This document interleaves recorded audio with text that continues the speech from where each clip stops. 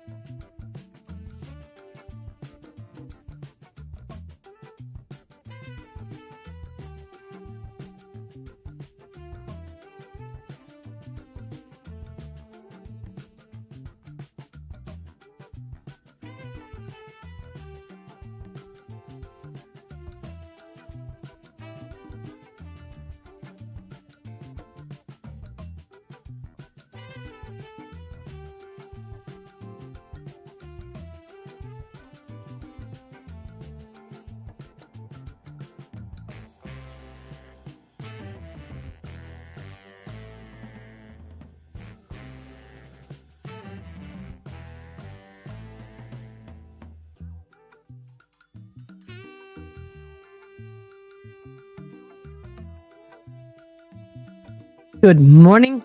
Happy Thursday, everybody. And we are back for more Care and Read this morning. I hope this finds you guys well. I like all the music. I like the funk, though. It wakes me up in the morning. Good morning, Gerald. Or should I say good evening? Oh, first in chat, starting at 9:21 p.m. Erin at 5:08 a.m. Elena, 6:36 a.m. June, you're slacking, 7:30 a.m. Jason, you all think the Commonwealth proved anything yesterday? Nope, I do not. One sunny day. Thank you for liking. I posted the bingo card.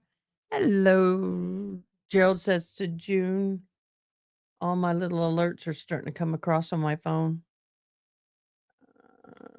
Okay.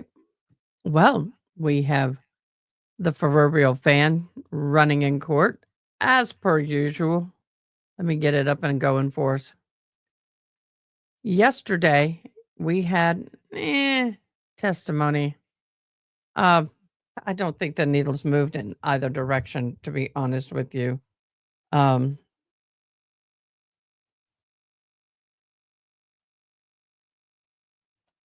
What was yesterday? Day 15? Let's see. Mods, am I not getting notes anymore? I think we've all gotten tired of notes. I think we're done. No more notes, please. My gosh. So anyway, oh, come on, quit it.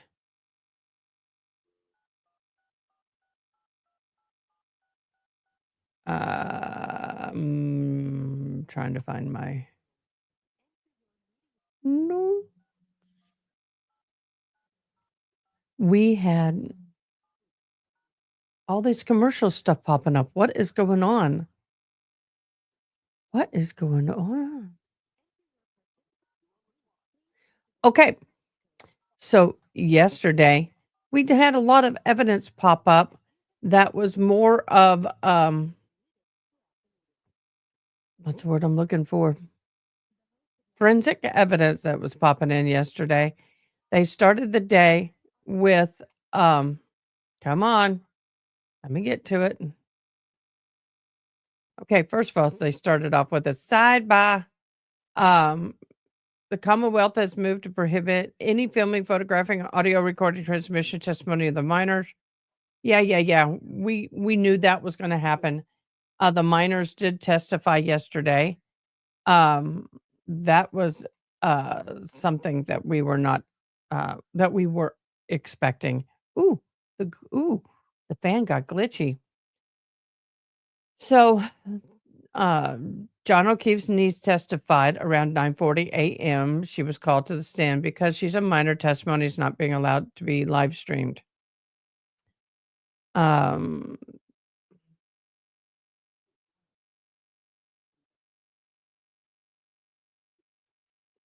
so we didn't get to see that. So the first witness that we could see that took the stand was Sergeant Clark, who basically was asked about his career, or how he got into it.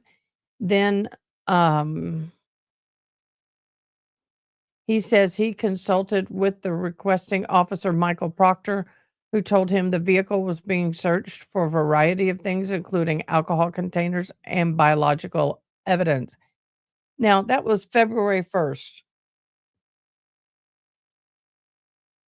The car sat in the Sally port for 2 days before it was touched. There was also forensic science from the crime lab. Clark said his chief concern was the right rear exterior of the vehicle, where they were looking for trace DNA. They presented 3 photographs by Lally and asked if he recognized him. He said yes, he would. It was basically a picture of the odometer on the vehicle and pictures of the reverse screen, that screen that we have. Um,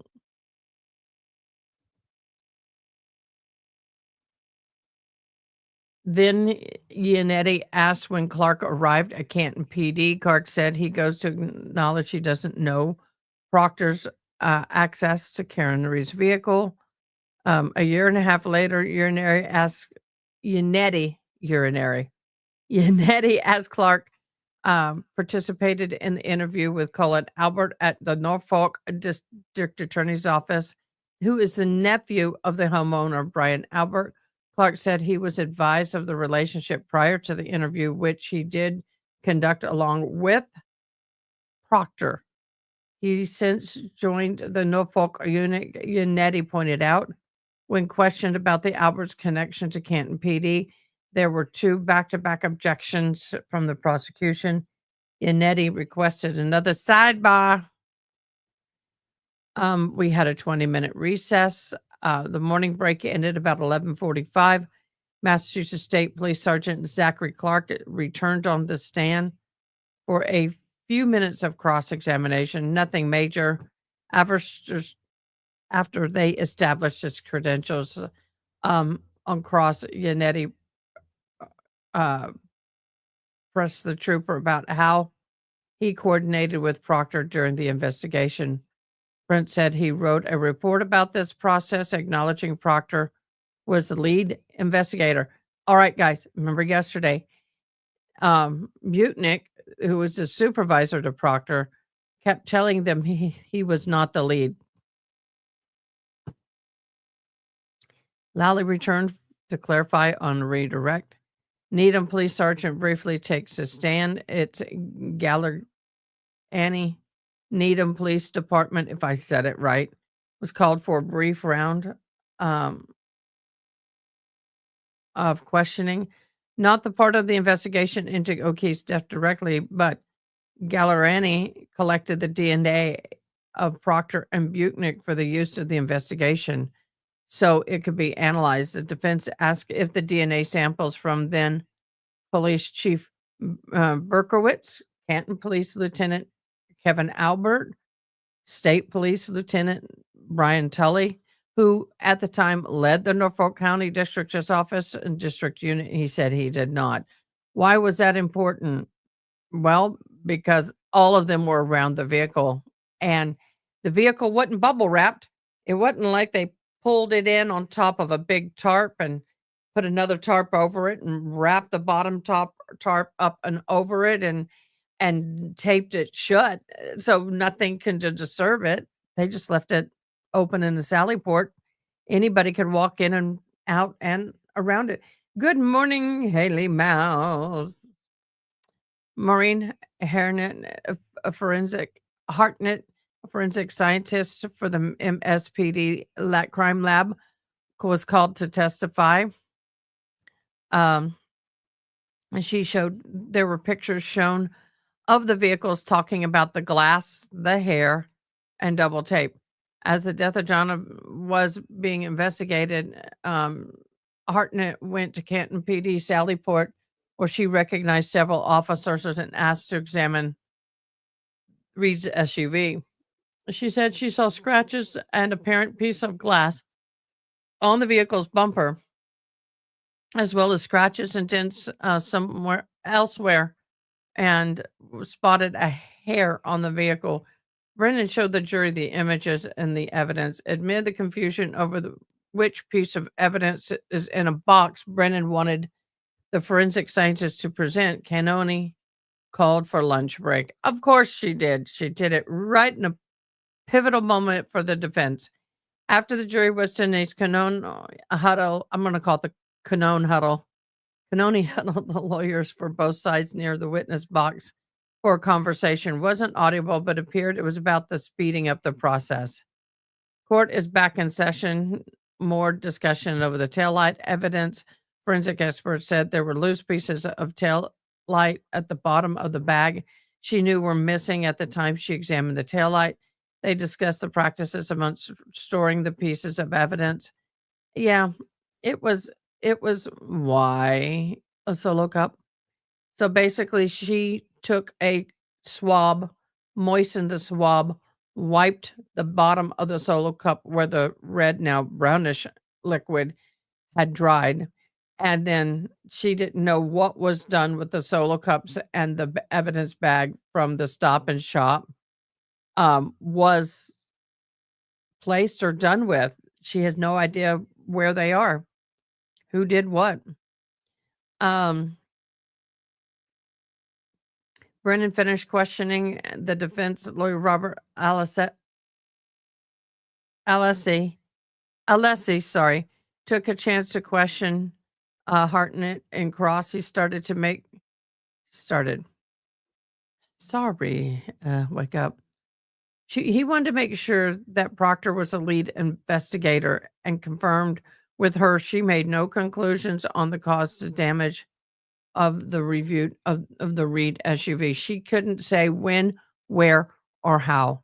A lot of that stuff there. Dent and the scratches, broken taillights on Alexis, to your knowledge, as you sit here today, could have existed before February 1st of 22 when you went to the Sallyport, correct? And she agreed. Yes. I never collected samples of the red solo cup before. Hartnett was also shown an image of Oki's heavy scratched arm, and she was familiar with it. Then she identified that the cause of the wounds was beyond her scope of ability. Alessi asked if she tested the blood on the SUV undercarriage. She said the areas tested all came up negative. She moved to the body, the bloody that was snow. Sorry, this drives me crazy. She asked about the bloody snow collected by the police. I never collected samples from red solo cups before. It was like, Hartnett affirmed to Alessi that she didn't believe DNA testing was done on the swabs from the solo cups and confirmed it is not known whose blood stains might be related. Oh my gosh, that's huge because they never tested it. So why make a big stink about how wonderful it was to collect it if you never tested it? Alessi asked Hartnett if she found any glass inside the broken taillight. No. She didn't note anything unusual, found anything that was not inherent to the taillight. After conversation about DNA touch or DNA evidence can be collected, for example, a hand brushing the surface, he turned his images to the glass evidence. Hartnett identified two pieces of glass that were, but Alessi flagged that it appeared there's only one, and it was a reflected image, and it is a reflected image. You have the bumper, which had a dull black plastic covering. And then you had the tailgate, which is real shiny. You have one sticker with the opposing reflection in the vehicle. Then we turned to the hair. So now we're back in court. Good morning. Sidebar. Okay. Here we go. Testimony yesterday and Ronnie of the kids. You are And no, I unmuted. don't I was think told we're going to counsel end up in a wanted to see me. mistrial. Okay.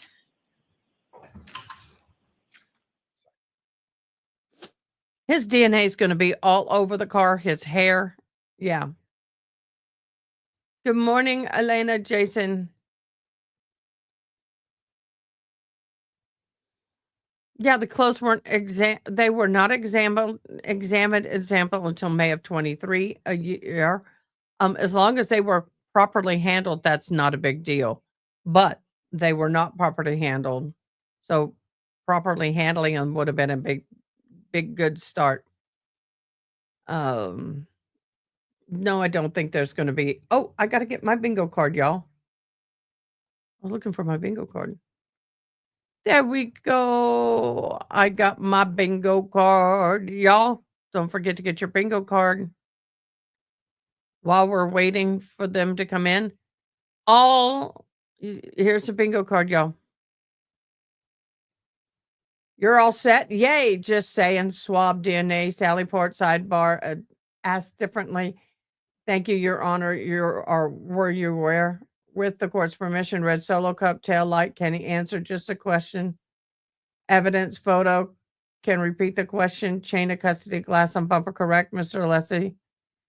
Can you rephrase? Right? No objection. There is our bingo card for the day, y'all. Again, give Miss Ronnie a big round of applause. She has been doing great with all of these cards. She has been simply the best. Thank you so much. Not Ronnie. June. Love you too, Ronnie. June. If I said Ronnie, my apologies. June is the one who's been presenting all of these cards for us. And we absolutely adore you and appreciate it so much. Thank you. We've enjoyed this. By the way, I'm trying something new. It's not sponsored. San Pellegrino Italian. It's a sparkling water with real fruit. Good morning, Chris.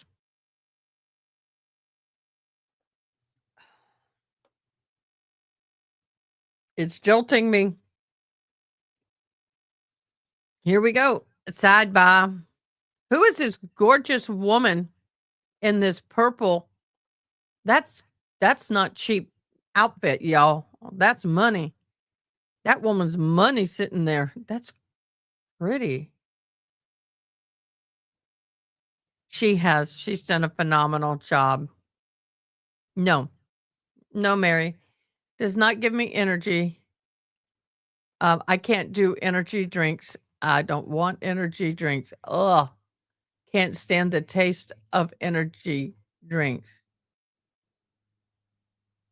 Absolutely. Blech. No, it doesn't say anything about energy. I'm trying to get off Dr. Pepper. Only 2 carbs for the whole thing. 1 gram of sugar. There you go. I know. 1 gram of sugar. It's cold. It's carbonated. I'm trying. Where is mom? Oh my gosh, y'all. Where's mom? Mom's not there today. Dad's not there today. All right, for the court, please. Oh my God. Mother and father are for the decedent is not in court today. That tells you something. What's going on? If they're ill, they're not going to stop court. Somebody asked that yesterday or the day before, and I don't think I answered it. Only if the defendant is ill will they, like they did Monday, or was it Tuesday? Monday?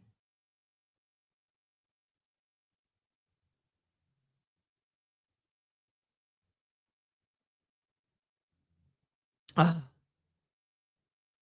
I don't know. Where's mom? Could be. Could be her sister. Is she old enough to I thought she was 17. Well, she could graduate at 17. Monday. Yeah. Thank you for liking, Gabby. Oh, yes. Did I do that? Mm.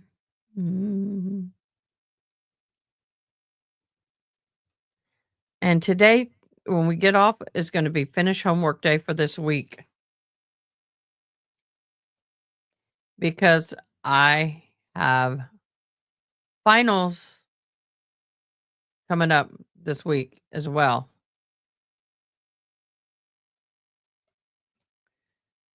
I do. I have finals, and then I have a week off. Then I go into the summer session. And then I have a week off after that session. And then I go into my final semester of my bachelor's degree. And then I'll start up again for my master's. God help me. Hey, everybody, make sure you like, make sure you share, and make sure you comment. I shared.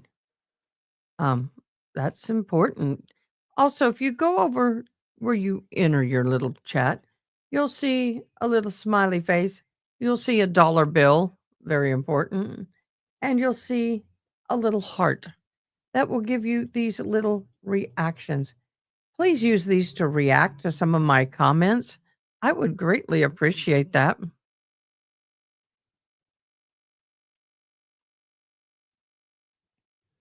That would be awesome.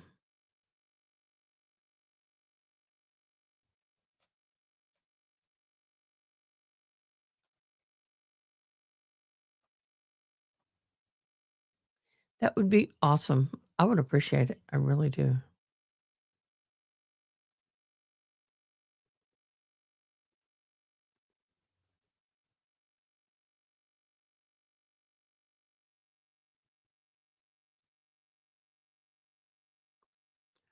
Oh, okay. You'll see this in a minute. You'll see it in a minute. You know, I'm started doing national. Yesterday was National Chicken Dance Like a Chicken today. Day. Burp, burp, burp, burp, burp, burp, burp, burp.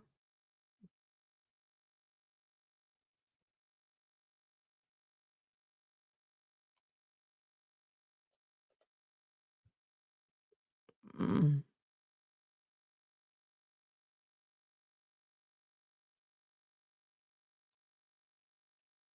Yep, it was Dance Like a Chicken Day. Today is. I'm looking for it. I'm looking for my favorite. See if they show them.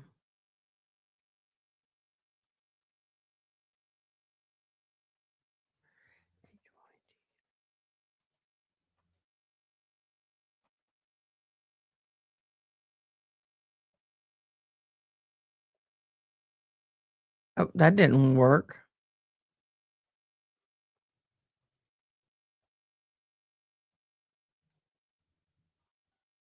You are unmuted.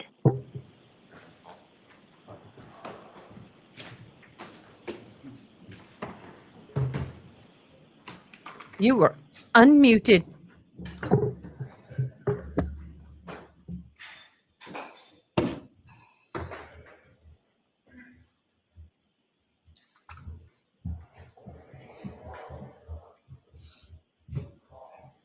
Mm.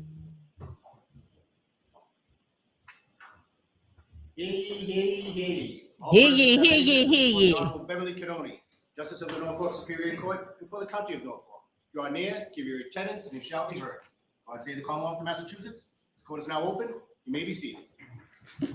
You will ever be Good famous morning for again, that. Council. Hear Good ye, morning hear again, ye, Ms. hear Reed. ye. Good morning, jurors. Good morning, Thank you jury. for your patience. Once again, we worked out something here this morning rather than having you watch us over at September. So we appreciate your patience. I do have to ask you those questions. Oh, you whoop, able whoop. to follow the Here we go. instructions and refrain from discussing this case with anyone since we left yesterday? Everyone said yes or nodded affirmatively. Were you also able to follow the instructions and refrain from doing any independent research or investigation into this case? Everyone said yes No. or nodded affirmatively. Did anyone happen to see, hear, or read anything about this case since we left yesterday? Everyone said no or shook their heads. Thank you. May we have Ms. Hartnett, please? And we're back to Miss Hotnip. I forgot we did not finish with her. We're back to Miss Hotnip.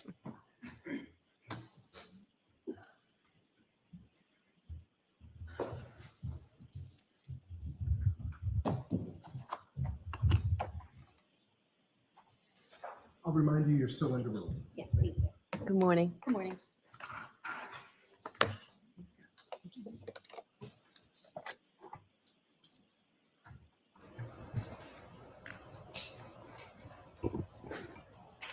Go right ahead, Mr. Alessi. Thank you, Your Honor. Good morning, Ms. Hartnett, and welcome back this morning. Good morning.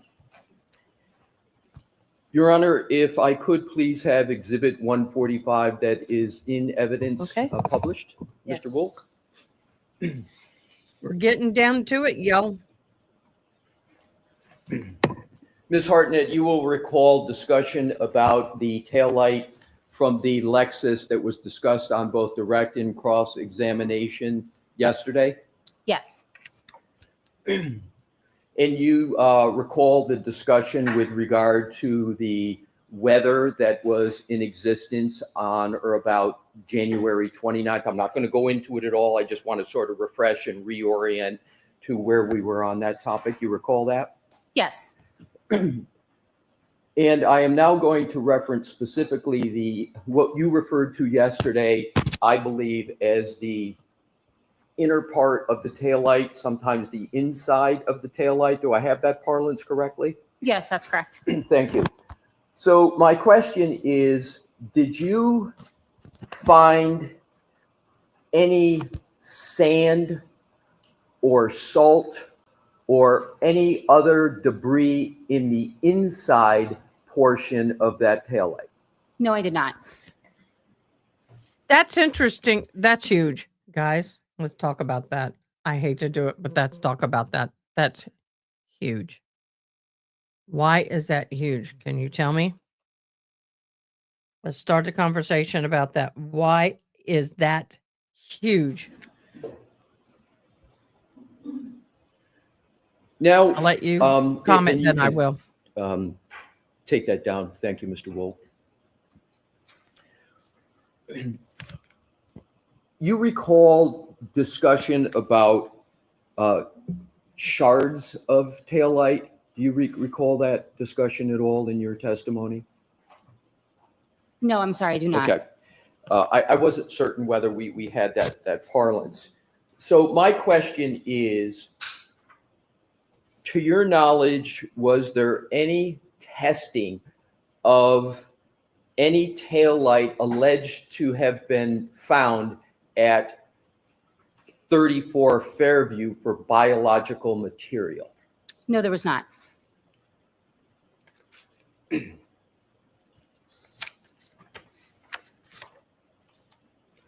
And could you just please state what your definition is inclusion when you refer to biological material? Those items were not processed in the criminalistics unit for any type of biological, meaning they would not tested for blood, semen, saliva, or a skin cell collection. I'm sorry, I missed the last part that you. Or a skin cell collection.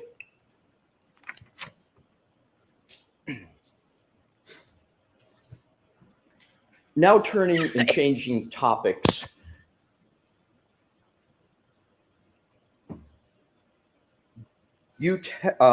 Yes, There all was day, as far as we know. a T-shirt and a hoodie of the decedent. Do you recall that?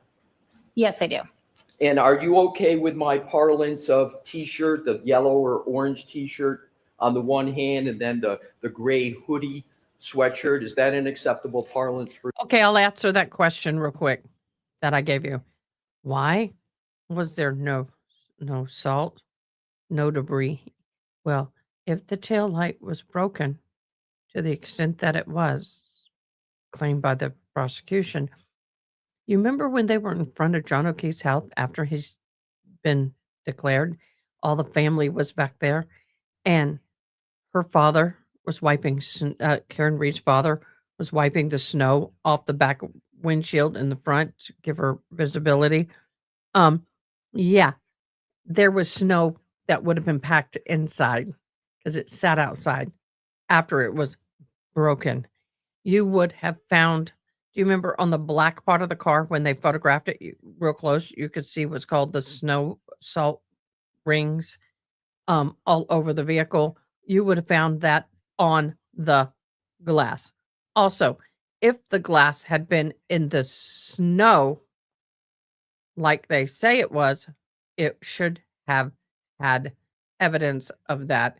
So as the snow melted, the glass would not be pristine clear. You would see when they photographed it up close, you would see all those little salt crystal, those little salt rings, and none of that has been in any of the photographs. That begs to differ. When was it broken? For you? Yes. How long was it broken?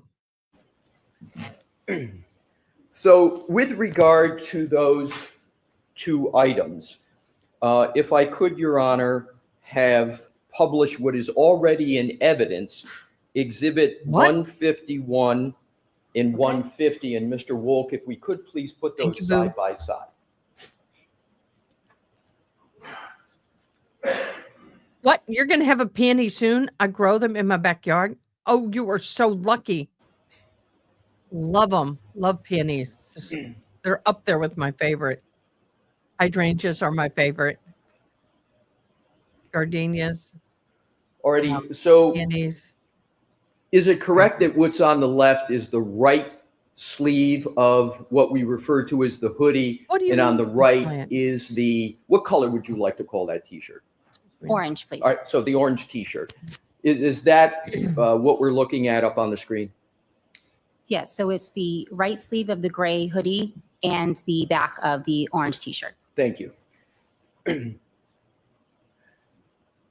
Am I correct that you included a handwritten note on your report that you found, quote, debris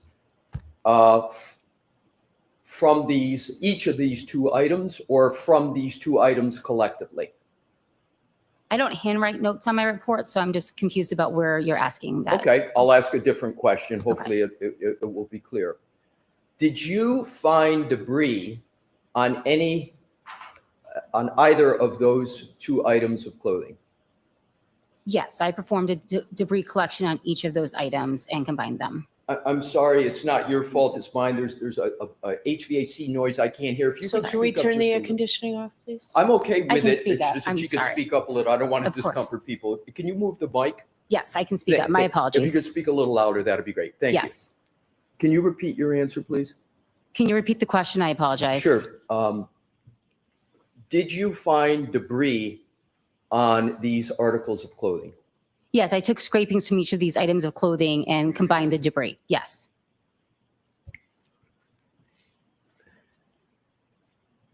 We will go over the testimony of the children during break. Thank you, Ronnie, for giving that to me. With regard to scrapings, can you describe how the term scrapings relates to these two items these two items that are on the screen? Yes. Scraping is the mechanism I use to remove any debris that was remaining on both the sweatshirt and the t-shirt. I held each up over my lab bench. I took a long metal spatula and scraped any debris that was on these items into a small glassine packet. Is it correct that you do not know where the debris came from specifically, other than it came from one or both items of both of these two items? Yes, that's correct. So the debris could be from just the hoodie it could be just from the t-shirt, or it could be a combination of the both?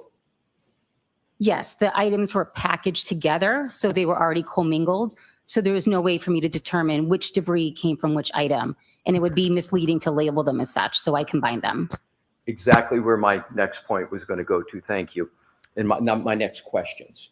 So what, if anything, were these two items contained in when you got them? They were contained in a brown paper bag, and they may have been contained in a larger box, but I don't remember off the top of my head. So when you got them and you saw them for the first time, using your term, they were commingled together, correct? Yes, that's correct. And was there any debris in the bottom of the bag? There may have been. When I examine something on my bench, I also shake out the bag to ensure that nothing is left behind and that everything is examined and accounted for. Now, am I also correct that there is no description of the actual debris that you found? For example, you didn't specify whether it was little fibers, little hair, little pieces of this or that. Do I have that correct? Correct. I did not do any examination on it. I just packaged it. And therefore, you didn't note whether any of the debris was a plastic or a plasticine nature, correct? Correct. That would not be part of my analysis. And there was no marker put on any part of the debris that was recovered. Is that also correct? I labeled the debris with an item number. I'm not sure what you mean by marker, if that's what you mean. Parts of debris, in other words, there wasn't separate identification or markers for separate pieces of debris. No, I did not separate out the debris. There was no photograph taken of the debris? Not by me, no. Do you have knowledge of whether there was a photograph taken of the debris by anybody? I do not. So you have, as you sit here today, you have no knowledge that there's a photograph of the debris. That's correct. I do not. When you received the hoodie and the t-shirt that's depicted as 150 and 151, they came in together, commingled with some debris at the bottom. Every time I hear him say they came in, I hear like a wrecking ball. I know it's too early In in the an morning. evidence bag. Is that correct? I'm not sure if there was debris at the bottom of the bag. What I can say is that there was debris on the items, and I did shake out the bag. I don't have a memory of anything coming out of the bag. I don't know. So there could have been debris at the bottom of the bag when you shook it out. You just don't recall. Yes, correct. If we could, Your Honor, please have Exhibit 154 already in evidence published. And let's keep it there for a moment, and then I'm going to ask Mr. Wolk for you to zoom in. Ms. Hartnett, do you recognize this generally, and then I'm going to have it zoom in so you can read it, as an evidence bag? Yes. Now, Mr. Wolk, could you please zoom in starting from the top so that Ms. Hartnett can fairly read this? And if you could, Ms. Hartnett, just take a moment to read it, and then I'm going to ask you some questions, but I want you to have a fair opportunity to read it. Let me know when you're done. Okay. And if we can then scroll down, Mr. Wolk, so that Ms. Hartnett can fairly read the rest of what's on there.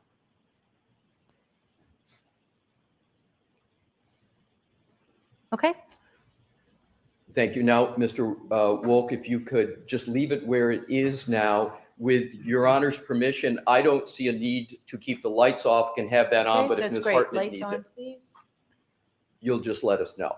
So is this the evidence bag that the t-shirt and the hoodie were in when you received those items? To the best of my recollection, yes.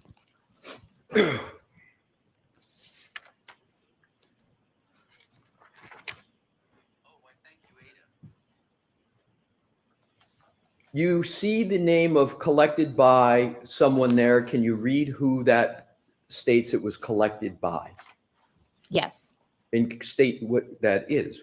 It says TPR Proctor.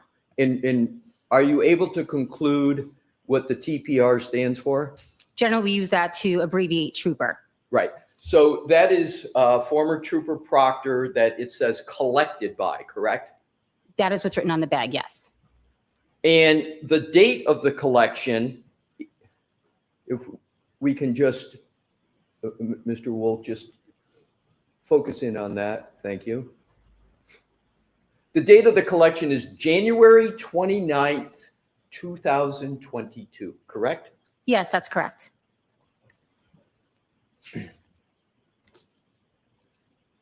Is it a fair conclusion from this evidence bag and your experience on the matter to conclude that former Trooper Proctor was the person who collected the evidence and put it in the I bag? can't even get.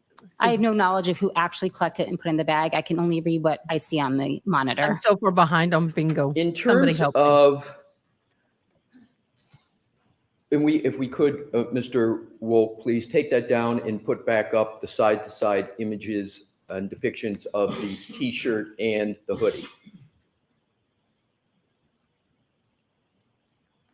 Okay, we done with the court's permission. Tail light. Did she say correct and right?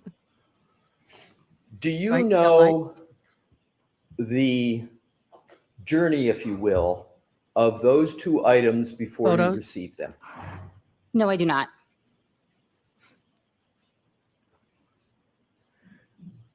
The debris that you ultimately saw on the hoodie and the T-shirt, and that which may or may not have also been additionally in the bag, do you know where that debris would have been picked up from? No, I don't know the source of the debris. And you were not provided with information as to the potential source of that debris, correct? No.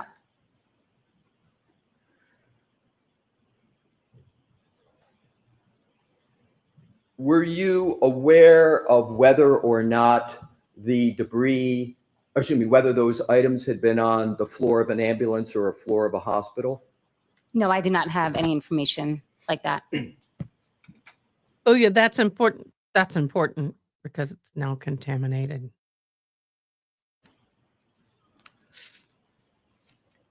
Is it important to maintain the sanitary condition of evidence generally to avoid contamination?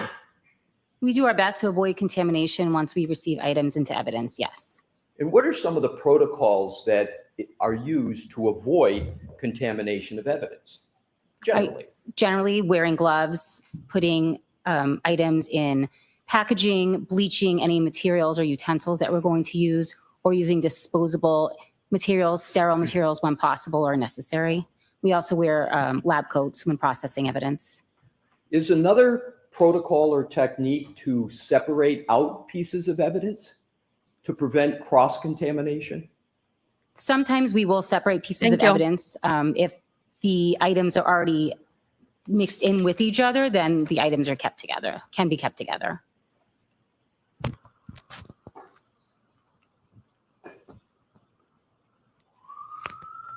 Do you know the chain of custody of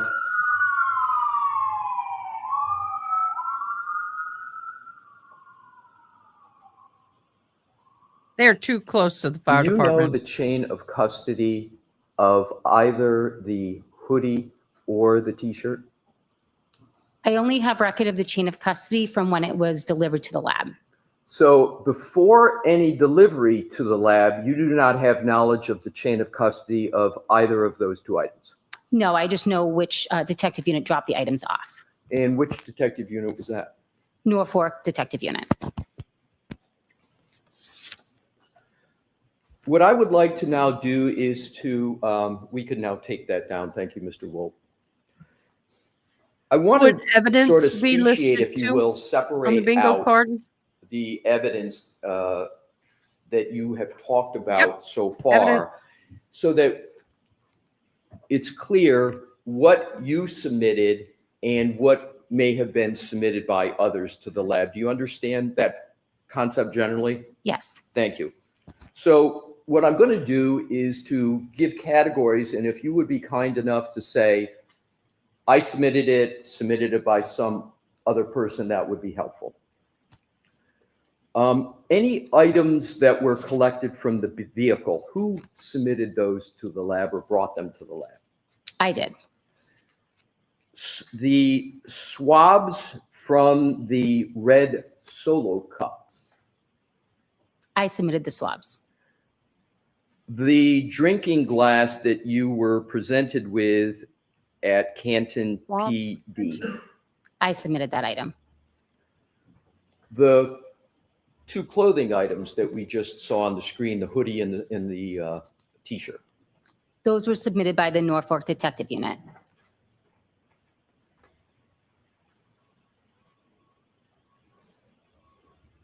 Were there also any fingernails that were part of the investigation and that you had knowledge of? Yes. Describe what those were, please. I don't remember that. Fingernails may be collected at the medical examiner's office, and there are clippings from the top of the fingernails of the victim. And were those submitted to the lab? Yes, And by whom? by the Norfolk Detective Unit. And the phrase known blood standards, are you familiar with that phrase? Yes. Can you tell the jurors, please, what that means? A known blood standard is a sample of blood that is collected from an identified person. And which person were those known blood standards related to your knowledge in this matter? We received a tube of blood that was identified as belonging to John O'Keefe. And with regard to the fingernails and the known blood standards, who submitted those to the lab? The Norfolk County Detective Unit. So am I correct to conclude that for those items that you submitted to the lab, you knew sort of their journey, if you will, but that those items that were submitted by you, I think you referred to as Norfolk County, was that your parlance? Yes, correct. You don't have knowledge about those other than that they were submitted by them? Prior to them arriving at the lab, correct. I have no knowledge of what occurred, where they were stored or anything like that before that.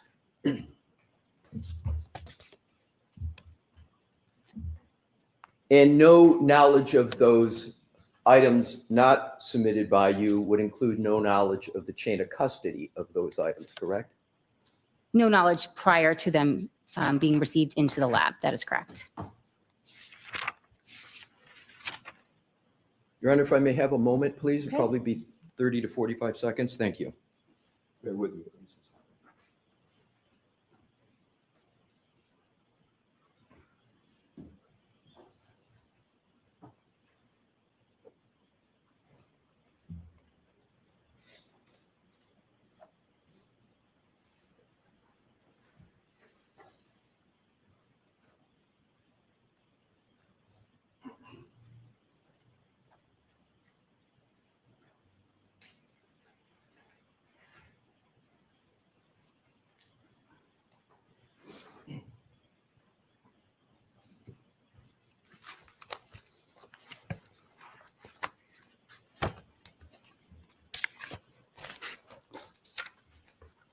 During the next sidebar, I'm going to be sharing the testimony from Denise. Thank So you the so much, questions I Ronnie, have for Ms. that. Hartnett at this time. Thank you for answering my questions, Ms. Hartnett.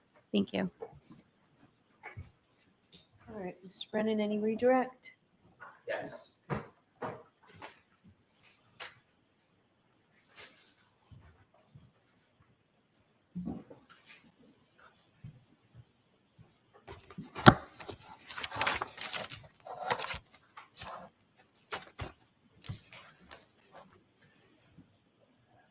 You mentioned that you had an opportunity to observe a paper bag that had red Solo cups in it, Yes, that's correct. and the red Solo cups had a coloring of red in the cups.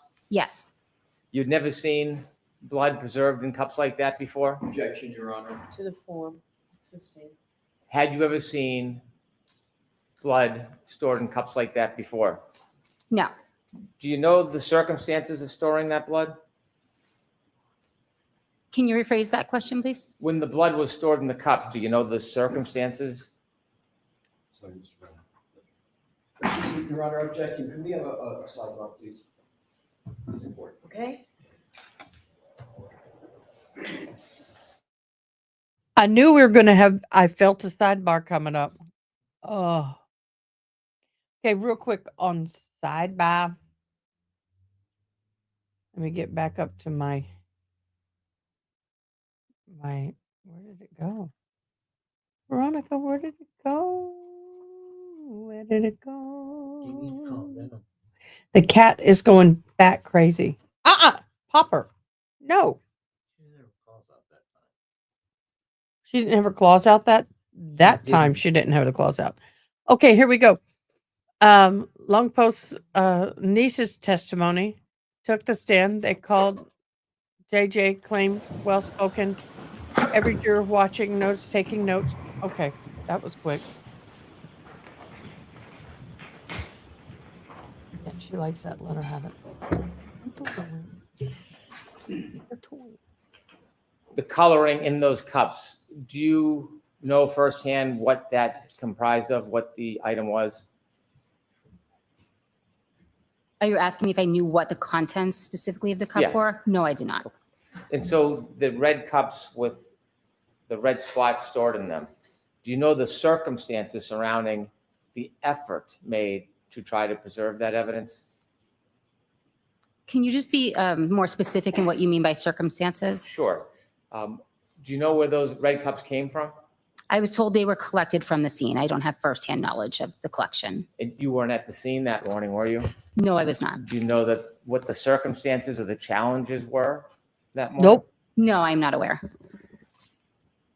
You said that you respond to active scenes and sometimes, like in this case, after the event happens? Yes, that's correct. Is there a difference when you're at an active scene as opposed to when you arrive at a scene that is Did they say glass on bumper yet? past the event? I would say multiple units are working at the same time, attempting to document, preserve, and collect evidence. You were asked a few questions about the top back of the Lexus SUV. Yes, that's correct. When you were first asked the question, you were asked if you had studied that area, and you said you didn't recall if you looked at that area. I did look at the area. I looked over the entire vehicle, but I didn't note anything specific in that area, no. When you say you looked over the entire vehicle, did you look over the back of the vehicle as well? Yes, the only part I did not look at was the roof of the vehicle. Did you study all sides equally? Did you spend time with the entire vehicle? I believe I made an effort, yes, to look at the entire vehicle. When you studied the Nope. back of the vehicle, Entire vehicle would be the top included. So you got top, bottom, and 4 sides. That's 6. You did 5/6 of the job. not the right side or left side, the back, middle, did you find any hair? I did not note any hair, no. Did you find any scratches? The only scratches I noted were ones that I had spoken of previously on the right. When you looked at the left side of that Lexus, did you find any dents or scratches? Nothing that I noted, no. Did you find any hair on that side of the car? Not that I noted, no.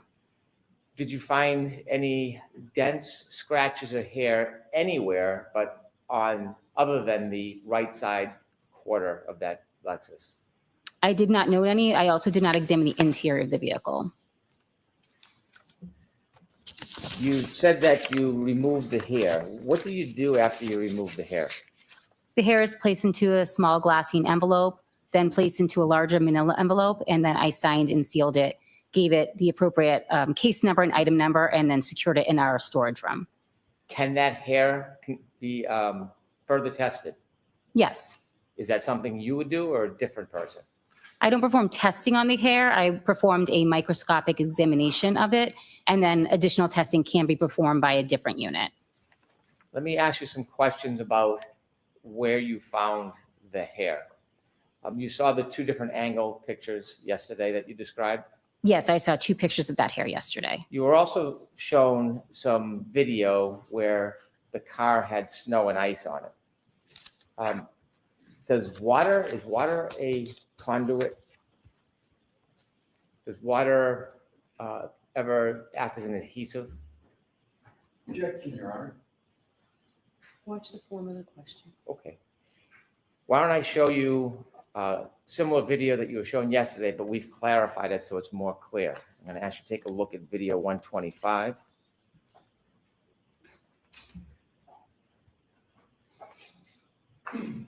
Okay. Guys, I have a very strong opinion on this, and you will see why in a minute.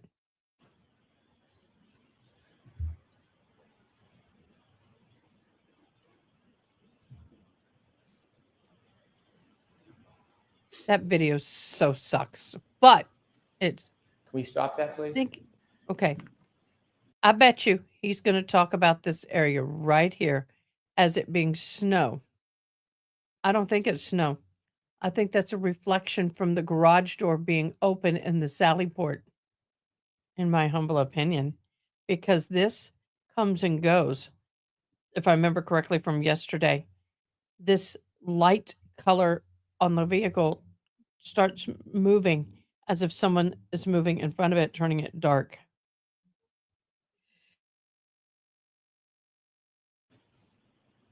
And can you see that's 5:51:54 p.m. on 1/29/22? Yes. I could be wrong. When you first saw this vehicle, it didn't have that snow on the right back near that taillight, I don't did think it? that's snow. Objection, Your Honor. Ask it differently, Mr. Brown. When you saw this vehicle for the first time, did it have that snow packed Bingo into card. the back right of the car? No, to the best of my recollection, there was no snow on the vehicle when I saw it. And the hair where you found it, you see the red back taillight, the piece of red that's showing? I do see that, yes. In reference or relative to that red, was the hair to the right, left, below? I don't recall at this time. Okay. It was down Do you see here. the ice or snow on the right Down side there. quarter panel of that Lexus? I don't see it on the quarter panel. I'm not sure what you're speaking of. If we could move that video forward, please, to 702.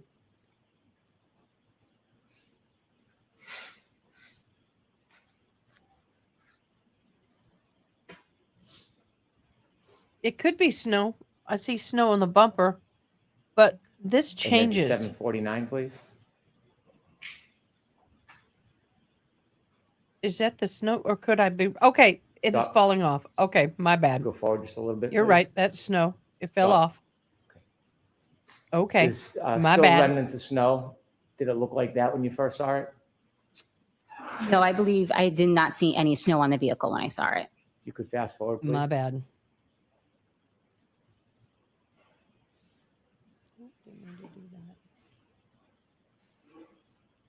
My bad.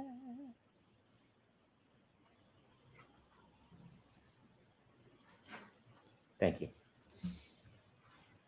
You can take that down. Thank you.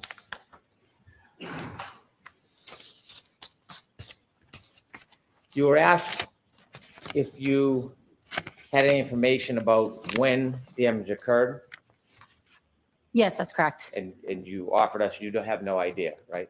Objection, Your Honor. I'll allow that. No, I do not know when the damage occurred. You were asked whether or not damage existed on that car prior to that day, prior to January 29th, 2022. You remember that question? Yes. Did you know there are ring videos of that car from January 28th, 2022? No.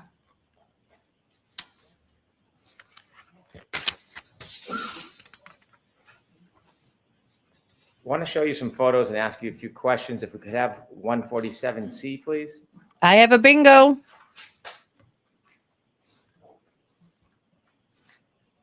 If you could close up. Do you remember what that's a picture of or a photograph of? Yes. What is it?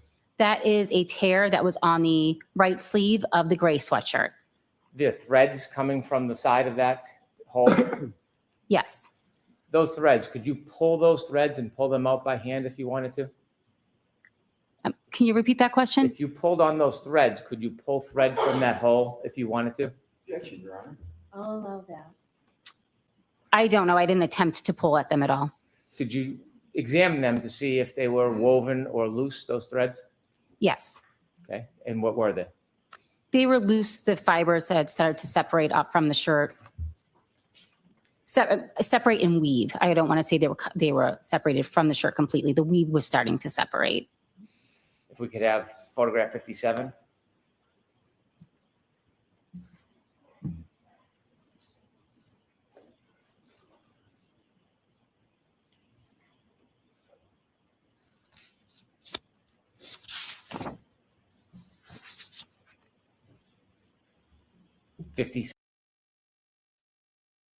They're struggling to get the evidence up. Swab, Sallyport, sidebar. Ask it differently. Thank you, Your Honor. With the court's permission, red solo cup, tail light, free. Chain of custody. Can repeat the question. Photo, evidence, right. Mr. Alessi, correct. I think she said, can you rephrase that? But I want to get a confirmation. Rephrase that. Was that a yes?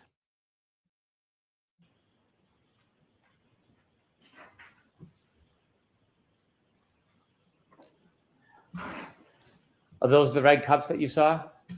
Yes. And what color is the fluid inside? I noted there was red-brown stains inside. Okay. And do you see that white object, the rag or the paper towel? Objection, Your Honor. Scope. Yes, sustained. Well, you were asked about, you can take that down. You were asked about who had custody of items. You only have custody of items once you receive them, right? Yes, that's correct. If somebody had access to that rag and dipped it in those cups and then smeared it on the taillight, and you went and tested, would you potentially be able to find that red liquid on the taillight? Objection, Your Honor. It's sustained. If strands of cloth were pulled from those clothing and placed in the taillight area, would you know when they were placed? Objection, Your Honor. Sustained.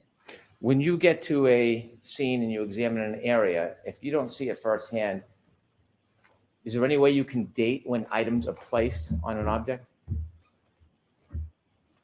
I'm sorry. Can you ask that one more time, please? Sure. When you look at an area like a taillight, if you found blood or cloth or another item in that area, would you know when it was placed in that area? Objection, Your Honor. I'll allow that. I think there are really just too many variables to say either way. That's a good answer. And if an item like blood or cloth was placed in that area, is that something you would be looking for in your examination? In which area? Say the taillight, for example. If there was an object placed in the taillight, would I be looking for that? I'd be looking for any item evidence. I'm not specifically looking for anything. I'm just looking for anything that would potentially be evidence. Thank you. I have no further questions. Anything further, Mr. Briefly, Lisson? Your Honor.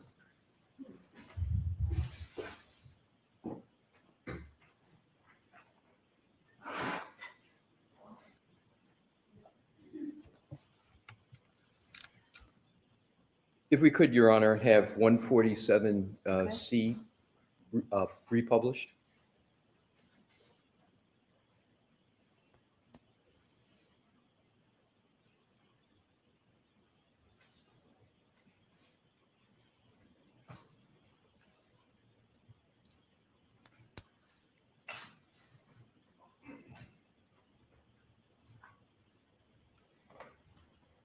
Would it be acceptable to move it along if Ms. Gil, oh, you have it?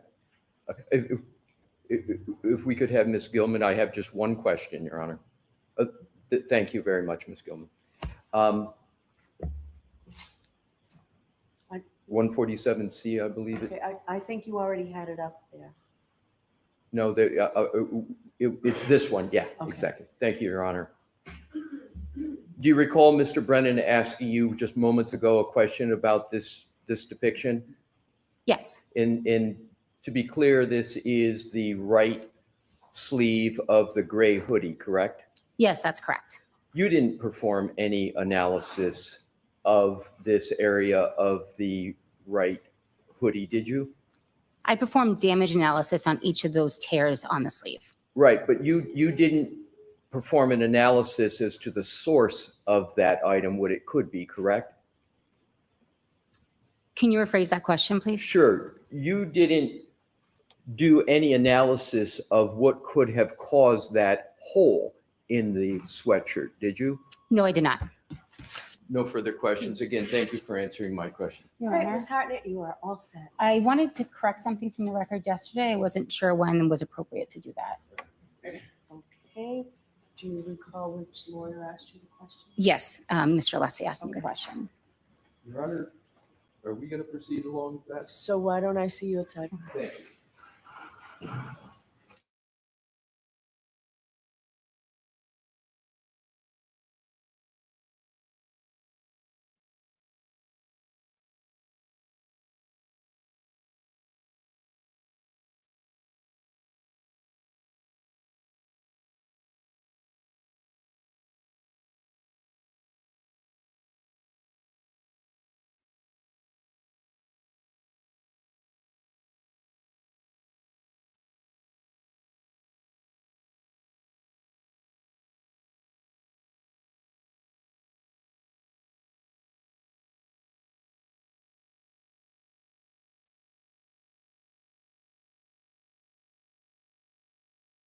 That could be huge.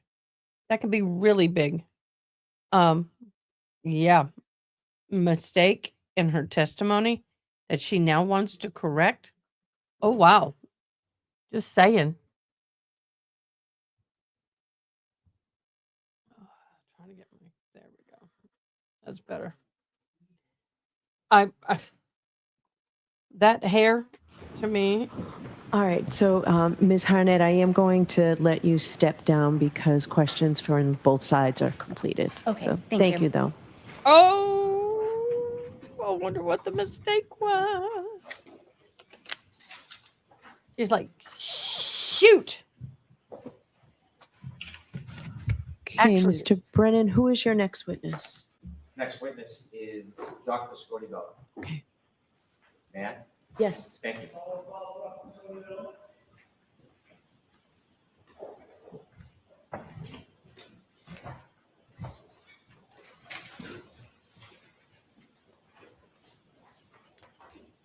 Okay, we have a new doctor, and this doctor is an expert witness.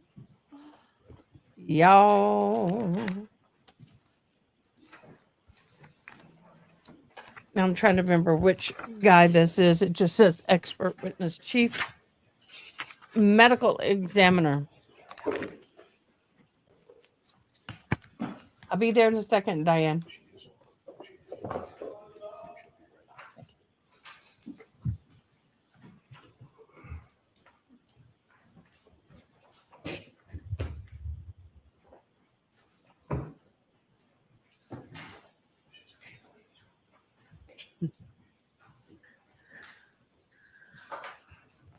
Why don't I see counsel at sidebar, please? How did I know that was coming?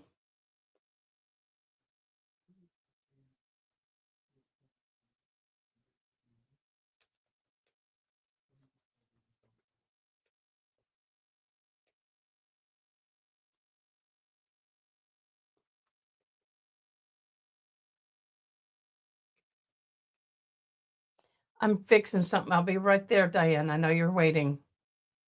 Patiently waiting.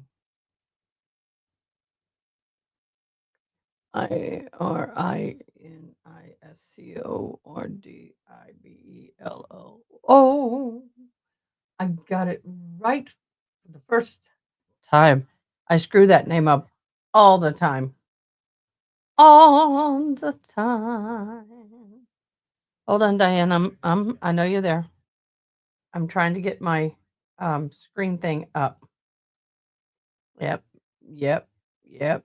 Yep. Oh, and you're eating, so. It looked like you was. I don't know. I'm giving you heck because I can. Delete. Delete. We got to do the kitty thing. Kitty. We got to get Miss Diane in stage. Sure, gee, I'm looking for the bingo card. Good morning. It's at the top of the chats in if you go to YouTube, go to my channel, get in there where you see the chats at the very top, it should be pinned. And you just click on the link.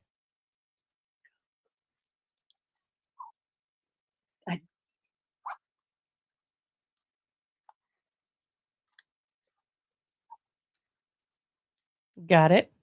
Ah. Well, we're almost bingoed out. Well, that don't help I'll fill me. you in a minute. I'll fill you in a minute. Because we are, look at that. Wow. Been busy this morning, hadn't they? They have been. I love this ME. She is like my jam. Love her. I am so ready. Man, she can get sassy, and I love it.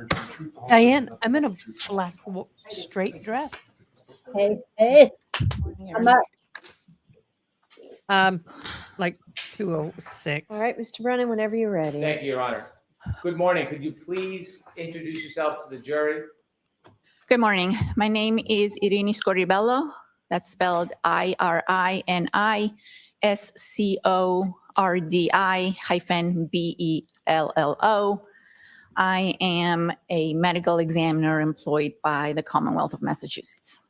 How long have you been a medical examiner? How long? In the state of Massachusetts since December of 2016. In general, I have been a medical examiner since 2008. Did you attend medical school? Yes, I did. Where did you attend medical school? I completed medical school in New York City at the Mount Sinai School of Medicine, now known as ICANN School of Medicine. Did you attend a residency? Yes, I completed my residency in anatomic pathology at Mount Sinai Hospital. Is that what you specialized in during your residency? Yes.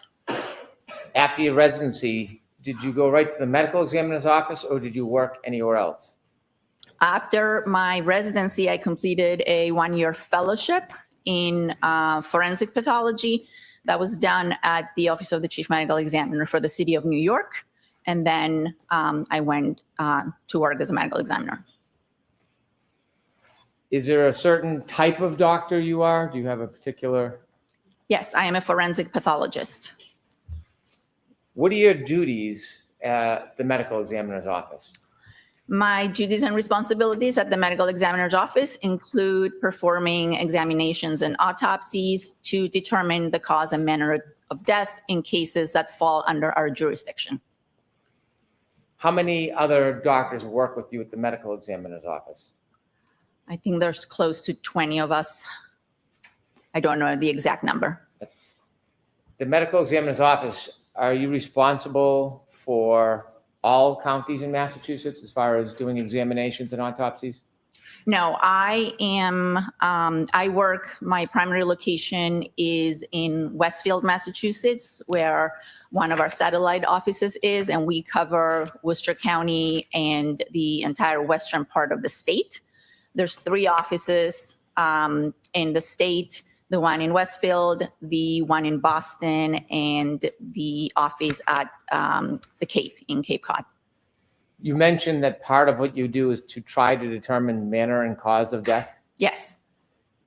I use the word autopsy generally without too much detail. Can you describe for the jury what the process is when you're trying to determine the In other manner words, and cause? don't gross them of death? out. You would like me to explain what an autopsy is? Please. An autopsy is a large surgical procedure with 2 main parts. The external examination, which is an examination of the outside of the body, where we document physical characteristics such as hair color, eye color, We document any identifying features such as scars or tattoos, height, weight, and then we also document any signs of disease or any signs of injury on the body.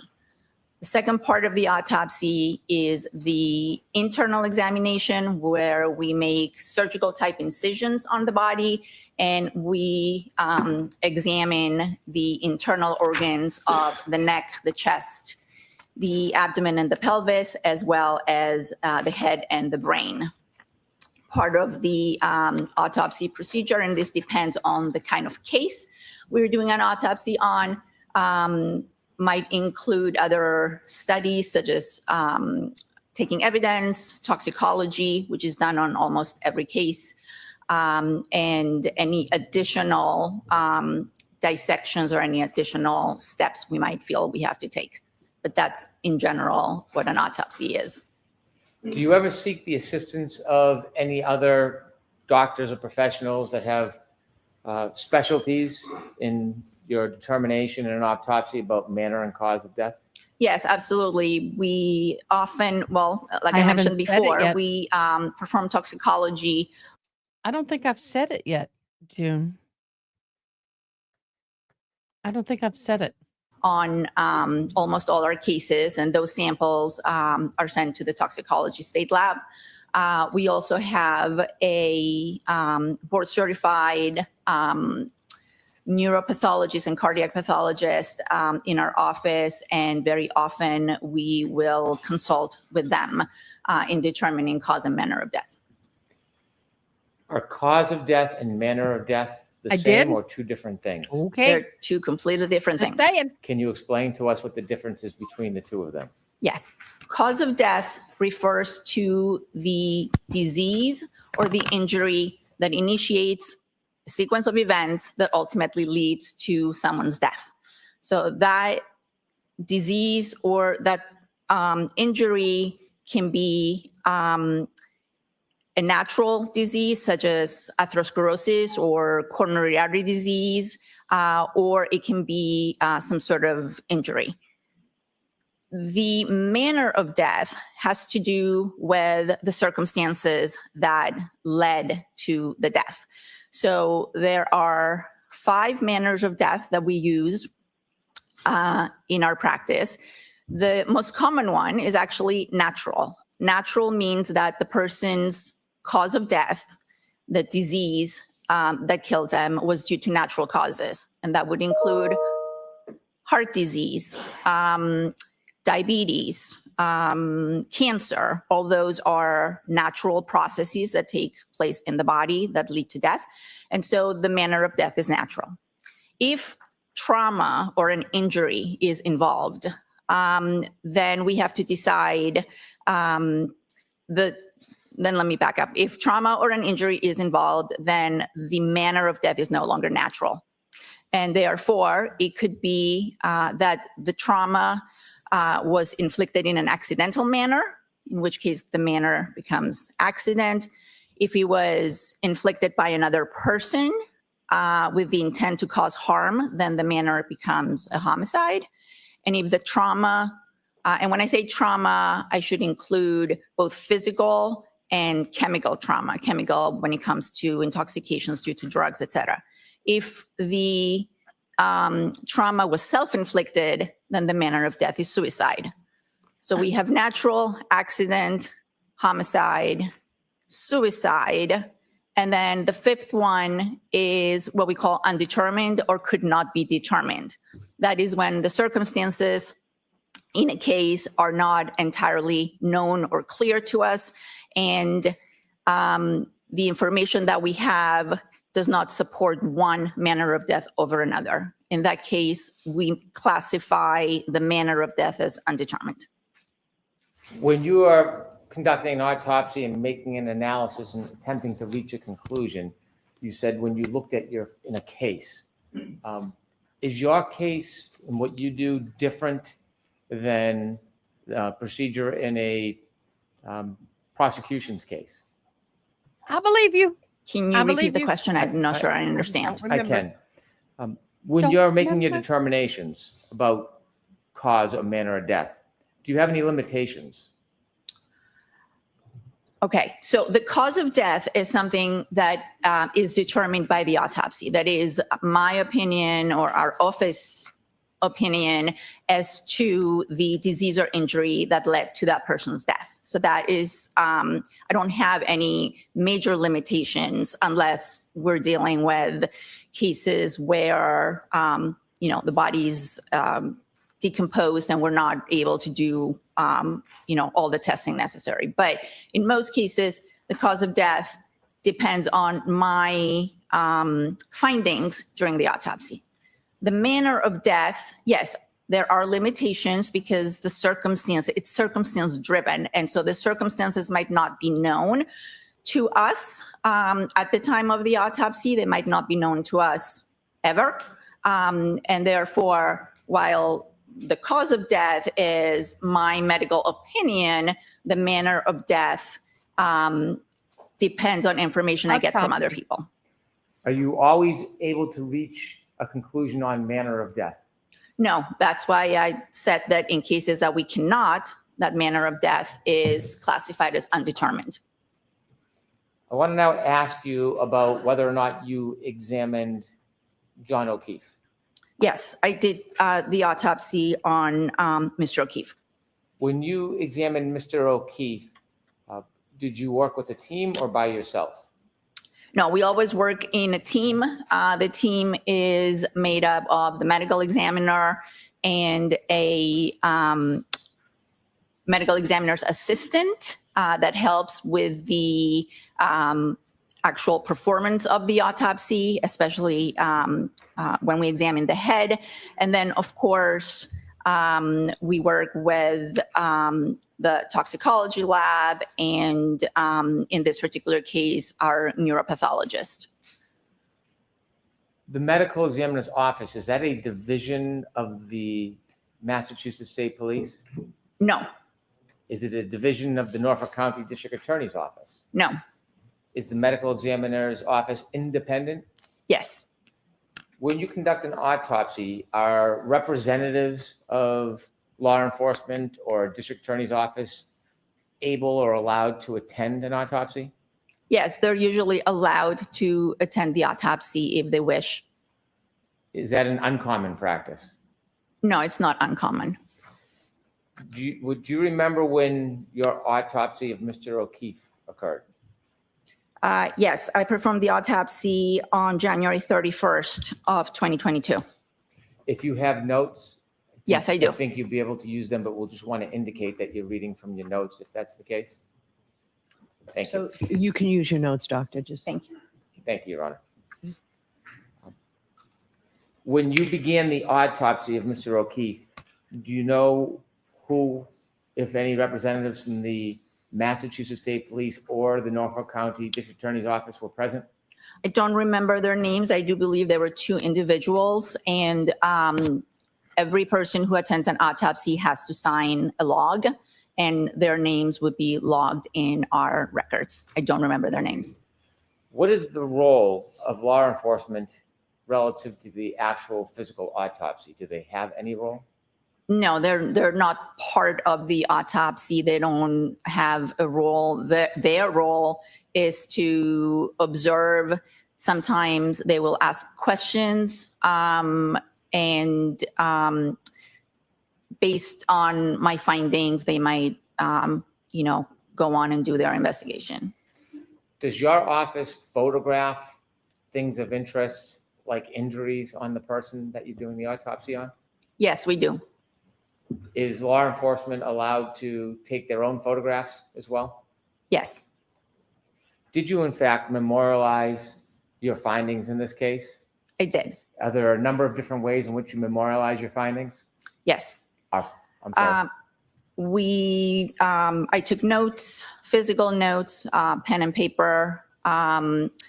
There's a report that's issued within 90 days of the completion of the autopsy, and then photographs, digital photographs. You mentioned a report is due in 90 days. Is that often referred to as an autopsy report? Yes. Why 90 days? That is the standard that is set by the National Association of Medical Examiners. We're part of NAME, and therefore we try to have a finalized report for all our cases within 90 days, because we know that families are waiting for these reports, and therefore we do our best to finish a report within 90 days. Did you in fact complete a so-called autopsy report in this case? Yes, I did. In addition to the autopsy report, well, included in the autopsy report, do you make handwritten notations about locations of injuries? Yes. And share with us, how's that done? Is there a picture or a graph? There's a diagram, a body diagram that we use to mark the location of injuries. May I approach, Your Honor? Yes.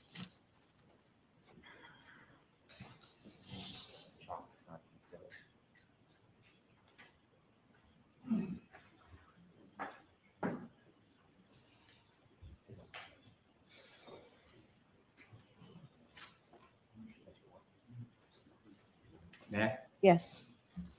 Do you generally recognize what these documents are? Yes, these are my diagrams from Mr. O'Keefe's autopsy, And could you just very basically describe each one of them? some of them. Yes, the first one is a body diagram. A lot of things have been whited out, but it's the diagram that I would use to make note of any injuries. The second one is a diagram of the face and the skull. I would also use this diagram to make notes as to any injuries on the face.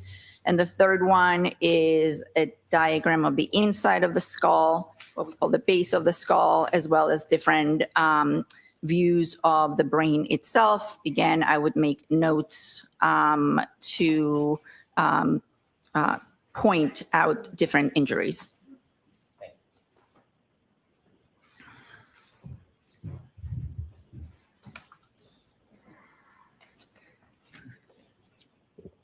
As you are noting injuries in your autopsy report, these diagrams, they start off blank They start off blank and then they're filled out as we go along. and you fill out all the details you find important in your report? Correct. For reference, and to assist us, I have some blank diagrams that I may ask you to point out things on the blank diagram for us. Okay. And Your Honor, I'd ask permission, I've spoken to defense to use these simply as a chalk. Sure. No objection, Your Honor. Before you begin an autopsy, do you seek any medical records if available? Yes. When a case is called into our office, depending on the time and the day that it is called in, our intake department, who are the people initially on the phone taking the information, will start asking for both medical records as well as police reports. So in the morning, when we start the autopsy, it's possible that we have some records. Sometimes if a decedent is brought to us from the hospital, there might be some records that come along with the body. But to answer your question, yes, we always ask for medical records, what we call PCP records, which are primary care physician records, any records from a hospital where the decedent may have been, and investigative reports, police reports. Do you recall whether you had access to John O'Keefe's medical records from Good Samaritan Hospital? I did have access, yes, in the day, I believe the day of and the following day. May I approach, Your Honor? Yes. Subject to any later reactions, I would move the Good Samaritan medical records. No objection, Your Honor. Exhibit 155.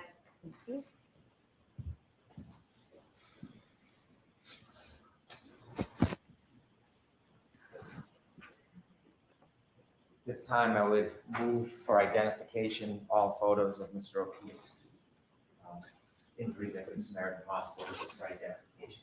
Okay. Exhibit JJ for ID.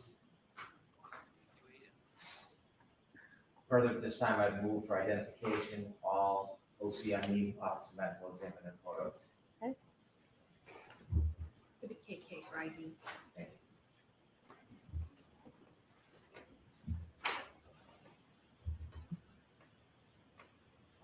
Your Honor, at this time, I'd move all CSSS autopsy photos for identification. Can I just have an understanding of the applicant?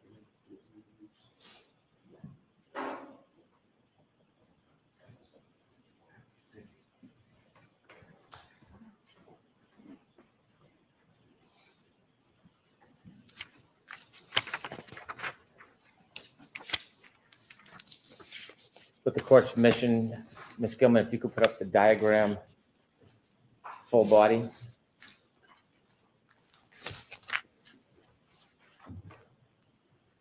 Could enlarge that a little more. Thank you very much. Could you explain this to us? Yes, this is the diagram that we use during every autopsy. As you can see, we note the name of the decedent. Every case has its own number. In this case, it was 22-1697. And then we take note of, as I mentioned, during the external examination, physical characteristics such as hair, eyes, teeth. And then on this diagram, we would note any scars we see on the body, any tattoos we see on the body, any injuries we see on the body, and any therapeutic interventions. Those would be things that are sometimes done either by emergency medical personnel or at the hospital. Everything would be noted on this diagram. Now, if you could take us through, I'm going to ask you, we'll go body part by body part, if that's okay. I'm going to ask you to begin with Mr. O'Keefe's face, the front of his face. And if you Yes. could, if you could enlarge that, Ms. Gilman, thank you very much. Did you notice any injuries on Mr. O'Keefe's face? And if so, could you, I think there's a pointer available for you, doctor?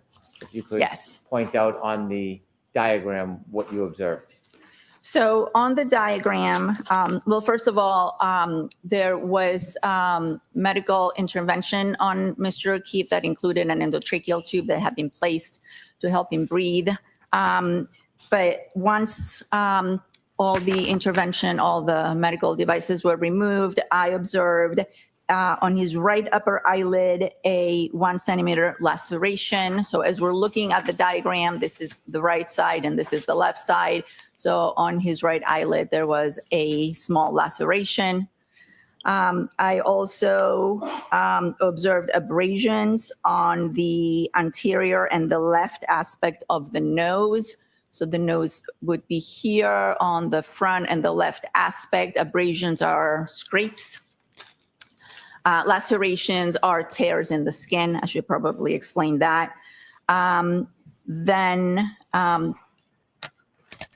there was some bleeding and some swelling of the eyelids of both eyes.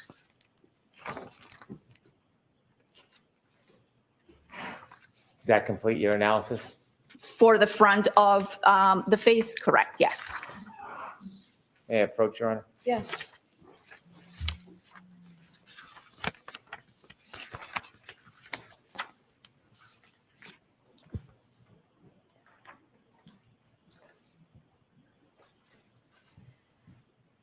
Okay. Doctor, I'm showing you a photograph. Do you recognize what's in that photograph?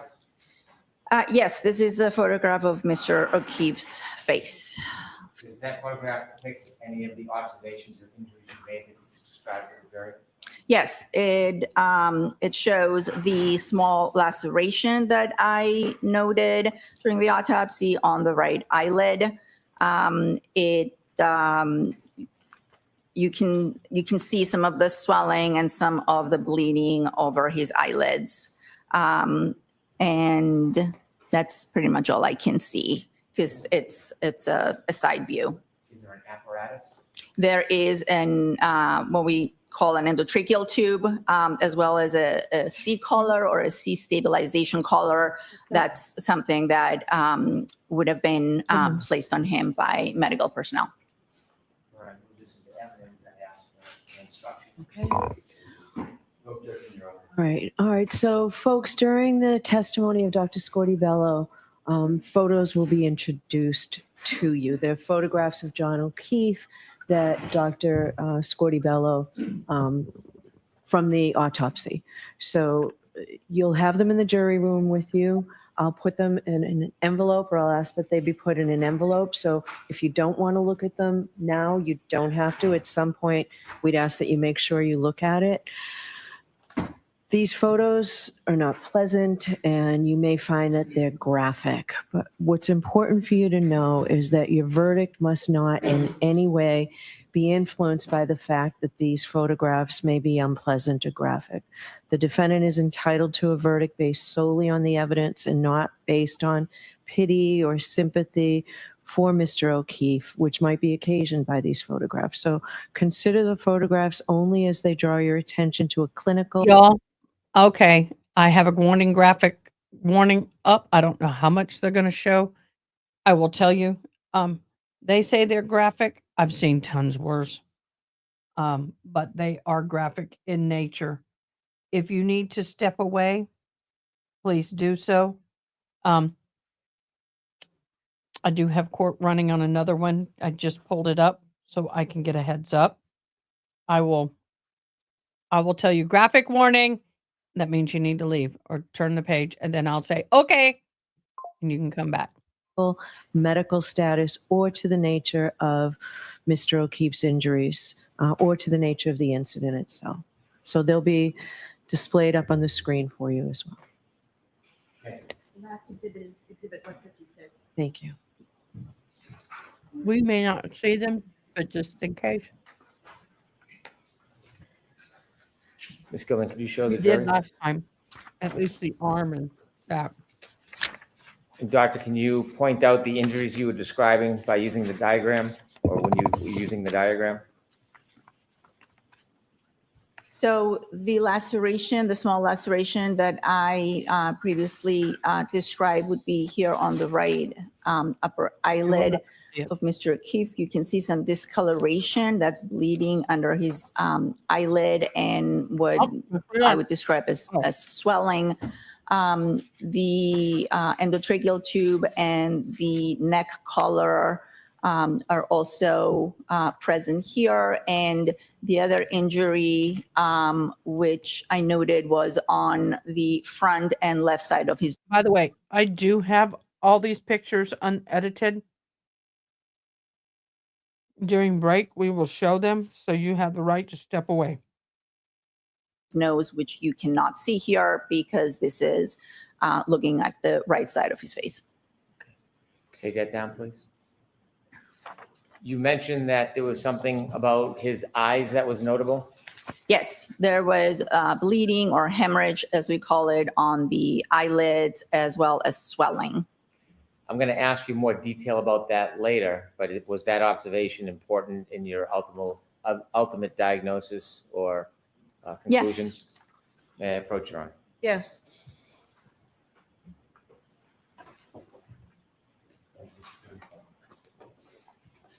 Please tell me if you want to see these photos. I do have them. Yes, this is another picture showing Mr. O'Keefe's face. Again, the medical intervention is present, and you can see more clearly now the discoloration on the upper eyelids. Is this vantage point helpful for your ultimate conclusions and diagnosis? Yes. Your Honor, move this into evidence. No objection, Your Honor.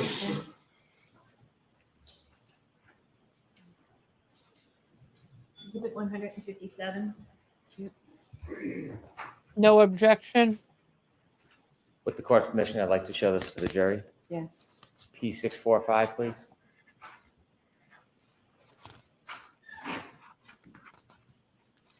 Doctor, could you point out what was significant regarding Mr. O'Keefe's eye area? So I noted that there was discoloration, that's bleeding, that's blood, that's under those eyelids. The eyelids appear puffy, that's what we call edema or swelling. Yeah. And then also there were 2 abrasions, 2 scratches on Mr. O'Keefe's nose. You can see one here and then the other one on the more front part of his nose. Okay, could you take that down, please?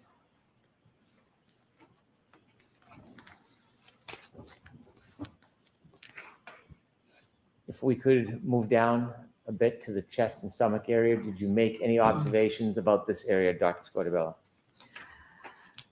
The observations that I made on the chest were that there was, as I mentioned before, there were defibrillator pads on the body, and there was an abrasion that's very commonly seen in people who have undergone resuscitation. Internally, that abrasion and the whole resuscitation apparatus was associated with some anterior rib fractures, which are also seen in cases of resuscitation, but I didn't make any other notes in terms of trauma on the chest or abdomen. I'd like to move to the arms and the hands. If we could come down just a little bit. Let's begin with Okay, Mr. O'Keefe's hand guys, or hands. Did you? I'm going to pause here because I have people who are asking on all formats of social media.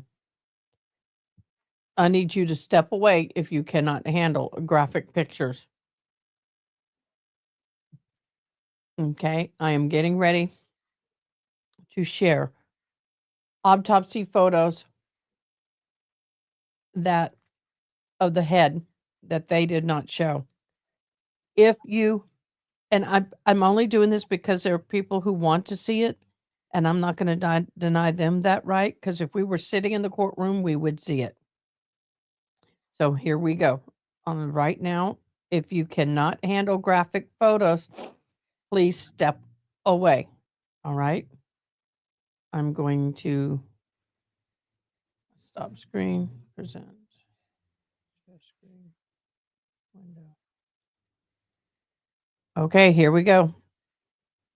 Here is the images that they are referring to with Mr. O'Keefe. They're not the greatest of quality. You can see there's a cut here. Both of eyes are blackened. You cannot see the opposite side of the nose. You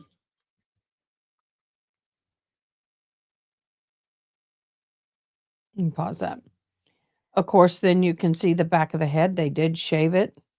This is the gash on the back of the head. This is a little more blurry. We saw a better view.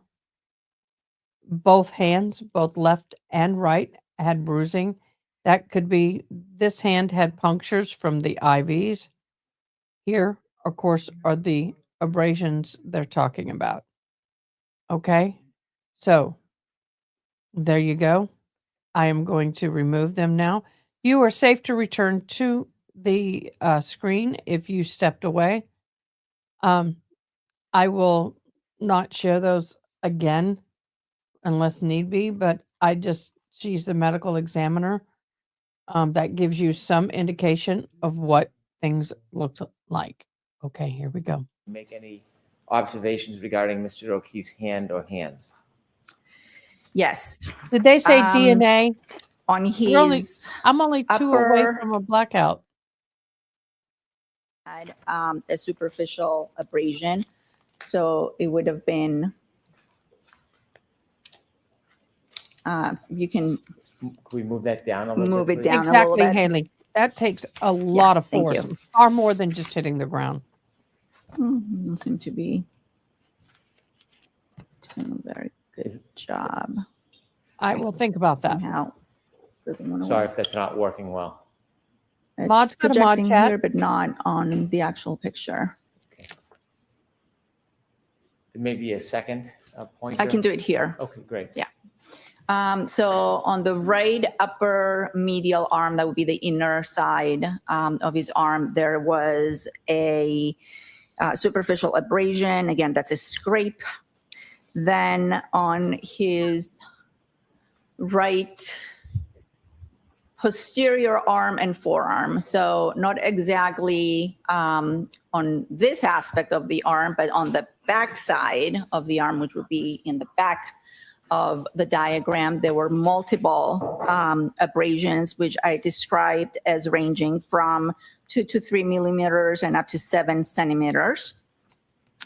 Then, if you could move the diagram down, please. Again, there is a back to this diagram. I don't know if you could put that on the screen. There we go. So this is now the right side and this is the left.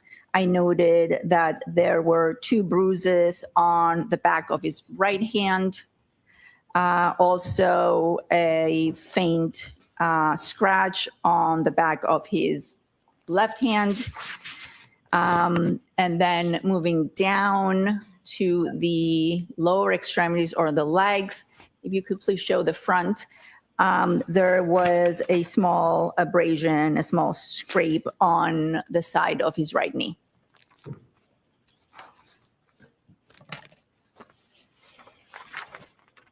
May I approach, Your Honor? Yes.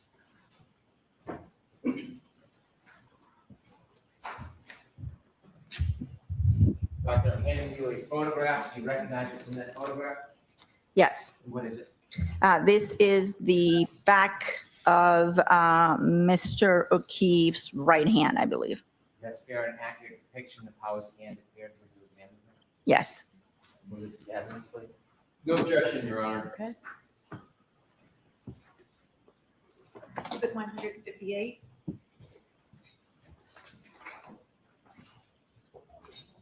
With the court's permission, I'd show P647 to the jury.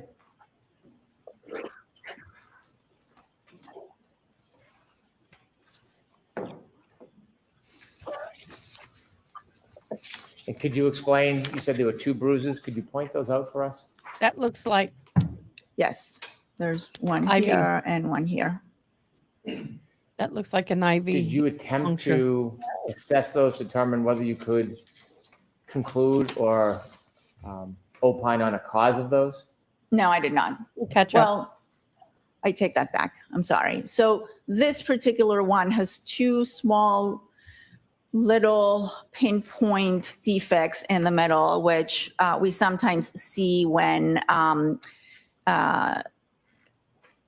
emergency personnel tries to get access to a vein for fluids, for intravenous fluids. So, but I did not put that in my report. I just described it as a contusion. Is it common to see that type of coloration where medical personnel put intravenous or other types of support into somebody's hand?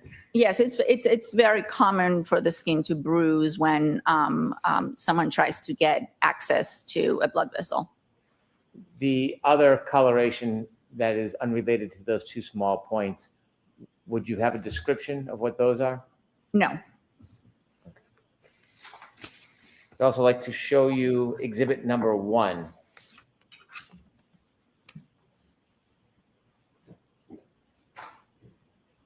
Exhibit number 1, please. Thank you. You used the word superficial. What does that mean?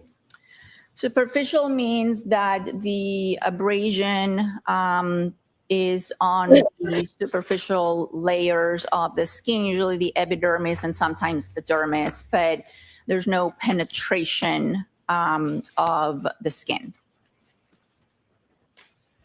When you're assessing to determine whether there's any penetration, do you measure the length of the wound or the abrasion? Penetration would be measuring the depth. If there was actual penetration, I would have to measure how deep into the skin. For example, when we assess stab wounds, we have to measure the depth of the wound. In this particular case, you can see that these are scrapes or scratches, and there's no exposed underlying fat or muscle. And therefore, to answer your question, I measured their length and gave a range. but I did not measure their depth. As a routine practice during an autopsy, doctor, if there was penetration or depth, would you, as a routine, measure that? I would make a note of it. Are there any such notes in any of your autopsy findings or reports about depth? No, I did not make a note on the depth of these ones. Do you have an opinion to a reasonable degree of medical certainty as to how those superficial abrasions occurred? I do not.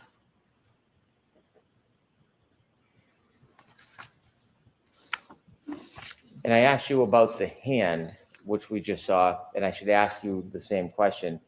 Do you have an opinion to a reasonable degree of medical certainty how that coloration, aside from the medical intervention,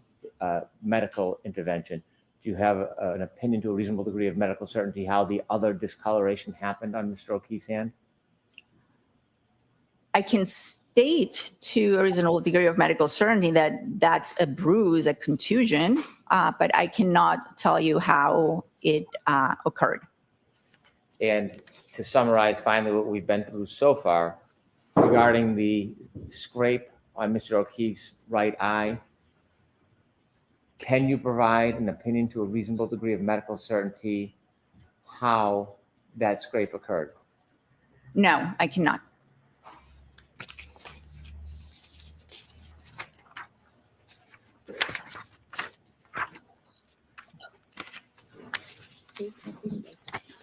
You mentioned for us that when you looked at Mr. O'Keefe's legs, you observed bruising on his, or a small scratch on his right knee.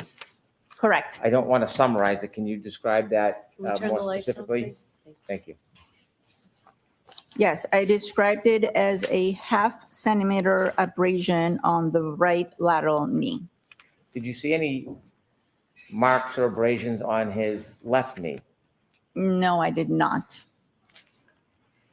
Was the mark scratch on Mr. O'Keefe's right knee on the inside or the outside of the knee?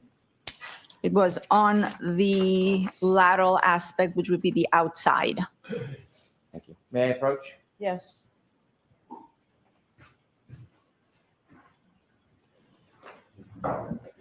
Okay, guys, the image I just showed is now in member chat. It is there until the end of today's trial.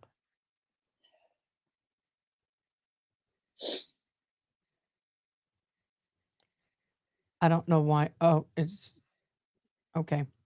So it will be there until the end of today's trial. Then it will be removed out of respect for O'Keefe. Even though you can find it online. I just prefer not to keep it up. Yes, What is it? this is a picture of Mr. O'Keefe's lower extremities, his legs. Is it a fair, accurate depiction of how his knee appeared when you did the autopsy? Yes. All right, we'll get to the evidence, please. No objection, Your Honor. Okay. 159. Thank you.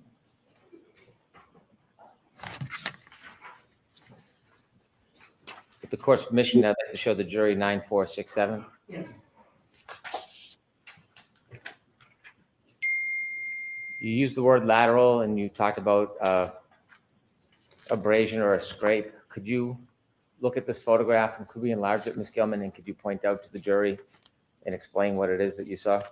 Yes, you can see the abrasion here with a little bit of adjacent discoloration. But he could have received that falling to his knees in the middle of a fight on a concrete slab in a basement that was a workout room.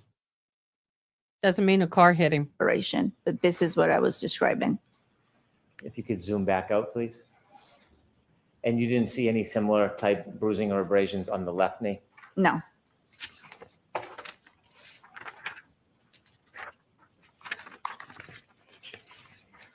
That's why During your mom is not in autopsy, the did room you today.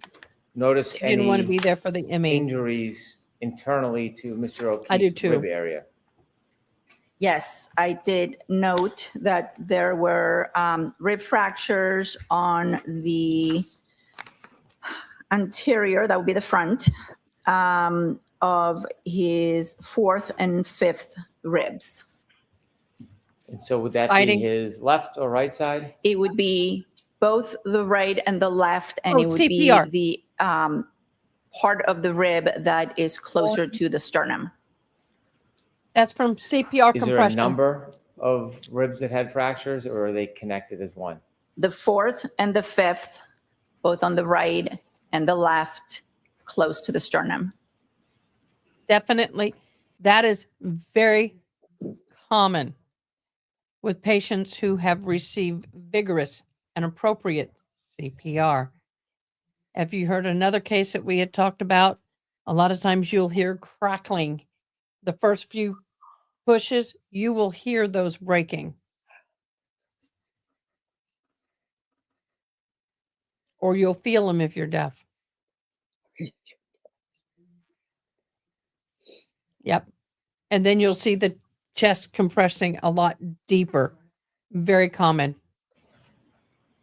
Have you, in your experience, seen ribs fractured during first aid or medical intervention? Very often, yes.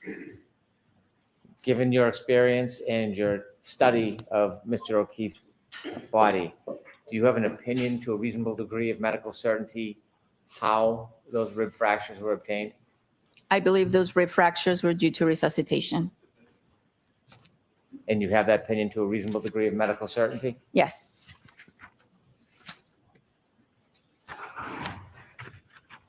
Her hair is so thick and gorgeous. Yeah, and so is yours. I'd like Not to show that you thick. a different diagram. One I used of to be that thick, but you can see the scalp head now. area. I thought she had a hat on. If we could I can enlarge accept the that. bottom right. Thank I'm just saying, guys, if anybody has watched boxing, way in my past with my ex, significant other, if you've gone 12 rounds or 9 rounds and you were the one receiving most of those hits, you would look like that guy. You would look just like John O'Keefe.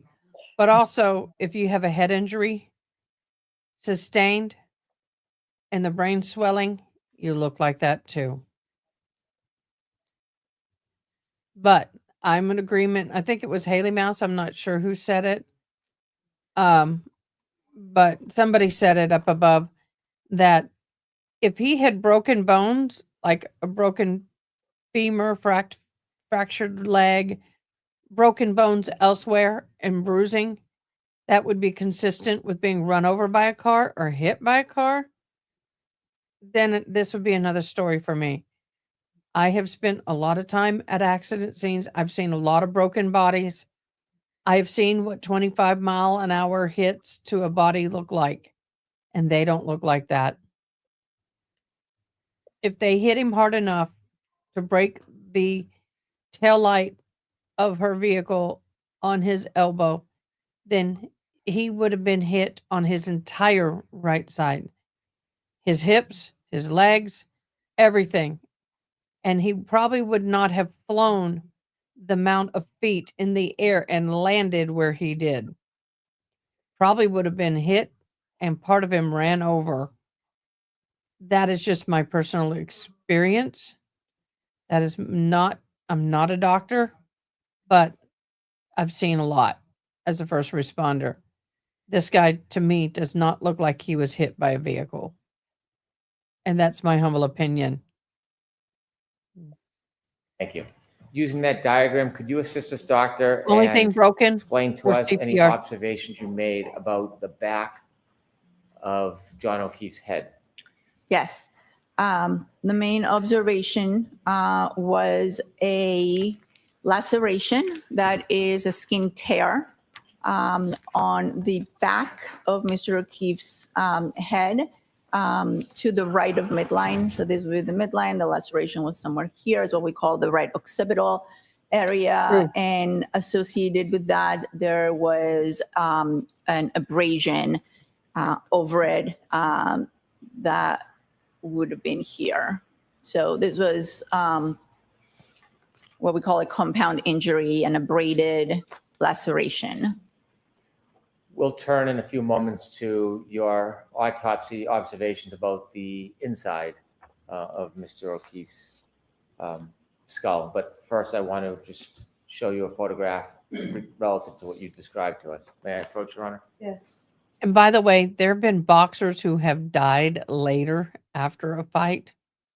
They had no cuts on the back of the head. They didn't have a cracked skull, but their brains were so traumatized from the punches they received. Their eyes looked like John O'Keefe's, but their brain injuries caused internal bleeding from the concussions and from the pounding. And they died very similar to John O'Keefe. When they start talking about the injuries to the brain and the inside of the skull itself, very, very similar pattern to a beating.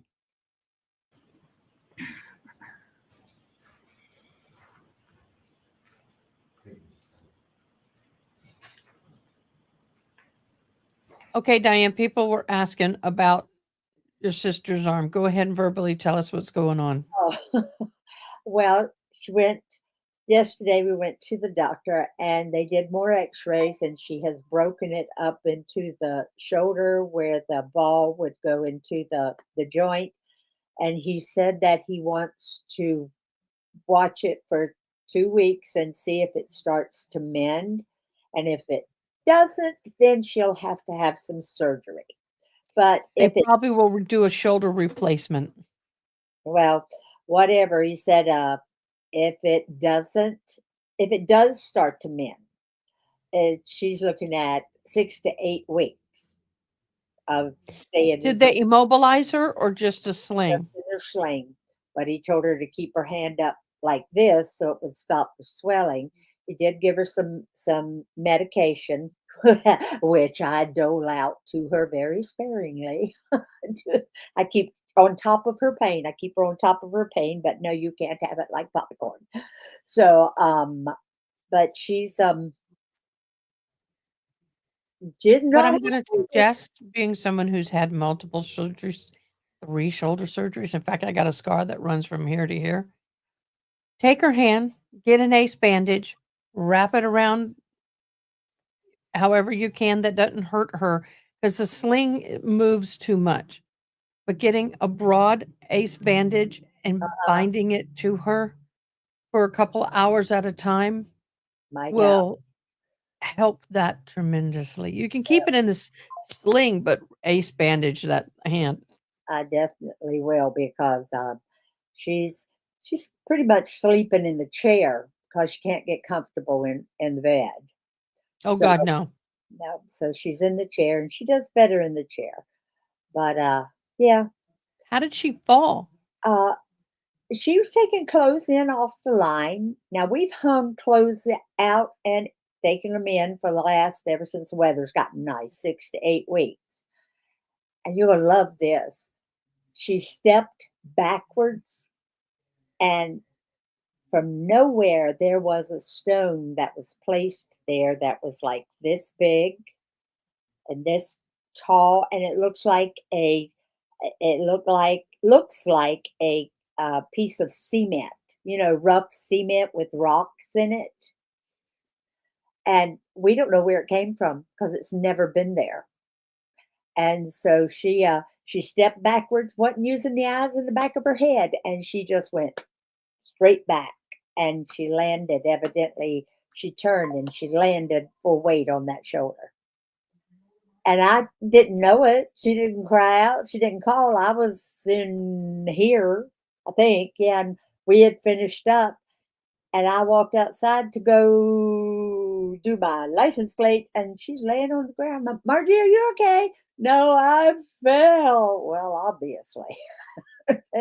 Yeah, we had to call 911 and they sent out paramedics. And they had a dickens of a time getting her up simply because of the pain. I couldn't lift her. I went and got the neighbor. He couldn't lift her because of the pain. And so paramedics finally got her up and took her to the hospital. We took her to the hospital. So I'm that's so what's going sorry. on with Margie. Well, we'll keep her in our prayers, babe. Okay.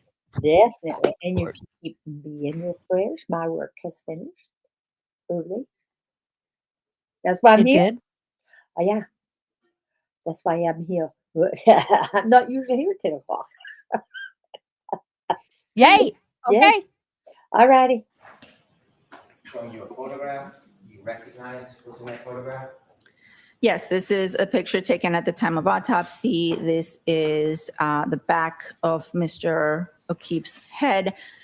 The hair has been shaved off so that the injury can be clearly photographed. We And just it's a saw that, laceration you with can see an it in our- associated abrasion. Oh, by the way, you can see it in the mod chat of our Discord. Thank you. Your Honor, move this into evidence. No objection, Your Honor. Exhibit 160.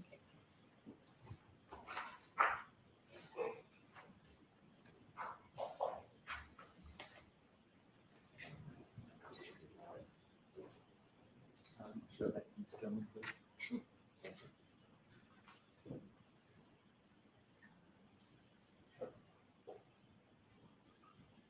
Will you quit?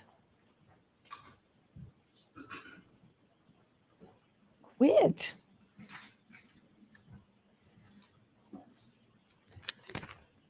When you examine the laceration, do you measure it? Yes, And did you measure it in this case? I did measure it. How long was the laceration? I measured it as 2.5 centimeters, which is close to an inch. Do you examine a person's Which is body perfect before for you dumbbell. begin to intrude? Do you examine the outside of a person's body first, or is there a certain morning, Jackie. procedure or order? Yes, the external examination is done first, and the internal examination is done second. I want to show you that photograph that you just recognized, and I would like you to explain what you see to the jury. Ms. Gilman, with your assistance, thank you.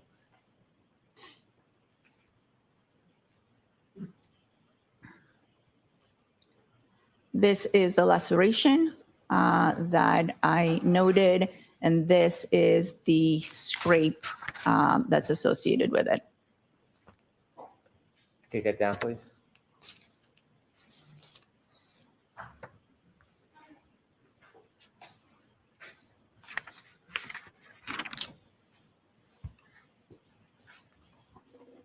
After you make observations, what are your next steps in an autopsy?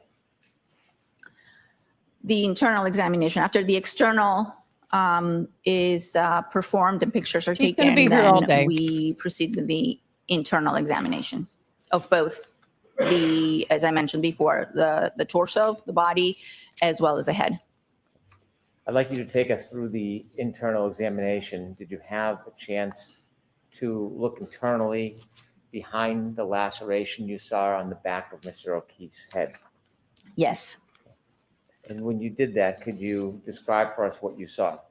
yes.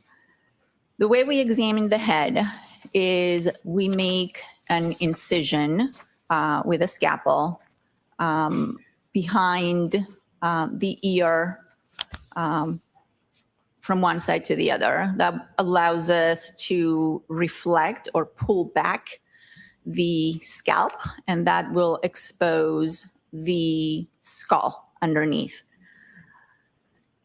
We do this carefully so that we don't disfigure clearly the face.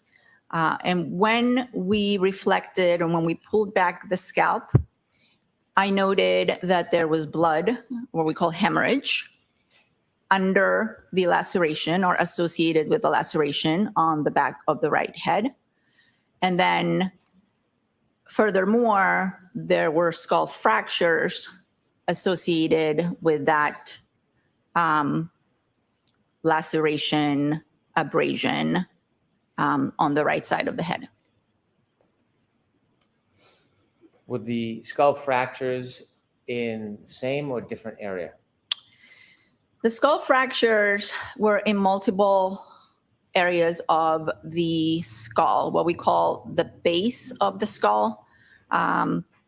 Imagine the base of the skull is sort of a bowl, and the brain sits on top or in the bowl. When the brain is removed, you can have a very good view of the base of the skull.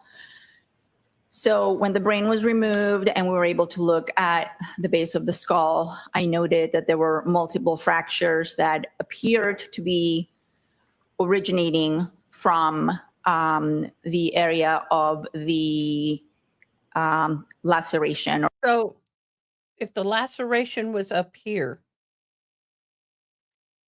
the fractures can crack down. They can crack in any direction. You can have fractures in any directions. So it sounds like to me that it's like cracking an egg. You hit the egg on the sweet spot on the side of the bowl, but it doesn't break, but you can see fractures coming off of that. That's what she's talking about. That's a good way to Or describe what it. would correspond to the area of the laceration. She does that a lot. She did it last time. She is visualizing in her head what she's trying to describe. I do that. If I'm trying to describe something very serious and it's visual, a lot of people will close their eyes for that. So yeah, she's trying to When you made your connect. examination of the fractures in the skull, did that lead you to your opinion, or was there more you needed to look at before you came to an opinion about the cause of death? Well, that was part of the findings that led to my opinion. But yes, I removed the brain, and as is our protocol, I saved the brain in a special solution called formalin that allows the brain to become a little harder, so that our neuropathologist in Boston could go ahead and examine it. Because when I did look at the brain, I noted that there were injuries. There was bleeding on top of the brain. And therefore, I saved it. The brain ultimately went to our Boston office, and our neuropathologist, Dr. Stonebridge, examined it and issued a report. Did you engage in any type of analysis on your own about any injury to Mr. O'Keefe's brain? I noted the kind of injuries I could see superficially on the brain, and I have looked at the brain after it was fixed and pictures of it, but I did not issue a report on it. The whole point was for our neuropathologist to examine it closely and issue a more detailed report. I have a few more photos. Would now be appropriate time for a break, Your Honor? Yes. So, jurors, why don't we take 15 or 20 minutes, okay? I still want to know where she got that behavior that when she talks to the jury, she leans in and leans out. It's almost like she's bowing to the jury. I'm all like, that's weird. Unmuted Miss Diane. That just reminds me of respect that she's showing the jury for being there. What it Yeah, reminds- but it's creepy. That's creepy. I guess. Oh, So today is National Bring Someone Flowers Day. I don't have any to give you, or I would. I was Huh? planting them. I said I was planting them at 5:15 this morning when it was cool. You were planting at 5:15 this morning. When it was cool, because I knew I would be in here later. And then at 12 Oh o'clock, my gosh. Heck 12:30. no. Yes. Yes. I got to get them in the ground. It's only me. Yeah. Marty can't help. And Walter was not going to help. I told him yesterday, I said, if you keep it up, you is out of here. I told him every single day you yell at me. Every day you get angry at me, and I'm done with it. Well, speaking, Yes, yes. maybe just getting a little closer to the mic. No, No, doesn't no. matter. She'll go to the end of the bench. This is a weird behavior she's got. Oh, well, Um, each to their own. I know, right? Yeah, yeah, yeah. So let's look at the bingo card real quick. Yeah, mine went away. Where did it go? Nah, she just cray weird. Oh. Okay, we are close to a blackout. I'm going to just mark the 2 that are not. Everybody else mark all of them. I will sometimes digitally I'll unmark them. I'll highlight them and then I'll mark them. So what is not marked are the 2 that I do not have. If she has said anyone DNA or just ask the question, let me know. But right now, I think everything else has been marked. Are all these cards just alike? No, Okay. June makes them every single day. Uh, Oh, go here. Wait, Diane. Go up to help. Let me get the graphic off so y'all can see. help. Okay. Go up to help. Uh-huh. See down here where it says reset your card? Yes. Reset it and it give you 1 to 30. The first ones are all alike, so reset it. And it says, this will clear your bingo card. Okay. Yep, go ahead. Okay. Now, mark everything but the 2 that I have marked. Did they say DNA? I can't remember. While y'all are doing that, I'm going to read you the testimony of the daughter, the niece of John O'Keefe. So, Karen, every juror watching, most were taking notes. Relationships was dependent on the day. Karen favored her brother. Karen would give her the cold shoulder. I don't know why, if she's taking her to get manicures and pedicures, how's that giving her cold shoulder? No. Go figure. I do have a question. This is the niece's testimony yesterday. They were fighting a lot. More arguments towards night after lunch. John and Karen would argue on the phone. John was frustrated. Karen was always loud, angry, and upset. Karen would not leave. She noticed that there was tension. Karen was cold to her. How is that? That's not what others described. Karen would cause fighting and tension and refuse to leave the house. JJ wanted a relationship over at 4:30 p.m. to 5 a.m. in the morning. Karen said that morning, could I have done something? Was he hit by a plow? Karen said, maybe I hit him. Jim McCabe was a basketball coach. John and Jen were friends. This was good for Jim McCabe. JJ was friends with Carrie Roberts. Karen does not interact with niece or comfort her after the death of John O'Keefe. Jim McCabe was level-headed. Karen never checked on the niece. I disagree with that because other testimony states otherwise. Hmm. Just Yeah. saying. What can we say? I do have a question. I do have an answer. Yes. My May card, not be one you like. well, hey, I like it anyway. My card says bingo card ID 30, and yours says bingo card ID 28. It's just the different arrangements of the information.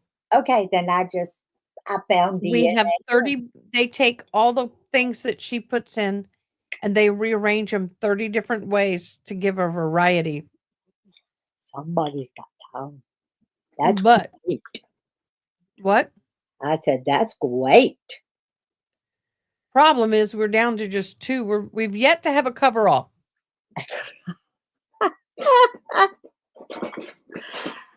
I'm waiting for a coverall. I watched the movie last night and thought of you. What? I watched a movie last night and thought of you. Oh God. All right. What's the movie? Oh, I can't tell you. You'll cry. Why? Because it was about service dogs. Well, who tell me? It was about the Kansas City service dogs. This fella, Where was this? On what it was app or program? It was on YouTube. On YouTube. I'll find out the name of it and send it to you. It was Kansas City service dogs that fell off of a ladder and got paralyzed, and he was one bitter somebody. And a family took a dog and as a puppy and trained it. Had it for a year.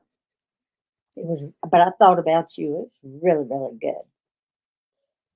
They were doing yellow labs, and when they at there at the end. Do you want to know the end of it? Was it a red dog? Nope, nope, no. I know that one. No, this one was a Warriors. It was that's American Warriors. yeah. No, I will find it and tell you. Send it to me. I'll show you.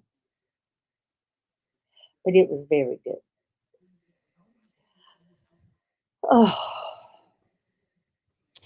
She very well could be brainwashed by the bitterness and the family. She was impressionable. I mean, she was younger. It's been quite a few years. And I would not hold, as a juror, I would not hold much weight on that girl. Do you know all the scratches on my glasses are from cleaning, and I'm using the cloth they gave me? Yes, dear. you know Hold what on. you need to order when you get another pair of glasses? Go to Walmart. Get yourself a set of Peeps. These are what NASA uses. It's the same stuff. They don't use these little ones, but the same stuff they use for the lenses and stuff. They are fantastic. They're called Peeps. Yeah, I can't hear you. You're gone. Can't hear you. You're gone. Sorry, I said I use this high-end expensive cleaning cloth. And both of my glasses that I've had, I have to get this glare resistant stuff and all of that. I mean, I pay the highest you can pay for the lenses, the top of the line, and they scratch just from using a freaking cleaning cloth. Because you don't want to be blind and deaf. Hell no. Absolutely. You want to talk about sucking? Yep. I guess that's one thing that scares me to death is now losing my eyes or my hands. Yeah. I got a Band-Aid on right now because I'm like, why does my finger hurt? It decided to crack for whatever reason. Oh. I didn't mean to open it 3 times. You know what? Just because there's tension does not mean this frustrates me. What, love? John O'Keefe needs testifies about the tension arguments between him and Karen Reed before his death. You know what? Just because they're having tension does not mean she unalived him.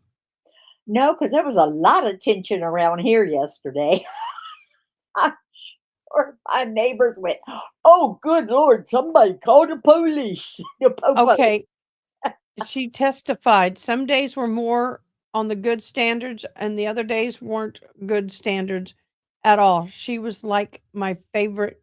She would favor my brother. She would not ignore me, but it felt like coldness. Brother and Reed, they were pretty close. Testifies about John O'Keefe and the relationship. Lighthearted in the beginning, changed by the end of 21, beginning of 22. They were fighting a lot. Well, she thought he was cheating on her. Ooh. When I saw the fights, it was normal at my house or on the phone. When they fight, KR was very angry, upset, louder than O'Keefe. The Aruba vacation took place over New Year's of 2021 to 22. Reed and O'Keefe had an argument in niece and nephew's hotel room. Keefe checked on them and told nephew to get off iPad. Reed defended nephew, started yelling about how he kissed someone else, and she witnessed it. It was really loud. She was really upset, and she doesn't deny it. Plus, there was alcohol involved. Yeah. Testified that O'Keefe and Reed in the kitchen fighting while niece was in the room next door in January 22. The relationship was good, but it had runs its course, says O'Keefe, said to Reed. I don't remember exactly what she said, but she was upset by it. He asked her to leave the house. She did not want to leave. O'Keefe saw the niece in the other room and got angry. She witnessed the fight and asked Reed more aggressively to leave. Then she went upstairs to the bedroom. Reed followed him upstairs and banged on the door. Later that day's week, I could tell that there was tension. They were cold towards each other. Couple of times a week, tension and arguing. I heard the defendant on the phone when she was saying to me, my brother were really worried. On one occasion, she was trying to get John to come home when he had left the house for a drive. And he says she wasn't actually worried. You can't quantitate someone's worry. Yeah. Niece testified the night of O'Keefe's death that she ruled that she had to change her phone in O'Keefe's room at bedtime. No. She had a rule that she had to charge her phone in O'Keefe's room at bedtime. After a friend left before midnight, she was home alone and put her phone on O'Keefe's room and went to bed. Reed came into her room at 4:30 a.m. shaking, told me that my uncle never came home. She was very frantic. She asked the niece to use her phone to call. No answer. Reed asked for a phone number she didn't have, including McCabe's. Niece remembered things that Karen said on the phone, but not necessarily to whom they were because it was several calls. What could have happened? Could I have done something? Could I have could he have been hit by a plow? Her memory had refreshed to a prior testimony from trial. Maybe like I hit him. Okay, I don't believe that because her memory had been refreshed.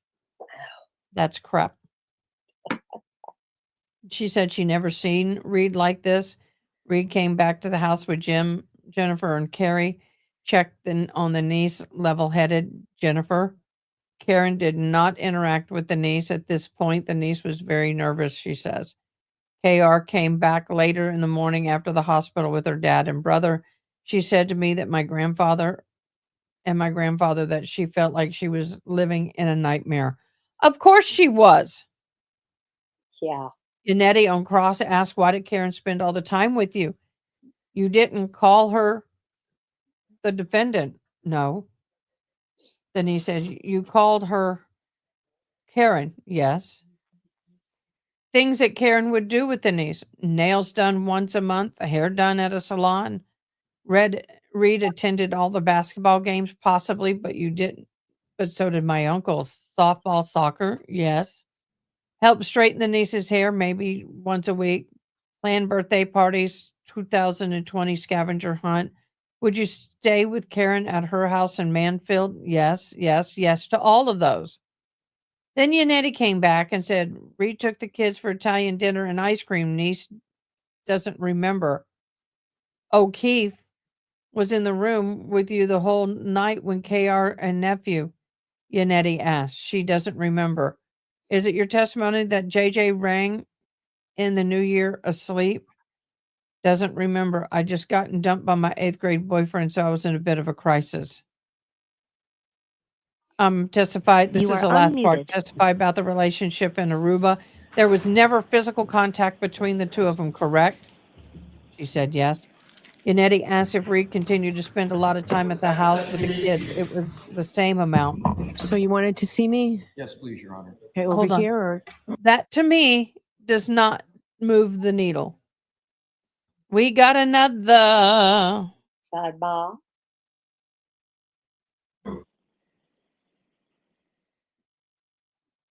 Yeah. Yep. Yep.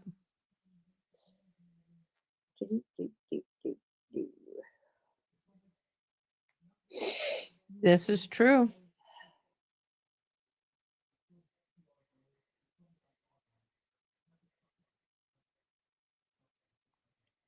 That's true. You know what? And here's the thing. When I had a disagreement with somebody, my kids now remember it as it being this huge disagreement.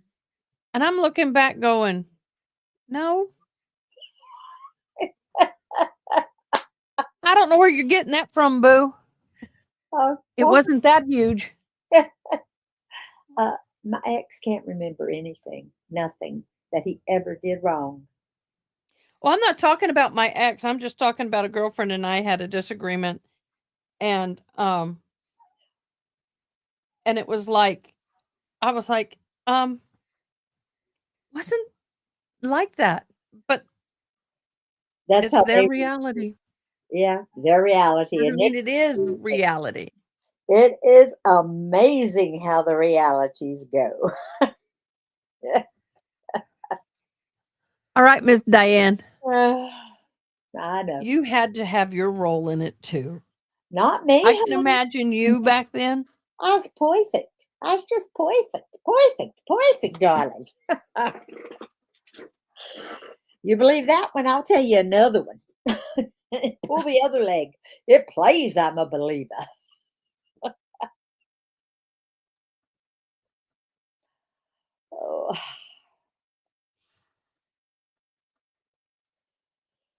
Oh. Yeah. Yep. Well, and the kids are very influential at that point.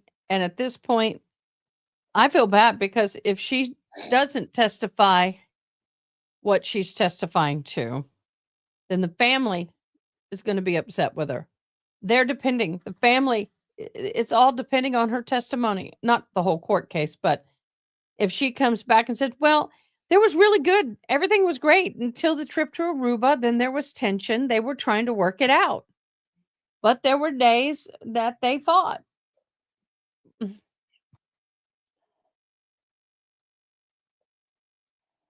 You know what? I don't know. Don't know either. Can anybody answer that for me? Because I don't remember. I don't know. I can Google it. What are you Googling? Google.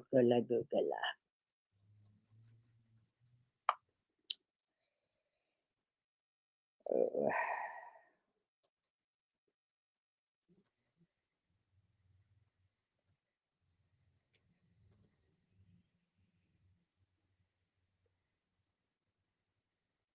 14.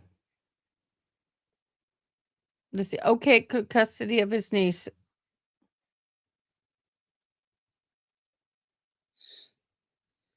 She was around 14 when John O'Keefe passed away. She was. I don't know. Oh my God. Wood. Okay. How old was the nephew?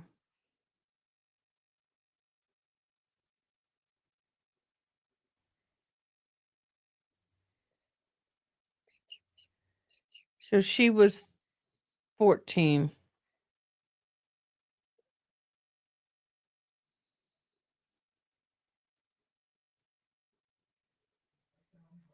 I don't see how old the nephew. 10. 10. The nephew was 10. She was 14.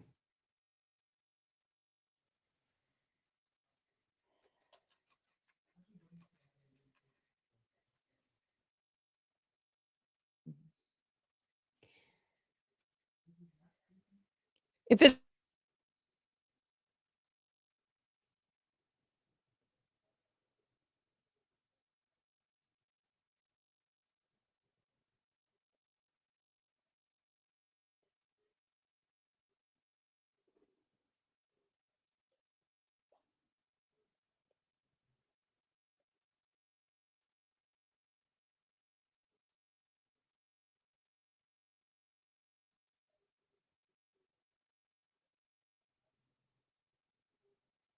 I got a phone call. Be right back. Okay. I'll be right here.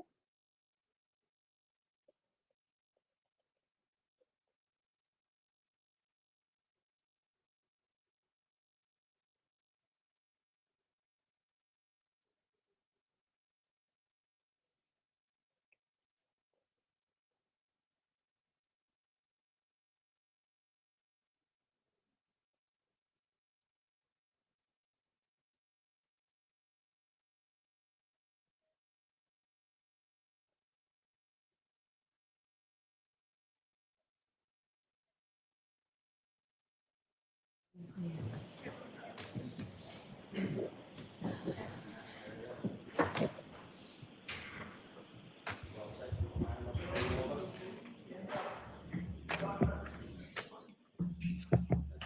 Tori, I'm going to give you those. Those were both marked for ID. So one will be coming into evidence and one will be a chalk. So you may need to have them available for the witness.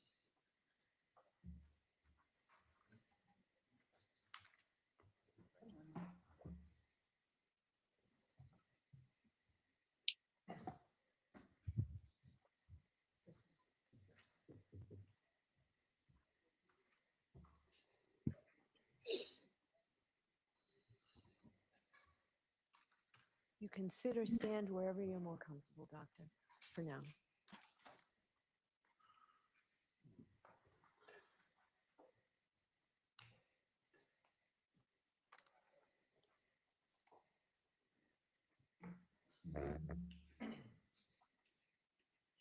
Siri, how do you spell warning?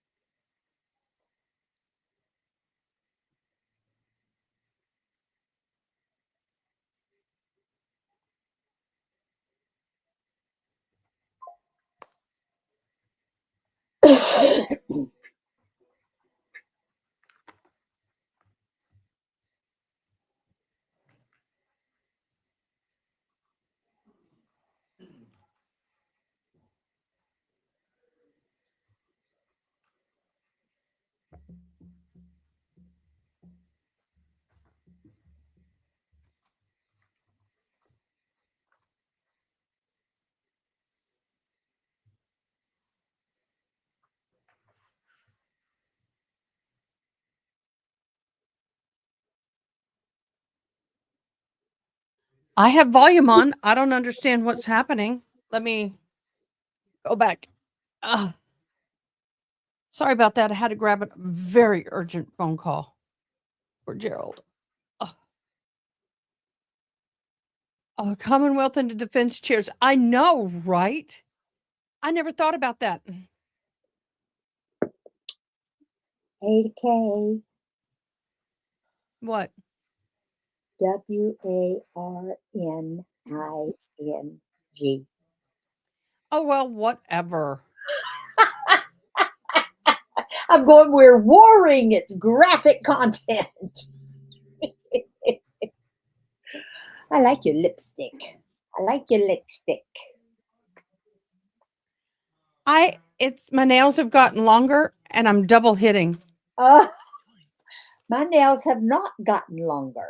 They are non-existent for a while. Okay, so there is no sound in court, so don't panic. No And guess what? We went back to the fan. Oh, it's a Get it together. It's a lovely fan. Oh my gosh. You ever What? seen me with short hair? All right, Mr. Brennan. All right. Huh? Never mind. We have sound.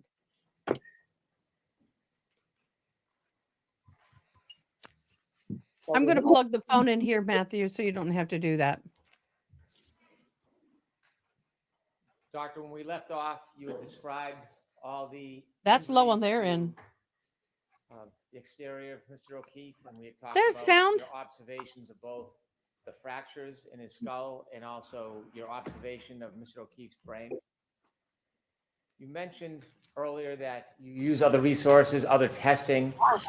Did you ask for any type of assistance on toxicology analysis for Mr. O'Keefe?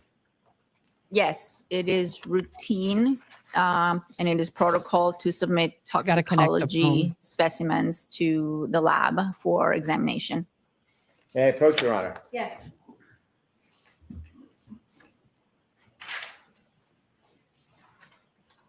Thank you, Mr. Brennan. Doctor, I'm handing you a document. Do you recognize that?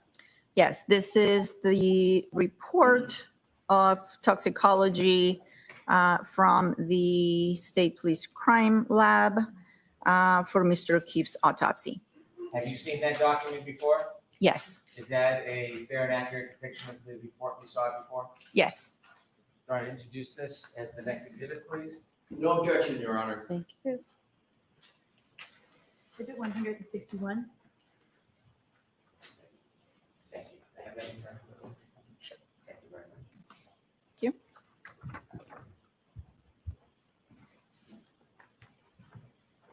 In your experience, doctor, are you familiar what the toxicology report and the testing involves? I'm sorry, what was your question? Are you familiar in your experience with what is involved in a toxicology test? In general terms, yes. And if you studied Mr. O'Keefe's toxicology report, was that important or part of your analysis in your ultimate conclusions? It was one piece of evidence that I took into consideration, yes.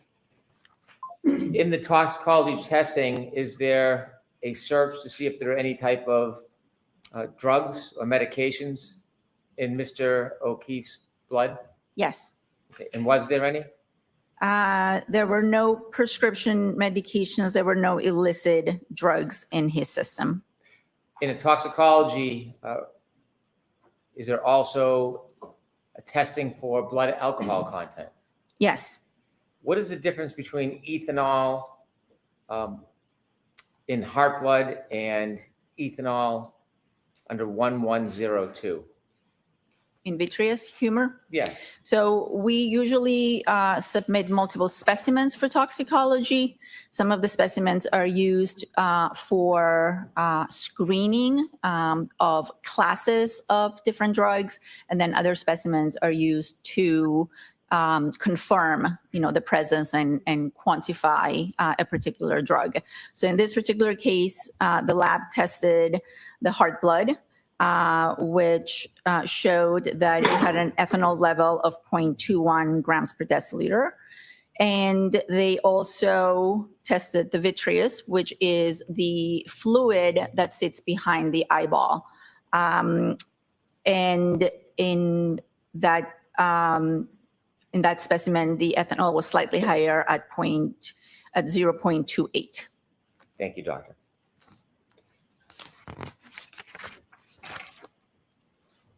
After your autopsy and observations of Mr. O'Keefe's body, inevitably, did you come to a conclusion about the manner and cause of Mr. O'Keefe's death? And I'll ask you first about the cause. To a reasonable degree of medical certainty, did you reach a conclusion about the cause of Mr. O'Keefe's death? Yes, the cause of death was determined to be blunt impact injuries of head and hypothermia. You mentioned two different things, blunt impact and hypothermia. Was Correct. there a primary cause of death in your opinion? The blunt impact injuries of head. Hypothermia, was that sufficient to be a primary cause of death in your opinion? In the absence of head trauma, hypothermia is a cause of death, but I'm not able to make that determination in this case because we do have the blunt impact injuries of head. So if I understand, you are not saying to a reasonable degree of medical certainty that hypothermia was the cause of death? Not the primary. It contributed, but the primary cause of death was blunt impact injuries of head. Did you learn what Mr. O'Keefe's body temperature was when he was brought to the hospital? Yes, some of the medical records stated that his body temperature was 80.2 1.1, I believe, degrees Fahrenheit, And what is a normal body temperature? 98.6. Regarding the blunt force injuries as the cause of death to Mr. O'Keefe,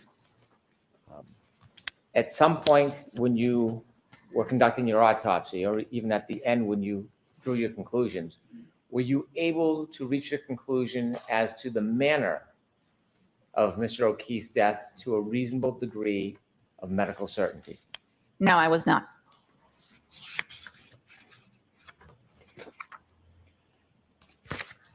After you complete your findings, including the manner of death and the cause of death, even if undetermined, are you required by statute, by law, to file a report or a document? Yes, And what is that document? it's the death certificate. Did you do so in this case? Yes, When you file a death certificate, do you include your ultimate conclusions regarding cause and manner of death? yes. There is a death certificate that is issued immediately after the autopsy. The death certificate is a document that is necessary for the family in order to make funeral arrangements and proceed with their plans. So a death certificate is always issued at the end of the autopsy. If the cause and manner of death are known at that point, they are stated on the death certificate. If they are not, or if we need to do additional studies, then both the cause and the manner are listed as pending. And that death certificate is sufficient for the family to make arrangements. Later, as we get more information, as we get more results from our studies back, we issue an amended death certificate. So that amended death certificate will have a cause and a manner. The amended death certificate, in this case, stated that the cause was blunt impact injuries of head and hypothermia, and the manner was undetermined. May I approach, Your Honor? Yes.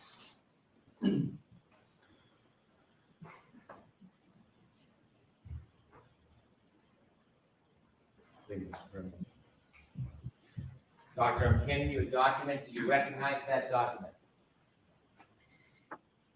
Yes, And what is it? this is the final or amended death certificate for Mr. O'Keefe, stating that the cause of death is blunt impact injuries of head and hypothermia, and that the manner of death could not be determined. Do you recognize that I'm still here. I'm trying to find a plug. document is accurate? Yes. Your Honor, move this into evidence, please. No objection, Your Honor. Right, thank you. Exhibit 162.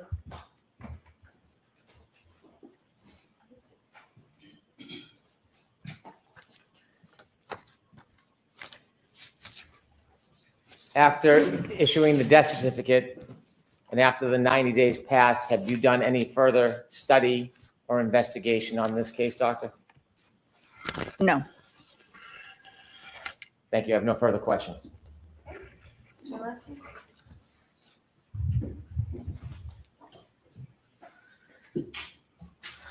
Found it. What did you Now I find? got to find a place to put the phone. Oh, Jeez. What? not one thing, it's another. Well, yeah. I have to leave at 12. I'll be back. Okay. What you doing at 12? I have to go take care of some business that's out there. Oh, I thought it might be something May to I, do with Your Honor? Margie. No, not yet. We have not had the pleasure of meeting, so good morning, Dr. Scordi-Bello. Morning. With regard to cause of death as opposed to manner of death, is it correct that a forensic pathologist is tasked with determining that cause of death that includes contributing factors, injuries, and circumstances regarding the medical legal death investigation. Is that a fair statement? Yes. And I'm using the term medical legal. Is that a term that you're familiar with? Yes. And is it correct that medical legal means, particularly for medical examiners, that there's a medical aspect to the investigation that you perform, and there's also a legal aspect or a law enforcement aspect to it? Is that correct? Correct. And that's a little different than what physicians usually do, right? Because isn't it the ordinary course that it's mostly just medical, but medical examiners by statute and law need to have both of those prongs taken into consideration? Do I have that right? Yes. So in other words, the forensic pathologist, which you've indicated you are, is tasked with determining the cause of death, which answers the question as to why, in more layman's terms, why did the individual's body stop functioning at a particular time, correct? Yes. So more broadly, the cause of death is generally defined as the disease or the injury that resulted in the death of a person. Correct. So let's now, if we could, please move to the manner of death. And I'd like to summarize, I know you covered it on direct, but I want to put it in a slightly different context, and hopefully I'll get it right. So medical examiners, as you've stated, are also tasked with, if they can, determining the manner of death or the circumstances under which the death occurred, correct? Correct. So manner can and does involve the circumstances under which the death occurred. Yes. And that causes one to go a little, the medical examiner to go beyond just medical analysis. You take into consideration other factors, which we'll get to. Is that correct? Yes. So you talked about, and I'm just going to go through them quickly, but if you could just check me on this, the 5 main categories of manner of death. So you talked about natural causes, correct? Yes. You talked about accident. Correct. You talked about suicide. You talked about homicide. And then the last category, undetermined. Do I have that correct? Yes, you do. So what I'd like to do is to focus on the undetermined category. And my understanding is, doctor, that that's where you landed, that's where you concluded with regard to manner of death of Mr. O'Keefe, correct? Correct. So undetermined is a term that is used and that you use. And does that mean that when the information pointing to one manner is not more compelling than other reasonable possibilities, or the death investigation lacks sufficient information to opine on a manner of death, at the time of death, the certificate is signed? Is that generally correct? Yes. So as we've talked about, I'm just trying to follow or just develop some logic and see if this is in agreement with you, that as a medical examiner, you're specifically tasked with conducting that medical legal investigation. And what we've just talked about is a bit of the method of analysis that you go through for that, correct? I conduct the autopsy and I request information information from the investigative body that is out there investigating the other aspect of the case, not the body itself. Yes. So is it correct that there's 4 general components to a forensic pathologist death investigation? Is scene investigation one of the components? It depends on the jurisdiction where you practice. Scene investigation is part of forensic pathology in certain jurisdictions, and it is the responsibility of the district attorney and law enforcement in other jurisdictions. In the state of Massachusetts, we are responsible for the autopsy, and the DA's office and law enforcement are responsible for the scene investigation. Excellent. So scene investigation in the state of Massachusetts is not within your domain in the office of the medical examiner, that is the domain of the district attorney in law enforcement, correct? Correct. How about another aspect, forensic autopsy and laboratory testing? That's within your domain, correct? Correct. And how about police reports and witness statements? That is not under my jurisdiction. That is under the district attorney's office and the police. Do you consider information, nonetheless, from police reports and witness statements in your analysis? Yes. And do you also consider, even though it's not within your jurisdiction in Massachusetts, do you also consider information about scene investigation? Yes. So it's correct then that you consider, whether it's within your jurisdiction or not, you consider scene investigation and police reports and medical statements, correct? Yes. And then forensic autopsy and laboratory testing is right within your jurisdiction, and therefore, of course, you consider that. And then lastly, medical history and hospital records, is it therefore, am I correct that that's something within your jurisdiction and that you consider in performing your forensic pathologist death investigation? Yes. So now let's move on to the application of those principles. So in order to conduct a proper medical legal investigation, the medical examiner has to have certain qualities, if you will. Is one of them being well-grounded in general medical knowledge? Yes. Is another appropriate training and experience in forensic pathology? Yes. In other words, you wouldn't want a specialist, for example, in cardiology without anything more to be conducting a death investigation. Is that correct? I would not want them to be conducting an autopsy. Correct. Right. Would you want a neurologist to conduct a death investigation? No. Personally, or are you asking me that? No, I don't think every physician has their specialty and their training. And forensic pathologists are trained to perform autopsies, and cardiac surgeons are trained to perform cardiac surgery.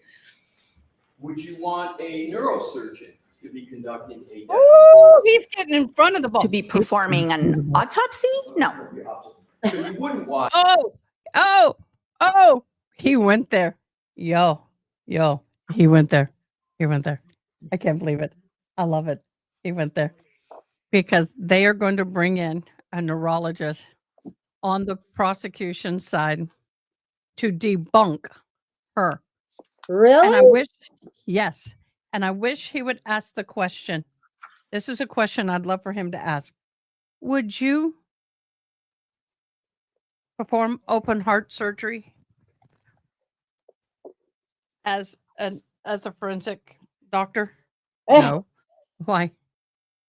Because it's not my field of expertise, and I kill the patient. Just say Yeah. it. Okay, babe. Are you done? Yeah, I was looking for pathology, but I did learn forensic. Forensic is same as science. Sometimes we'll see it with an F Yeah. or P. Forensic with an F. Yeah. Pathology, I do path science. Yeah, okay, because I was just doing path. Which path? The rabbit path? Okay, I will hopefully see y'all later. Okay, I'll just remove you. Okay, yo, we're back. We're back. A neurosurgeon to perform an autopsy No, because you don't believe they're qualified to do so, correct? I don't believe they've had the appropriate training to perform an autopsy. Going back into the many qualities of a medical examiner and attributes, they also have to have the ability to form opinions based upon all the available information using the scientific method along with sound reasoning. Is that a fair statement?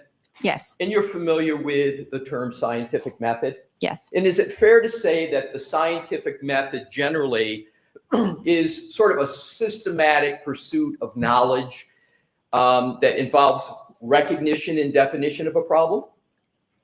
Is that fair? Yes, Is it also involve the collection of data through observation and experimentation where appropriate? correct. Does the scientific method also include the analysis of data? Yes, Does the scientific method also include the formulation, evaluation, and testing of hypotheses?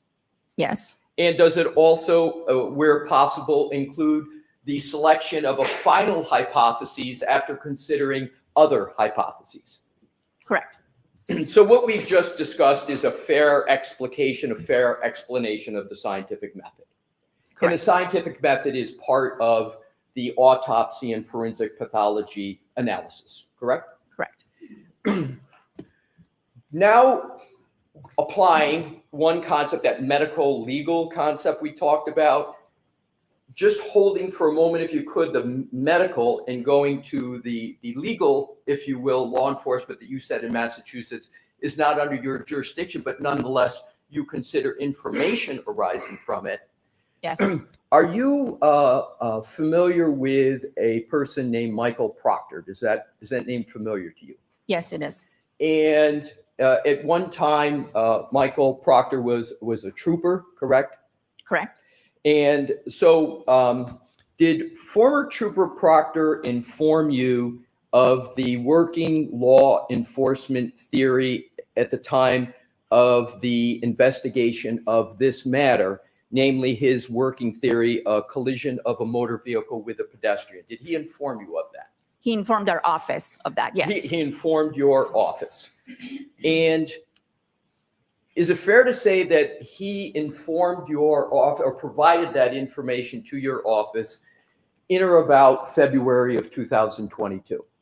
That information, part of that information was provided to our office at the time of the autopsy. One of the pieces of information that had come in, and there were multiple sources calling into our office, providing information, was that this was a possible person struck by a motor vehicle. And the time of the autopsy, if I have it correctly, was that around the end of January of 2022? The autopsy was January 31st.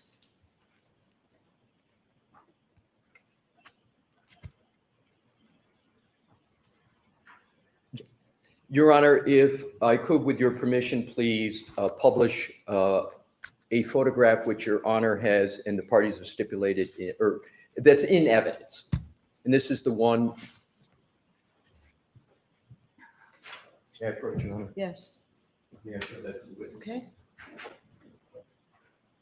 All right, so we will mark this as the next exhibit. There's no objections, Brennan? No objection. Okay, so we'll mark it first and then you can display it. Thank you, Your Honor. Exhibit 163. That is interesting. I didn't know he was a pharmacist before taking up law. That is interesting. I can see it. Thank you. Dr. I see it, said the Squidibello, Putty if I could Cat. Hand that to you, please.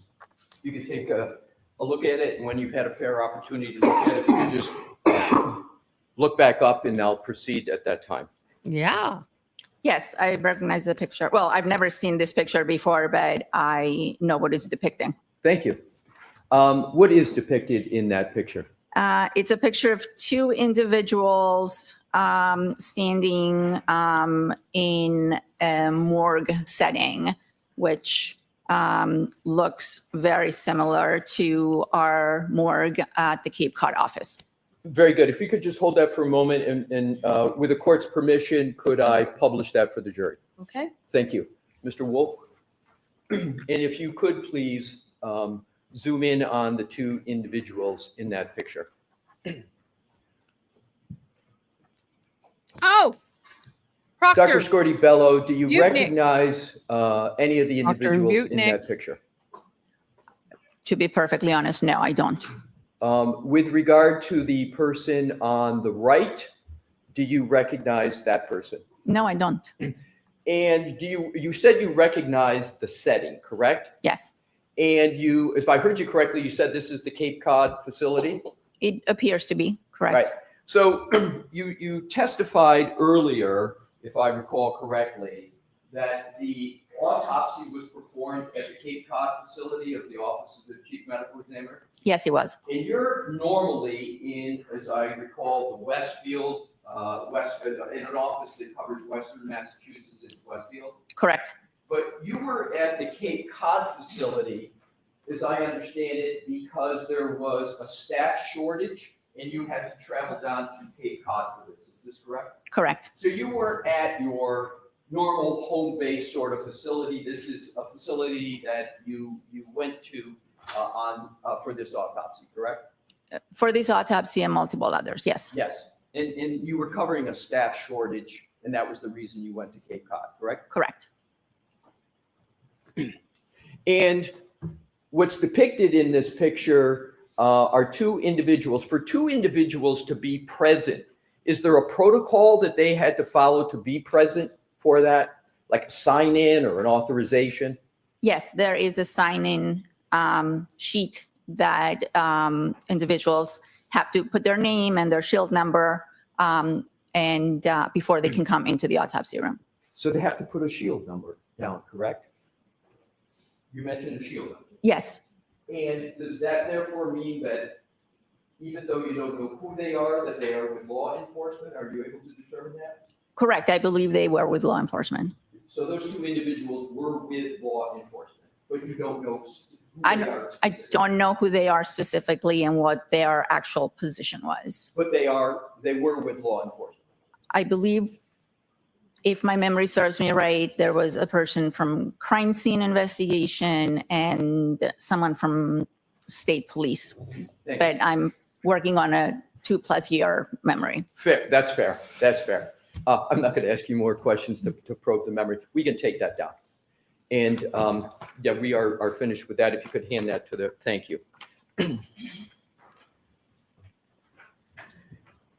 Now, we were speaking about former Trooper Proctor. Do you recall former Trooper Proctor sending you a copy of scene photographs and wanting to schedule a phone call with you so that he could explain the status of his investigation? You recall that? Yes, And that occurred approximately in March of 2022? yes, And- approximately. Right. And the method of communication of that was that by email, to the best of your recollection? I requested that our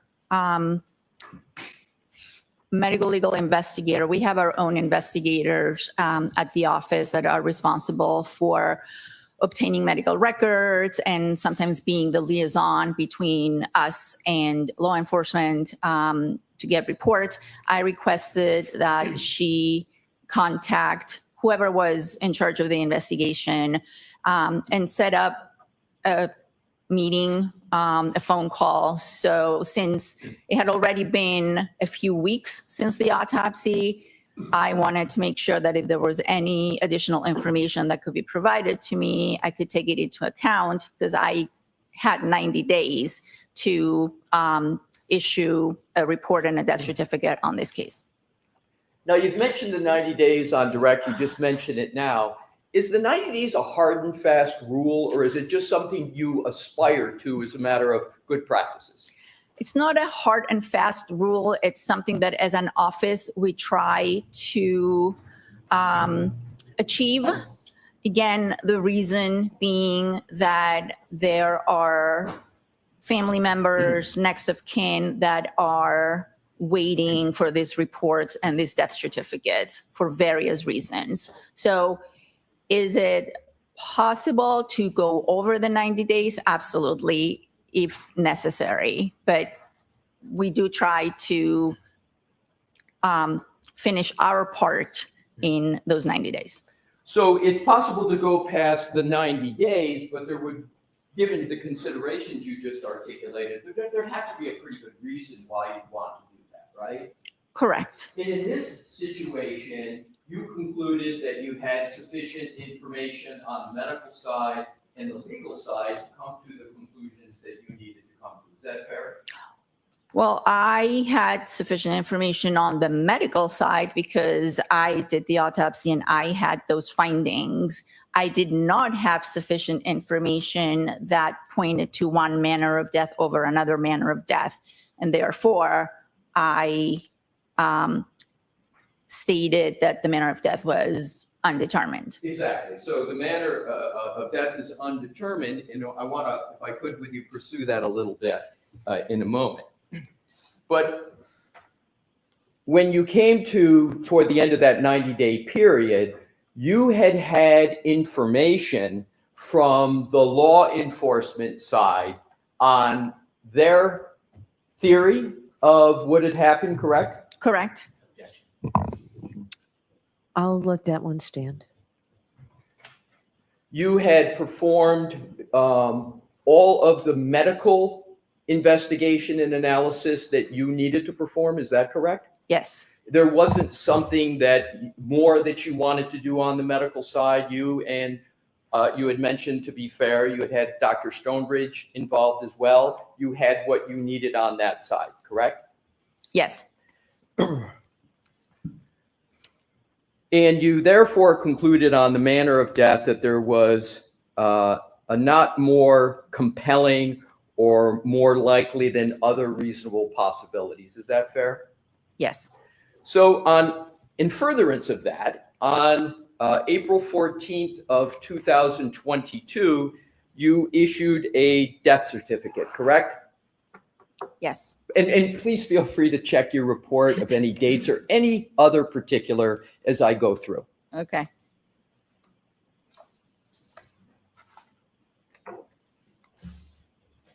I issued my final report on April 14th, correct. And I would assume that the death certificate was on or around that same day. Thank you.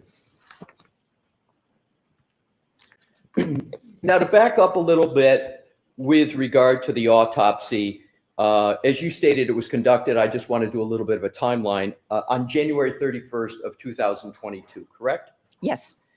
And we discussed that the body of Mr. O'Keefe was presented to the Cape Cod location, correct? Yes. And you also discussed that you brought Dr. Stonebridge to work with you on this matter, correct? She didn't physically come to the office. The way Dr. Stonebridge was involved is at the time of autopsy, when the brain was removed, having seen that there were injuries, I saved the brain in a special solution, and then the brain was transported to our facility in Boston. That's where Dr. Stonebridge examines the specimens.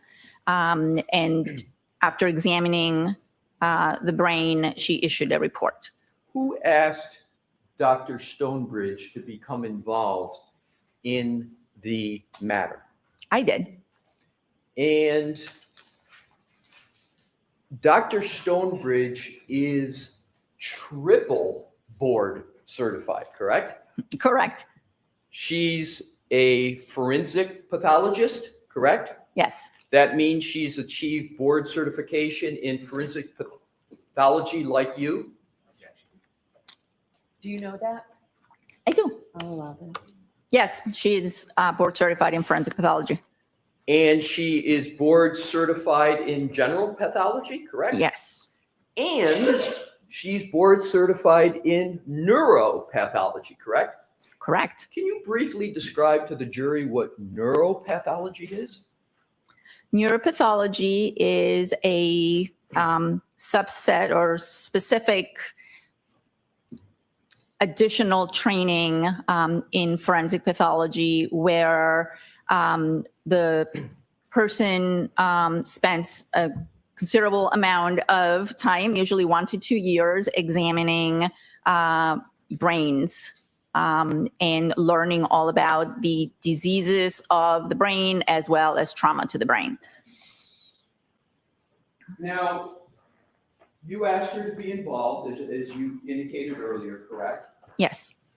And you determined that she should be involved because there was a brain injury, correct? There was trauma to the brain, correct? Trauma to the brain. Is it a fair characterization that Dr. Stonebridge is sort of the brains of the brain area of autopsy? Is that fair? I'm going to sustain the objection. Brainy of the brains, brain of the brain. Dude, we have that on our bingo card, brain of the brain. Oh my gosh, that's interesting. I love her smile. She got the So- joke. She got it. With regard to, She loves it. Dr. Stonebridge, would you agree that she's really uniquely qualified in some ways? Or how would you describe her qualifications, Dr. Stonebridge? Sustain. With regard to Pretty Dr. dang good. Stonebridge, what did she do? I'm going to see you at sidebar on this, please. Bye, Bob. Well, some of you have asked about my setup, and I'm trying to get the mic in the best place. I've had to make arrangements. I had to install the phone. So now my wonderful broadcaster's there. I'm trying to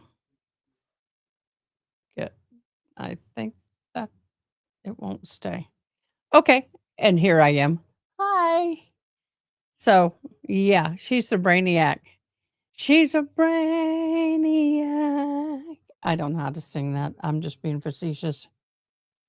You see my red solo cup? Always got it right there. All right, guys.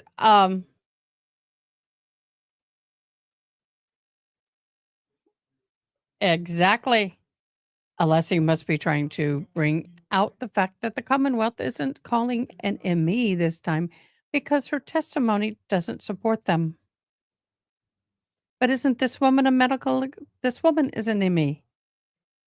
They're not calling a special ME, from what I understand. We'll zoom. So, somebody asked, what is this screen up here? This is what this thing controls. So this is attached to this beautiful lit up board. That board right there is part of my controlling the camera angles. So I can pick 1, 2, 3, 4. Yep. Yepers. Yep. My sound sounds hollow. Maybe it's just my hearing aids. I think the graphic warning is done. May I, Your Honor? Yes. Thank you. May I, Your Dr. Honor? Scordi-Bello, have you, are you aware of an attorney name, or excuse me, a doctor named Azik Wolf? June, go to No, I'm Discord. not. Go to breaking news, please, June. Now I'd like to move on to another category. Based on the information that was presented to you as part of your examination and analysis, is it correct that you presume that because Mr. O'Keefe's body was found in the snow and his body temperature was 80 degrees, that he died from hypothermia as one of the causes? I reached that conclusion after performing the autopsy and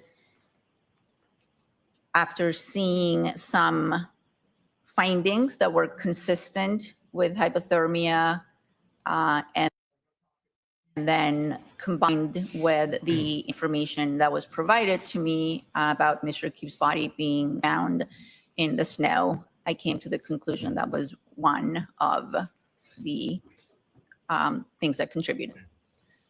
Did you consider whether there may have been other reasons as to why his body reached that temperature of 80 degrees? Sort of applying the scientific method and seeing if there were other reasons? Other than being out in the snow, no, I do not. Do you know whether there are other alternative reasons how his body could reach the temperature of 80 degrees? People can become hypothermic for other reasons such as sepsis. But in this particular case, I didn't have any reason to believe that that was part of the circumstances. You're familiar with the medical phrase differential diagnosis, correct? Yes, And a differential diagnosis is a term that's used by doctors to pursue other potential causes of a medical injury. Is that a fair general statement? yes, So, for example, if somebody is having difficulty breathing, a doctor may say, I think it's the heart is their primary hypothesis, but they may want to differentially diagnose this and look at the lungs. Is that an example of a differential diagnosis that let's look at the lungs to see if that may be the problem? Is that a good, fair example? in the example you're giving, yes. So applying that concept, and do you believe the concept of, well, applying June, that concept back. to this situation, The Discord, please. did you perform a differential diagnosis as to the cause of the death and question whether there was hypothermia as any cause of the death of the decedent? Did you make that analysis?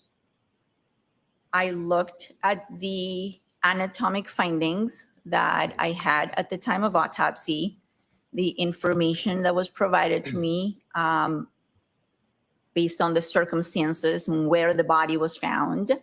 And I came to the conclusion that there were hypothermic changes in Mr. O'Keefe's body. So you just used the phrase hypothermic changes. Did I hear that correctly? Yes, Can there be hypothermic changes without a cause of death being hypothermia? yes, of course. So you can have signs in the body of hypothermia, but you can also conclude that a cause of death is not from hypothermia, correct?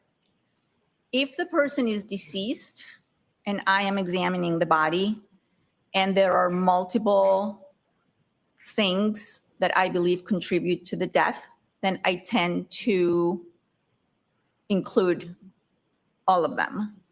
Meaning that if this was a drug intoxication and the body also showed signs of hypothermia, I would include both of them on the death certificate because there is no scientific way of teasing out whether it was just one or the other or both. In this particular case, I had two processes that were going on. One was the head trauma, No. and the other one were these hypothermic changes. I put all that together, and again, included or took into account the investigative information of where the body was found, what the temperature was when the body was found, whether the person was still alive or not. And I came to the conclusion that the cause of death was blunt impact injuries of head. And I included the hypothermia because I saw during the autopsy that there were changes consistent with hypothermia. So I want to break that down a little bit if I could with you. 70% head, 30% hypothermia. I don't know. Was blunt force injury, is that correct? Blunt impact injuries to the head, yes, Blunt impact injuries to the head, and that's the primary cause, right? correct. And then there's, and I'm not clear on what you refer to on your right as a secondary cause of death of hypothermia, but you've used a little different phrase in some of your answers, and I want to make sure I got it right. Hypothermic considerations, can you repeat what it was?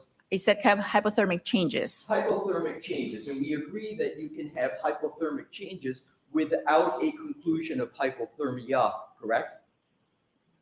No, hypothermic changes are what I'm referring to are actual things that I can see in the organs that are consistent with hypothermia. They're anatomic findings. They're things I can see with my eyes.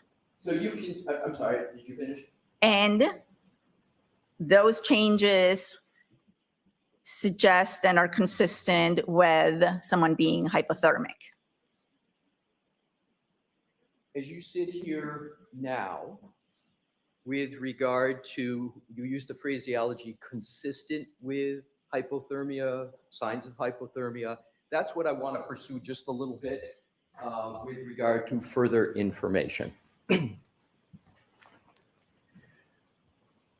We got started on this by asking whether you used the concept of differential diagnosis and hypotheses to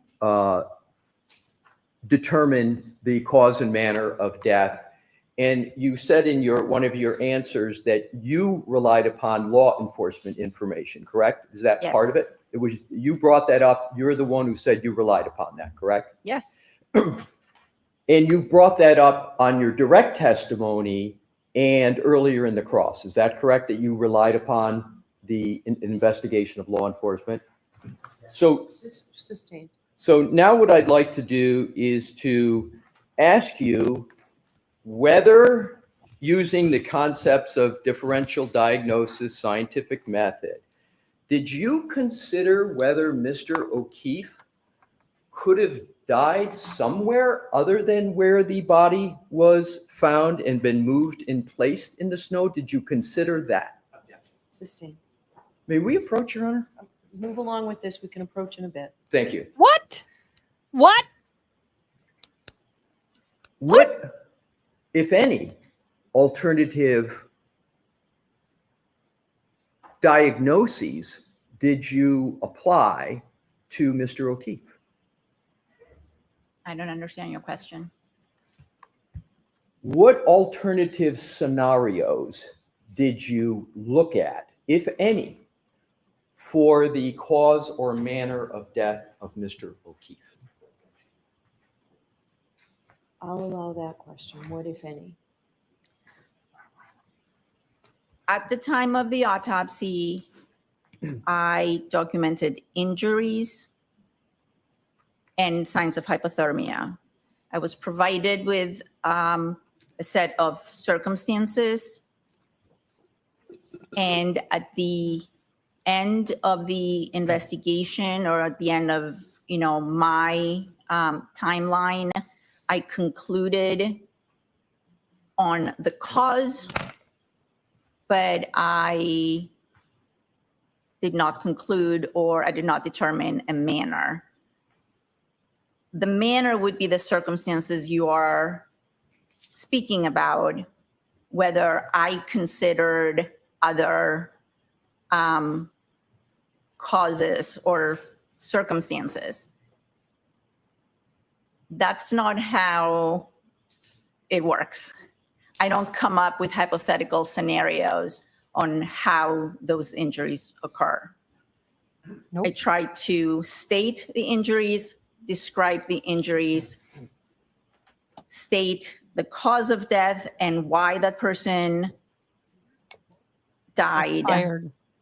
And then I use all kinds of other investigative information that is provided to me to determine if I have enough to make a determination on the manner. Did anyone provide to you any alternatives as to the finding of the body of Mr. O'Keefe in the snow? Personally, to me, no. Did you ask for any alternatives to the Thank you, Aaron. nature and location of the injury or death of Mr. O'Keefe? Yeah, that pisses me off. If he says, may we approach, and for her to deny him that, I would be throwing a conniption fit. I asked for all the information that was available. Understood, but my question is, did you ask for any alternatives to the information that was provided to you as regards the location of the injuries? Did anyone provide you any alternatives to where the injuries could have occurred? No. So, I'm going to let the answer stand. So the answer is no, so there's no evidence of that. So next question. so you talked about the My beloved friend walked in. I'm still here. information you had at the time. What time is that? The information at the time was a preliminary police report and verbal communications And regarding the circumstances of how Mr. Keefe's body was found. And when I asked about the time, I'm on calendar time. Was this January, February, March, April of 2022? The preliminary police report was on the day of the autopsy, and then information, I don't remember exactly how long, but in the weeks following, information was, coming in. Do you have the ability to amend a death certificate? Yes, I do. And you can amend a certificate if you obtain further information with regard to the circumstances surrounding the death. Is that correct? That's correct. In your previous answers, you were talking about the information you had at the time. And I'm concluding that the latest that would be is April of 2022. Is that correct? Correct. Have you obtained or been provided with further information? In other words, information after April of 2022 regarding the cause or manner of death? What do you mean, have I been provided? Has someone physically provided me with a report on different circumstances? Well, what I'm just talking about is any other information that you have received or considered in terms of the analysis with regard to the cause or manner of death. Received in what way? Here's what I'll do. I'll be a little more specific. What I want to do is to get at the head injury of the decedent, okay? Is it fair to say that the head injury, you called it a traumatic, state what you phrased that as, because I want to use your phraseology. Blunt impact injuries of the head. So blunt impact injuries of the head. Is it fair to say that that was a very severe injury? It was a severe injury, correct? And would Mr. O'Keefe had been rendered unconscious nearly instantaneously with death following shortly thereafter? It's very possible, yes. Is it Okay, more I than under- possible? I understand he's trying to nail her down on the time of death. You can't, because technically he could have been dead in the snow, then revived somewhat, because you're not dead till you're warm dead, and then not been able to be fully regained. I mean, there's so many variables in here. She can't do that. And I get where he's going. However, Is it probable that that's what would have occurred? I can't tell you how quickly he would have been rendered unconscious, but at some point after that injury, yes, he would have been rendered unconscious. Is it possible he could have been rendered unconscious immediately? So she's answered it this way. I think you need another person for that. Let's move on from that, Mr. Lessing.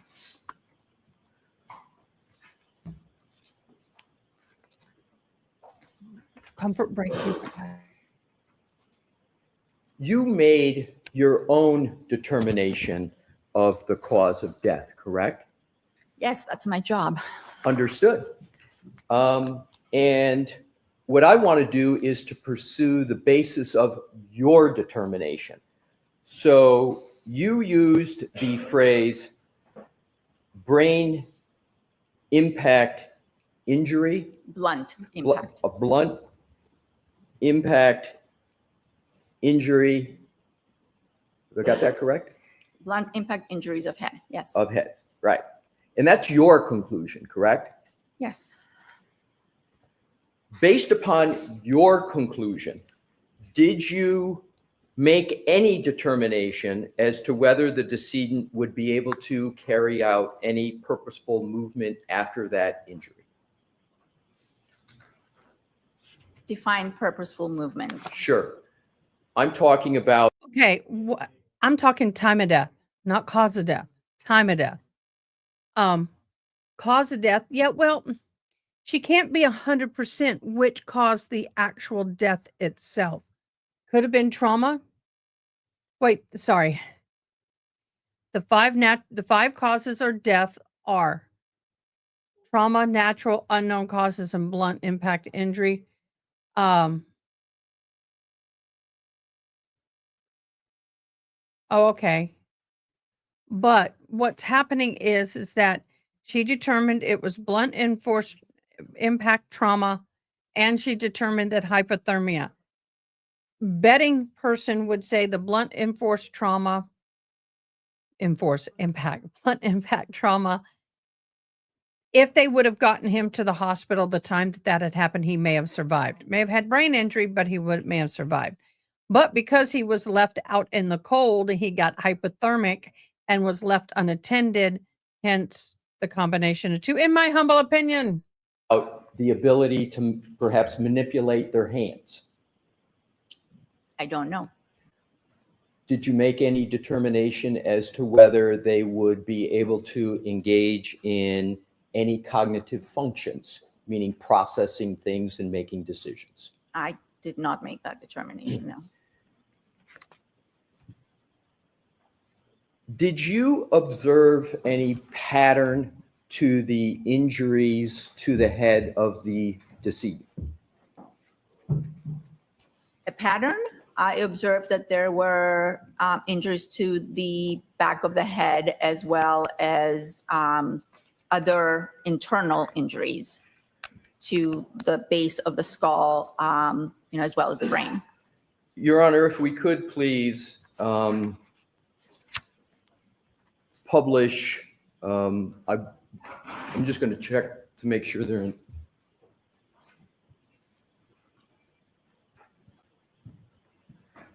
If we could, Your Honor, publish 160 that is in evidence. But before we do, Mr. Wolf, I would like to approach Your Honor and let you know in case there's anything further Okay. that needs to be done. Thank you.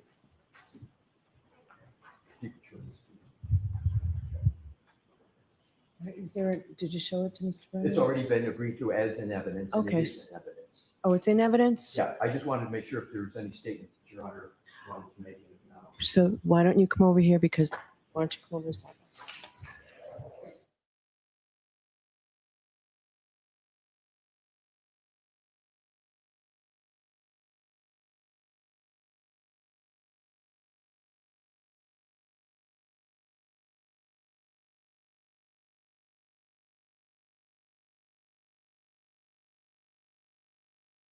Okay, this ought to be a fun sidebar. Hold on a minute, guys. Yeah, exactly. Exactly. My friend stopped by, the one from out of town, the one from New Mexico who used to live here. It's been so fun. And Ada, I had a good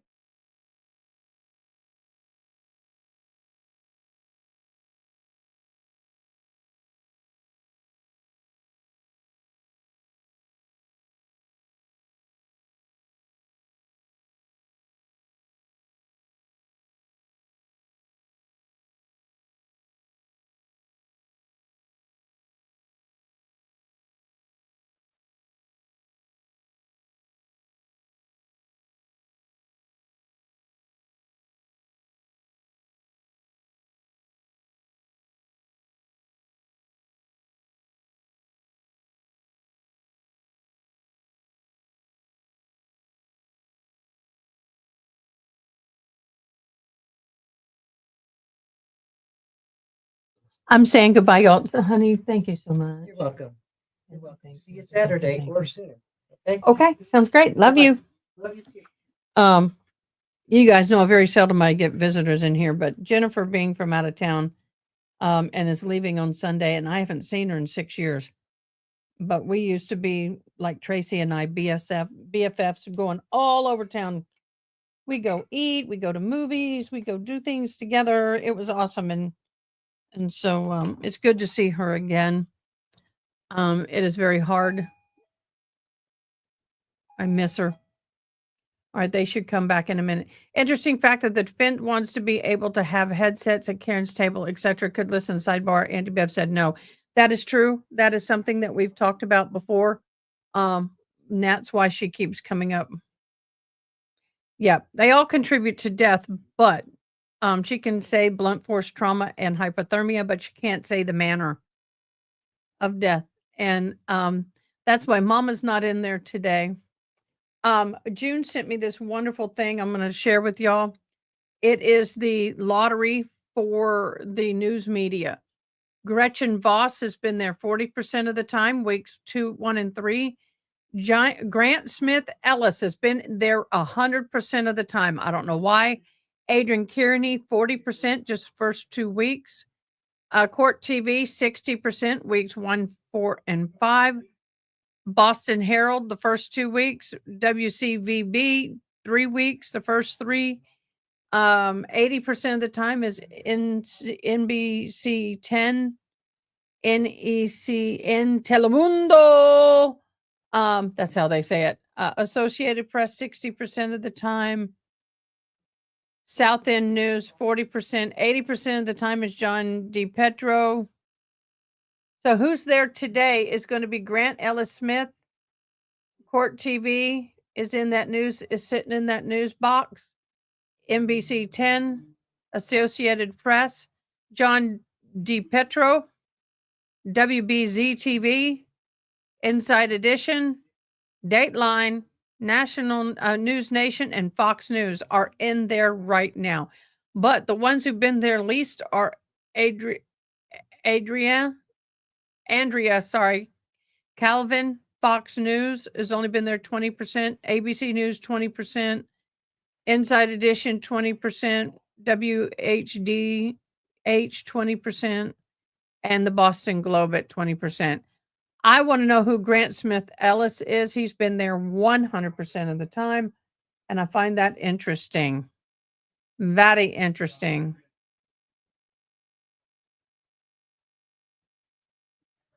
Let me see if I can pull him up.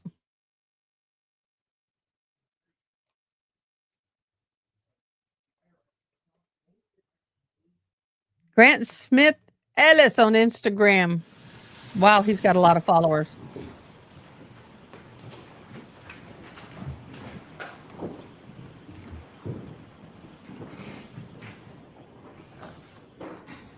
Journalist, advocate, law student.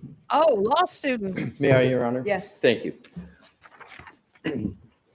With Your Honor's for you. permission, I would like to publish Exhibit 160. Yes. Thank you. I don't think we're going to get to see it. Thank you, June, for that information. You rock. Dr. Scordi-Bello, if you could please draw your attention to what is depicted on both screens, pick whatever screen is most convenient for you. And what I want to do is to go over what is depicted there, and I'd like to start with just some basics. What is that white rectangle that is on the photograph? This, Yes. that's a ruler And what's the purpose of the ruler? to show a scale. When I measure the injury, I use the ruler to document that. And if you could please draw your further attention to what I will refer to, and you use your own term, but just to start it, the horizontal line that is appears to be a laceration. You know what I'm referring to? This, yes, this is a laceration. Right. So it's fair to say that that's a laceration. Correct. And just so we get all that's depicted on this, you referred to earlier up above that, the red area, is that an abrasion? Yes. And do you also denote to the left, almost like a J-type item going vertically up? Yes, and going up. Do you see that? Yeah, that I did not note that specifically. I just noted the whole injury as That's, part of the abrasion. that's my point. So you didn't make a separate note of what appears to be a J, and it might be easier to see it in the screen over there. It's your conclusion, but is it easier to see there? Yeah, I can see it. Yeah, and so you didn't make a separate note as to what that was in your report, correct? No, I did not. Why not? Do you consider that an abrasion or something else? I believe that's still an abrasion. Do you conclude that that J is different in any manner from the abrasion that you've noted above the laceration? I believe it could be part of the whole abrasion, or it could be something different. Fair enough.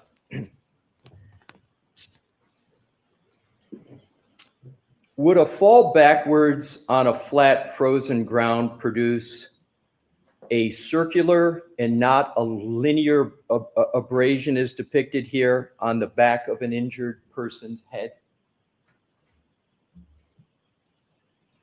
Can you repeat the question? Sure. Assume a fall backwards on a flat frozen ground. Would such a fall and impact present that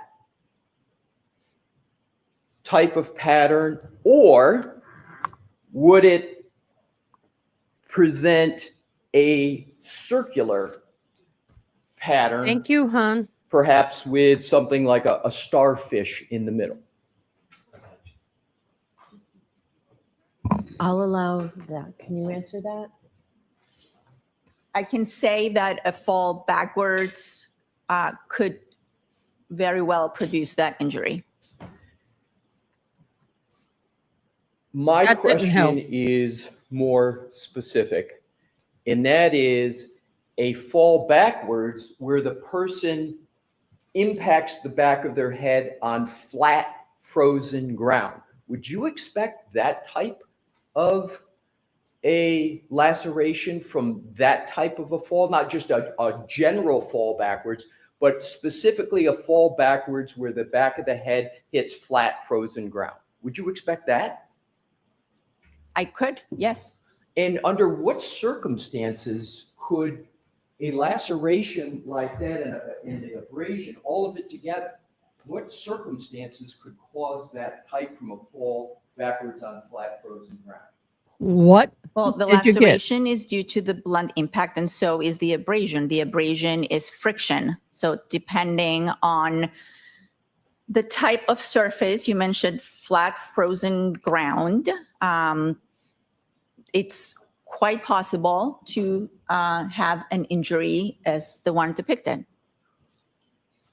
Not There's sure I nothing agree. inconsistent with this injury and a fall on someone's on the back of the head with a blunt surface. She's being very careful, y'all. She can't say yes. She can't say no. It is a blunt surface. But realistically, I don't know. Is there, are you familiar with the phrase pattern recognition in medicine? Yes, And isn't pattern recognition something that requires training with regard to being able to recognize certain patterns and determining what could be causing that pattern? Yes, And just merely recognizing whether there is a pattern takes certain specialty training, et cetera. correct. And isn't pattern recognition a principle that you apply in the medical examiner's office? Yeah, we do. And so example of pattern recognition could be a knife wound, correct? Yes, Could be a gunshot. correct. And there's certain patterns that you see on a decedent that can be consistent with those types of causes of injury, correct? Correct.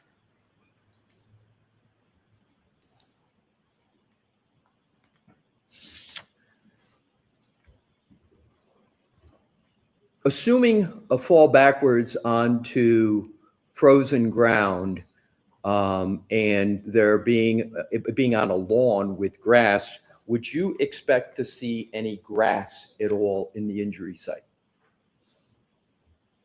Good question.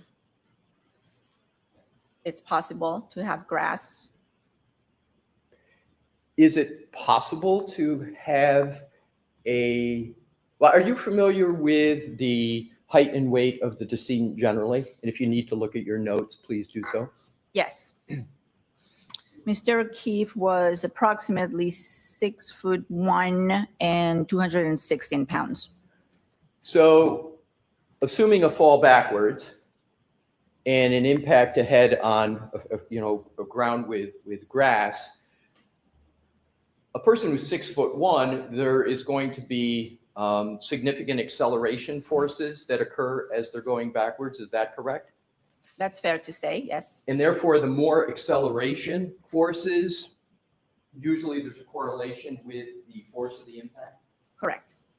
And in terms of force of impact and assuming grass on the ground, would you, do you believe it's more probable than not that one would then see some grass on the head? Sustained is doubtful. Given what you testified regarding the height of Mr. O'Keefe, and assuming what I just gave to you as a fall backwards and acceleration and forces, would you expect to see anything else on the back of his head? You have to be more specific than that. Right. I thank you. So would you expect to see Dirt, grass. Is it possible if that was the manner of the fall that there should be grass on the head? Is that possible? Sustained.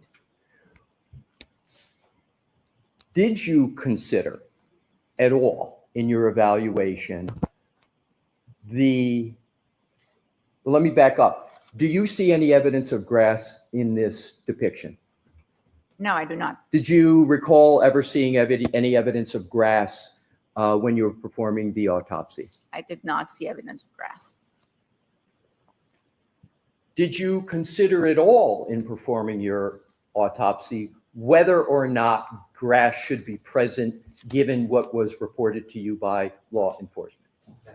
Sustained. Did you make any considerations at all regarding grass in regard to your autopsy report? I did not see any grass. No, I did not make any determinations. And was grass at all even a consideration in your analysis? I had very limited information as to the exact nature of the surface at the time of autopsy. So the answer is no to that No. question. Thank you. Did you have any information regarding the circumstances that you said you look at in trying to determine manner of death as to whether there were any stones or rocks around the scene? That I did not have any information. So meaning you didn't have any information, you saw no information that there were any stones or rocks by the scene, is that correct? Sustained in that form. What, if any, consideration did you make in your assessment of cause and manner of death with regard to stones or rocks? I did not make any. With regard to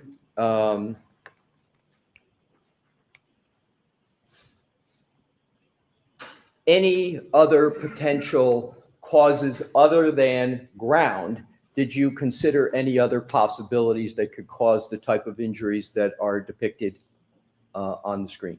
There's a number of possibilities that could cause the injury.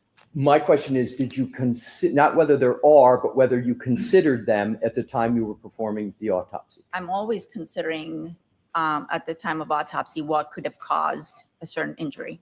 Did you put in your notes or your autopsy report any of those considerations?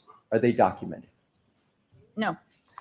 Now, in terms of differential diagnosis that we talked about, did you determine whether there were any other possible explanations for the injuries to the decedent other than what law enforcement presented to you? I'll allow that. Internally, I consider all kinds of other explanations. I have to look at the findings and the possible ways that those injuries could have been sustained and decide whether I have enough information and whether I am satisfied with the information that I have in order to conclude or determine a manner. Did you make any notes at all about the considerations you were just speaking about, other considerations? Any notes whatsoever in any document in your autopsy report? Not in my autopsy report, no. Did you make any other notes of those considerations in any document that you created for this case at all?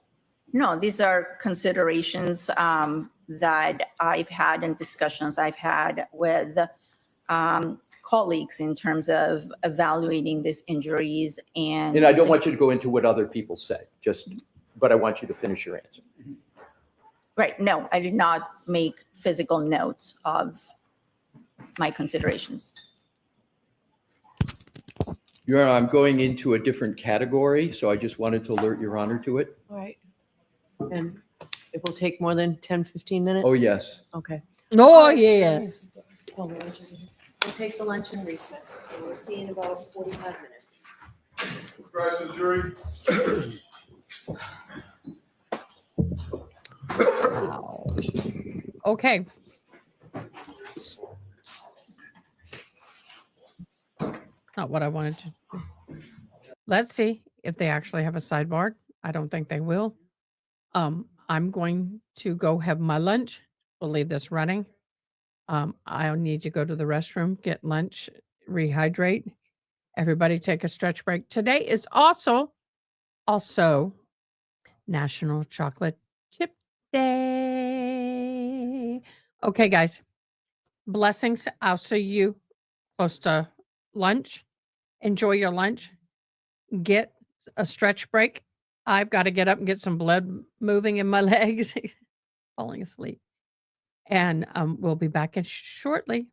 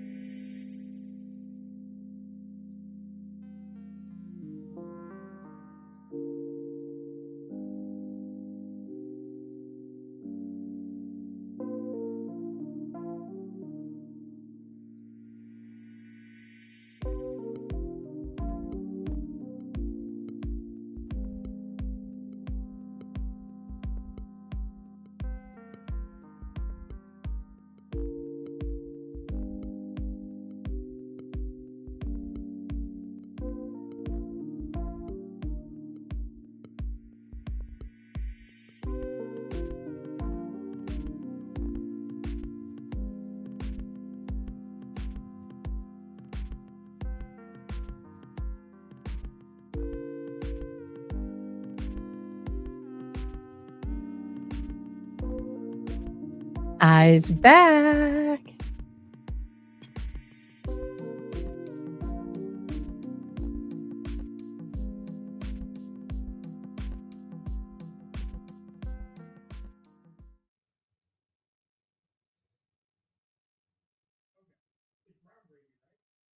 Well, there we go. We're back.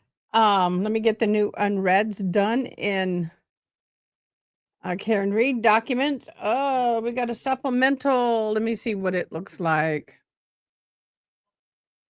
Supplemental order regarding the buffer zone. The court is receipt of the, okay, so basically on the buffer zone with the Karen Reed, all the buffers stay. So for example, first, for all the reasons cited in support of the prior order and based upon the perimeters of the dispute as narrowed and described in this session, all orders of this court remain in place insofar as they apply to the courthouse property. I got me a little hamburger. I got to eat it. So court property. So let's read more. Okay. Second, prior order remains in place as applied to the pathways, including the public sidewalks and roads through which and at which time trial participants enter and exit the courthouse. So while court is proceeding, that does not take effect, only when they're leaving and coming. Thirdly, the noisily protesting. Hold on.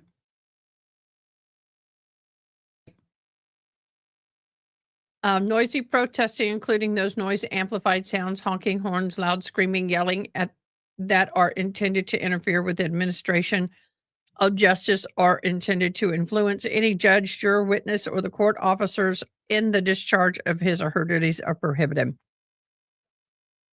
within the buffer zone.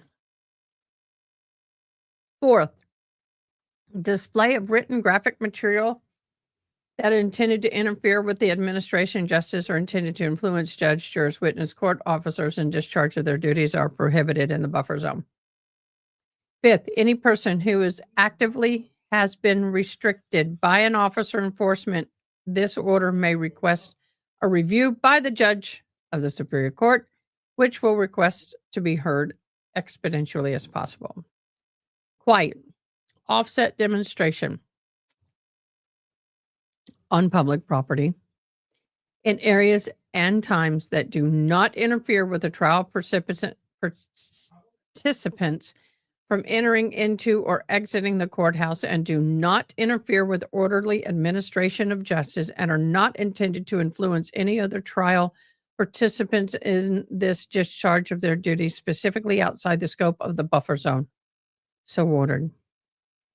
So the buffer zone stays, but they're relaxing the outer areas. Okay, that's not going to make anybody happy, but that's what it is. It is what it is. Okay.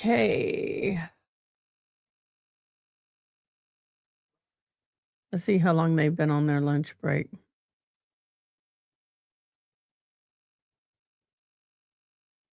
Okay, so they should be coming back shortly. Let's look at the bingo card. Okay, my bingo card, the only two that I need is the DNA. And don't ask, just ask the question. Everything else has been cleared. I know I'm confusing, but I do it this way so y'all can read it. So the bingo card is still in play. If you guys would like to pick up another card for this afternoon, you may do so if you wish.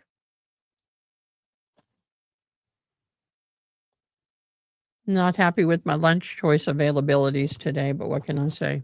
It is what it is.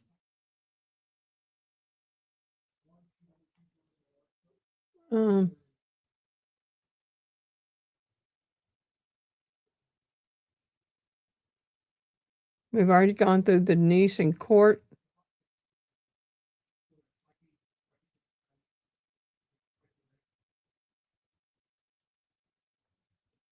Breaking news. Police mom bought ammo, tactical gear for her son who was planning a mass targeted violence attack in a Texas school. Really? A Texas mother is accused of buying ammunition and tactical gear for her son, I got to do it this way because that kid's too small. Who investigators say was planning a mass targeted violence in San Antonio school, according to the arrest affidavit.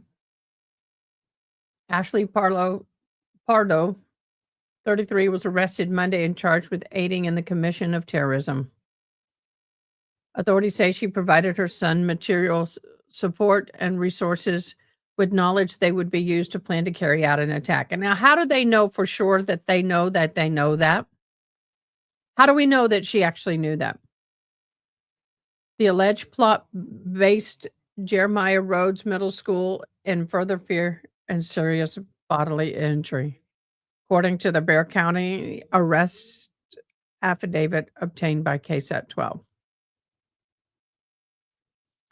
Despite being contacted by local law enforcement, the Child Protective Services, and school personnel, and knowing about her son's desire to commit acts of mass violence, Hardrow told the school she was not concerned about his behavior, the affidavit says. Authorities said she purchased tactical gear, ammunition, and supplies for her son in exchange for babysitting his younger sibling.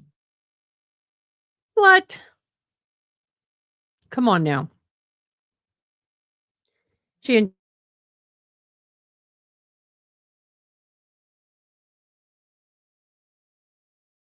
refused to see her son's concerning behavior as her assistance in gathering items for him that have been found to have been used in the act of the mass targeted violence. It is believed she is facilitating the boy's desire to carry out his threats, authorities said in an affidavit.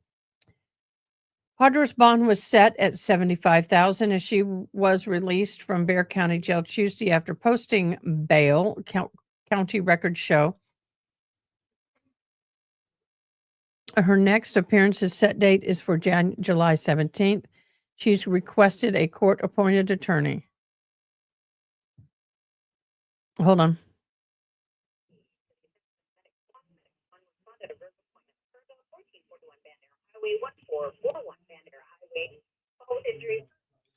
So Pedro, CNN has reached out to Pedro and the public defender's office for comment. Accordingly, they're not going to get one. According to the affidavit, on May 12th, the boy went to school wearing a mask, camouflage jacket, and tactical pants, and then left shortly after. When authorities were unable to locate him, the school office officials feared he might return and carry on an attack. The affidavit said extra security was put in place, including deployment of additional police officers and sweeping the campus for potential devices, the authorities state. The student was later detained off campus, the school said said in a Monday letter to parents. CNN has reached out to the San Antonio PD Department for more information. Please know we take these potential threats seriously and act immediately in order to protect everyone in our care. The school principal stated in a letter, we will always remain vigilant to ensure the learning and working environment is safe and secure.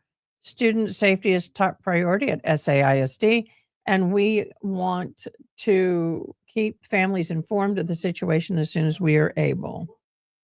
I did not go to San Antonio ISD. I went to Northside ISD. They have like 4 different school districts, maybe more now. The affidavit stated on Monday, although Northside and San Antonio are the 2 big ones.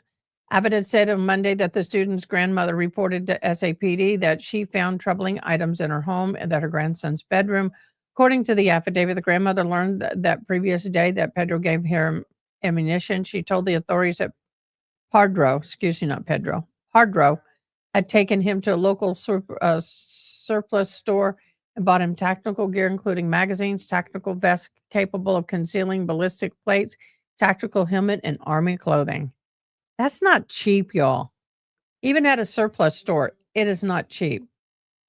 She found the magazine loaded with live ammunition, along with the homemade explosive bang-bang device made from a mortar-style firework, according to the affidavit. Written in the device was, for Brenton Torrent, a white supremacist who shot and unalived 51 people and 2 mosque and Christian Christchurch, New Zealand in 2019. Authorities said it also included the phrase 14 words as a multiple SS symbols, all linked to the white supremacist ideology. I think we may have to cover this one. The boy's grandmother also found handwritten notes that appeared to be in the names of the mass shooters and the numbers of victims for each one. The affidavit said Monday morning before going to school, he told her he was going to be famous and referred to 14 words. The affidavit said this was not the first school official that has been concerned about the boy's behavior. In January, school staff found concerning drawings from the student that included a map labeled self-unalived route. The school's name written on a rifle and several timestamps, according to the affidavit, was questioned. The students described as fascinated with mass unalivings, including their manifestos, the affidavit states. About a month ago, the boy was suspended for using school-issued computer to research New Zealand mosque shootings, according to the affidavit. It has been expressed to the defendants in the concerns of her child expression and desires to commit a mass violence. The affidavit said about Pardro, the defendants expressed to the school her support of her son's violent expressions and drawings that do not feel concerned about his behavior.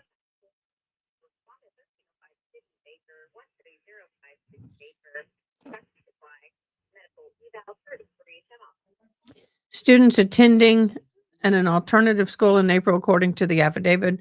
When he returned to Rhodes Middle School in May, officials implemented a security plan due to ongoing concerns about potential targeted violence in the affidavit. CNN has reached out to the SISD for further comment, and they did not get it. I'm not surprised. I am too, but this is near me, so I'm going to try to keep following it. Definitely is near me. And I hate that. That sucks. Absolutely sucks. Thank you for hopping back on with me, Erin. We dropped pretty big when we were waiting for court. Oh, yeah, me too. Thank you so much for that.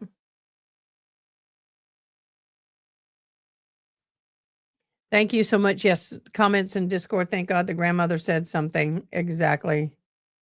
But y'all, this is not a good thing. I mean, we're having a lot of it. Well, we're having a lot of it, but do you know what? We used to have a lot of stuff happening, but was not put out on social media. It was kept hush hush. It was happening.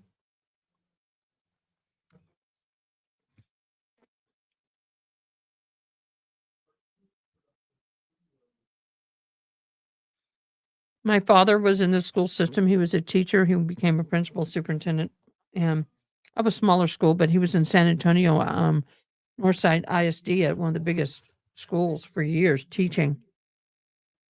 My mother was a vice principal secretary. And let me tell you, there were years, I mean, where I would overhear her and dad talking about threats and things that were made against the school. But the thing is back then it didn't make the news. It was kept very hush hush.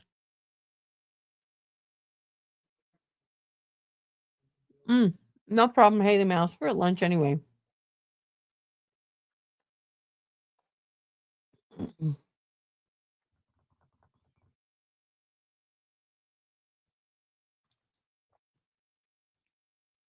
Oh, my poor baby. I don't know if he's going to get this, but we'll see.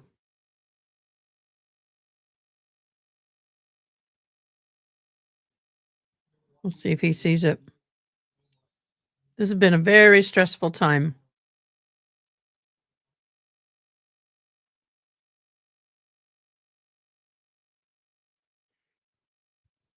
We've got a lot of stuff going on around here. Oh, well, thank you, Ada. Oh, why, you're welcome, cell phone. Can y'all hear my phone thank me every time I put it on the charger?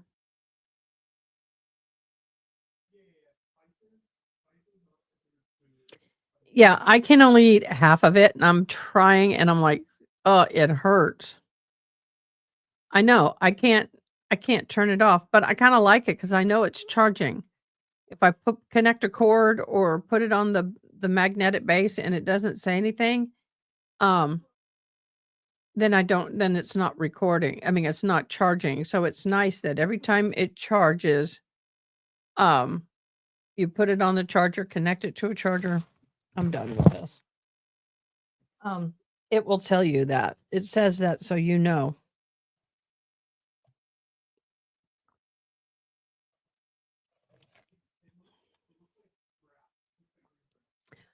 Trying to get more water in. That's what I'm drinking. I'm preaching to a friend, drink more water. You can set it up in accessibilities, but I forgot where to set it up. You can Google how to make your phone thank you for putting it on the charger. Google it, it'll tell you. I thought about taking it off, but I said, nah, I like it too much. It's very convenient. For those of you who wanted the photos of the John O'Keefe autopsy photos, they are in our members chat. Make sure you get it because as soon as trial is over, I am removing it.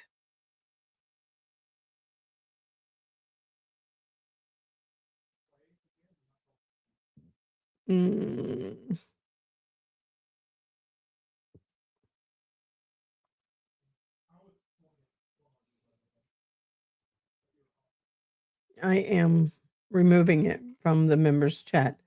How do you set it up to where you don't see it unless you click on it? I need to learn how to do that in Discord. Now, one thing that I struggled with this testimony of this ME is she was being cornered and rightfully so. But talking about the wound on the back of O'Keefe's head, and I'm like, y'all, it could happen from a hit to the ground, but she's not going to say yes. She's not going to say no. She's going to keep it as neutral as she possibly can. Oh, somebody asked me, what am I using? This is Neutrogena color stick. It was given to me, number 80. And it's called Rich Raisin.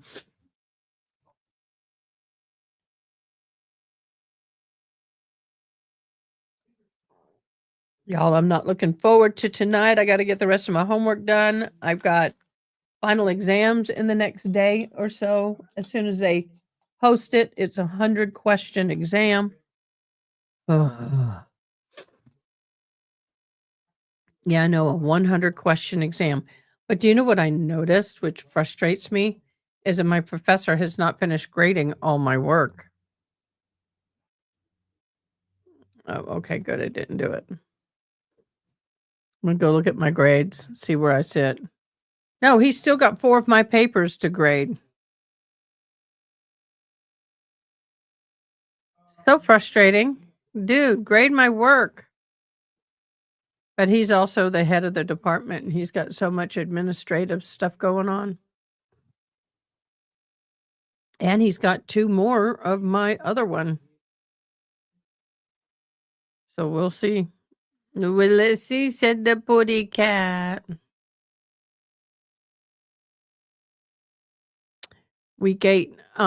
We are not going to be doing, are we doing a discussion module?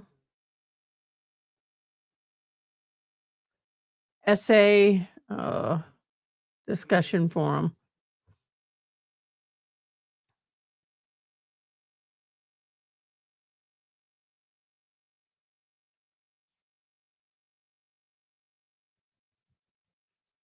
I'm not going to do homework today. So let me go back and see.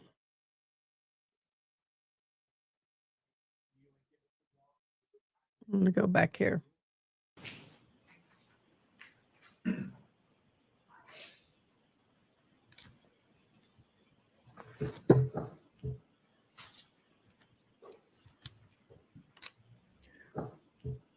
Come on. Alasetti. Ace. Can't say his name. Alasetti. May I, Your Honor? Yes. Thank you. Dr. Scorti-Bello, have you Are you aware of an attorney name, or excuse me, a doctor named Zeke Wolf? No, I'm not.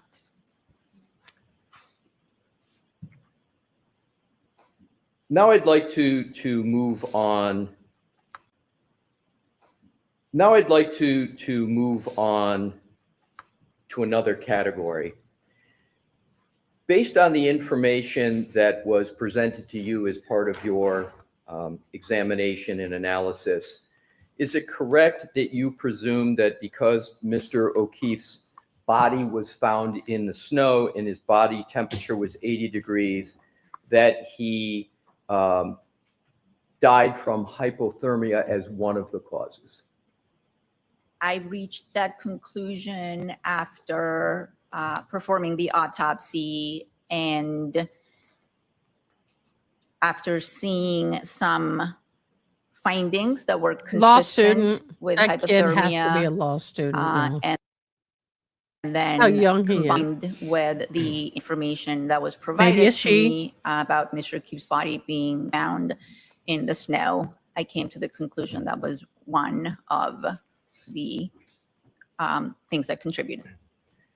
Did you consider whether there may have been other reasons as to why his body reached that temperature of 80 degrees? Sort of applying the scientific method and seeing if there were other reasons?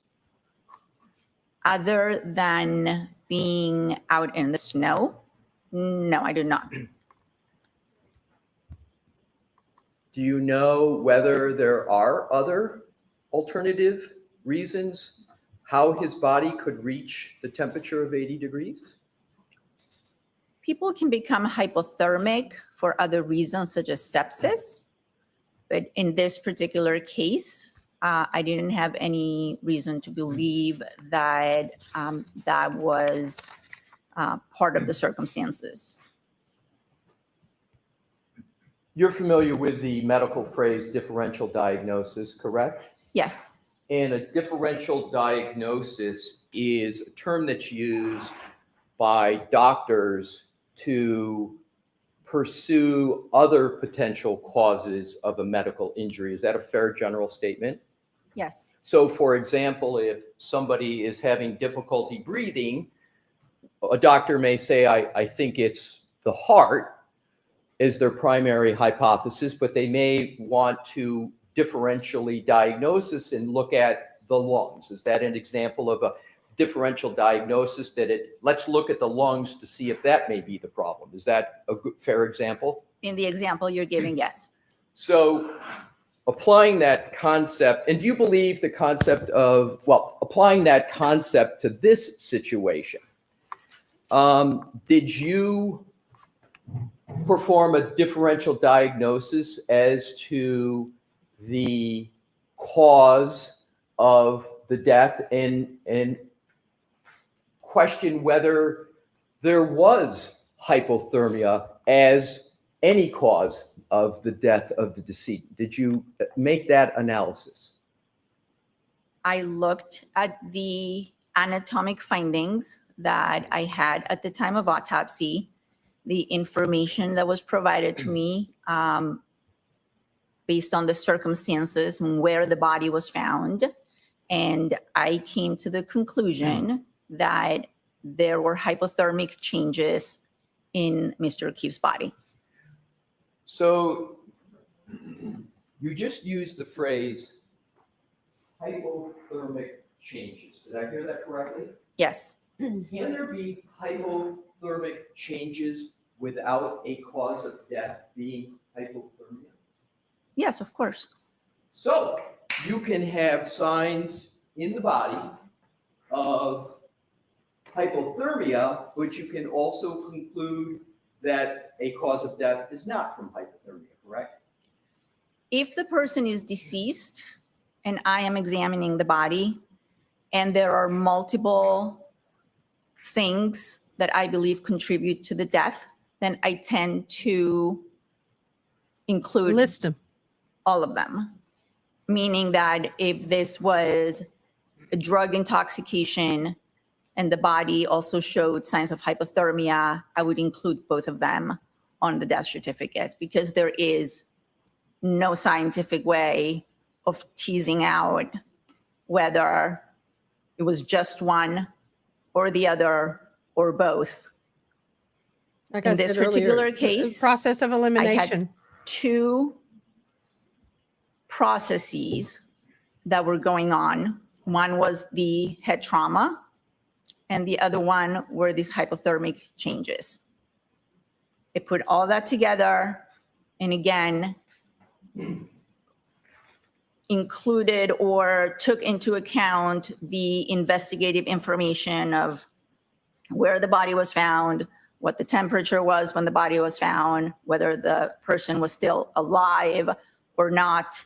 And I came to the conclusion that the cause of death was blunt impact injuries of head. And I included the hypothermia because I saw during the autopsy that there were changes consistent with hypothermia.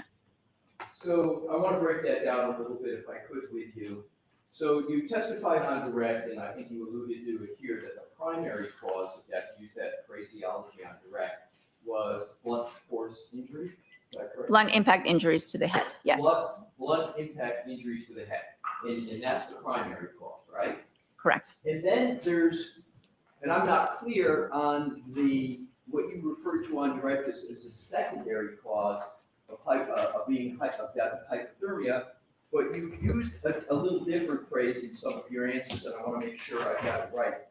Hypothermic considerations. Can you repeat what it was? I said hypothermic changes. Hypothermic changes, and we agree that you can have hypothermic changes without a conclusion of hypothermia, correct? No, hypothermic changes are what I'm referring to are actual things that I can see in the organs that are consistent with hypothermia. They're anatomic findings. They're things I can see with my eyes. So you can, I'm sorry, did you finish? And those changes suggest and are consistent with someone being hypothermic.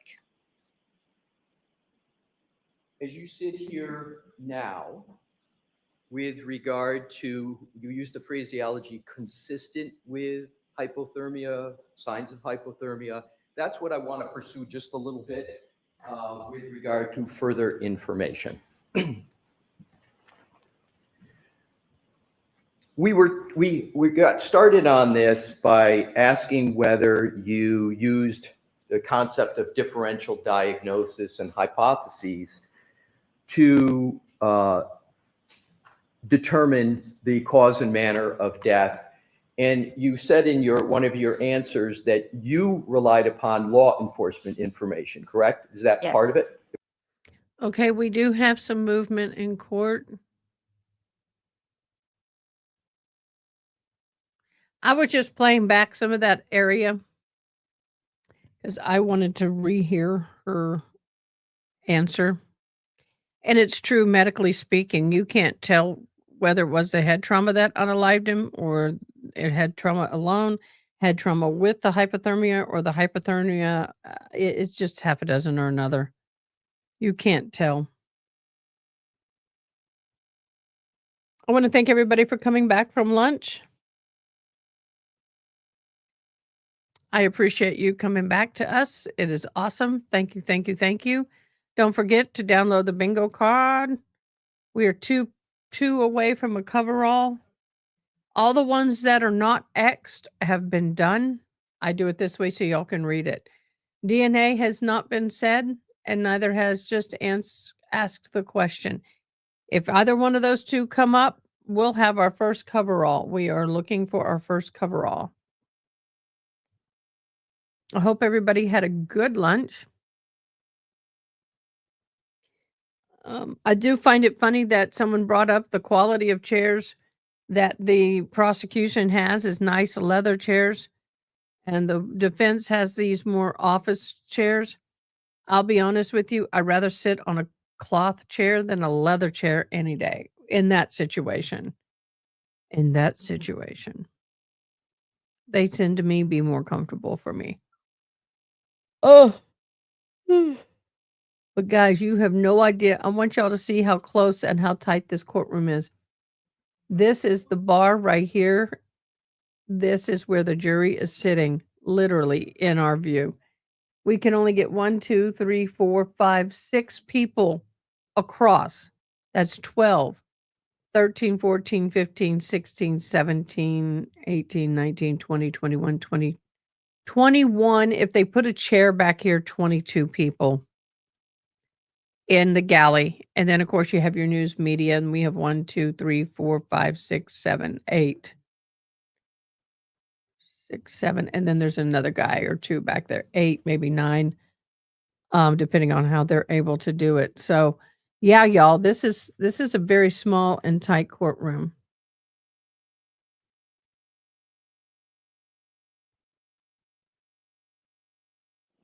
It's very tight, even getting into the tables. Look at that.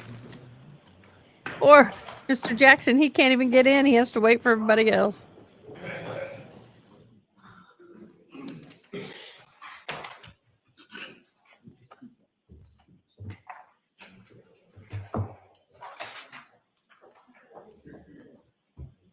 And again, Karen Reed is very active in this case. In fact, she's almost as good as another attorney.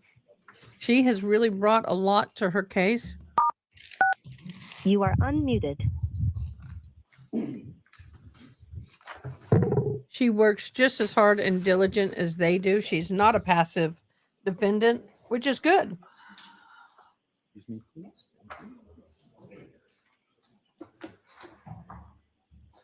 I have removed the images of O'Keefe from our Discord. I told you I wasn't going to leave it up long. I just don't feel it appropriate to keep it there.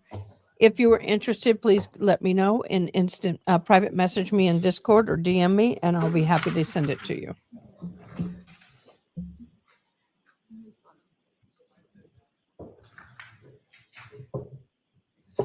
Come on here, Nades, do your job. Oh. Ooh, maybe I ought to sit this way.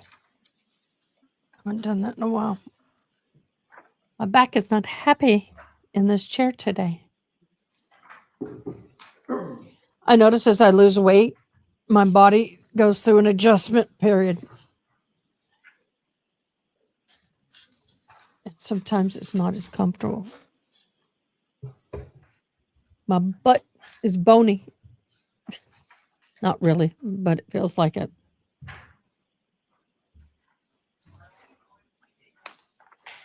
All right, Mr. Brennan, you got a paper you're going to pull. Okay, we see that. Waiting for the witness to take the stand.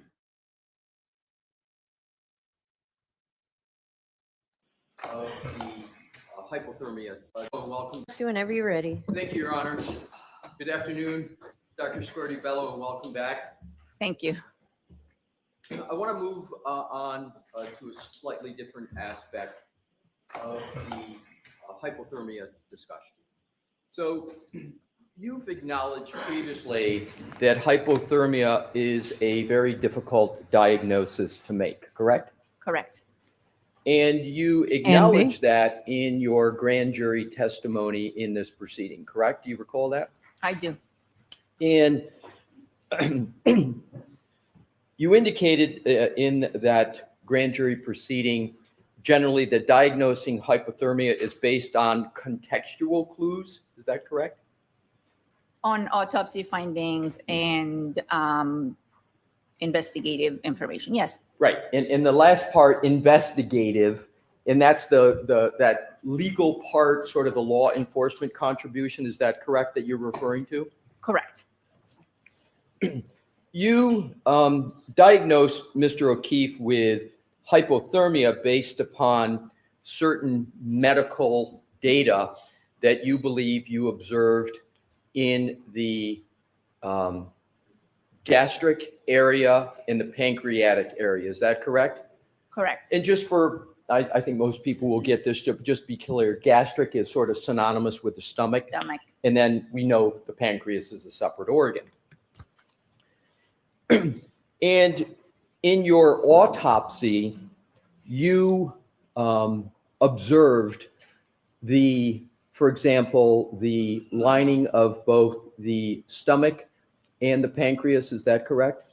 I'm sorry, what was the word you used? Let's start with the stomach. Did you observe the lining of the stomach as part of Mr. O'Keefe as part of the autopsy? Yes, I observed some hemorrhages in the lining of the stomach. We'll get to that, right? But I just want to talk about the organs and what aspects of the organs first, and then we'll get to that. And with regard to the pancreas, what aspect of the pancreas did you observe? I examined both the external surface and the tissues around it, as well as the pancreas itself by making several cuts. And there was also a histopathology report that was relevant to both the stomach and the pancreas, correct? Correct. Histopathology, Spell it, Mr. Leslie. Histopathology.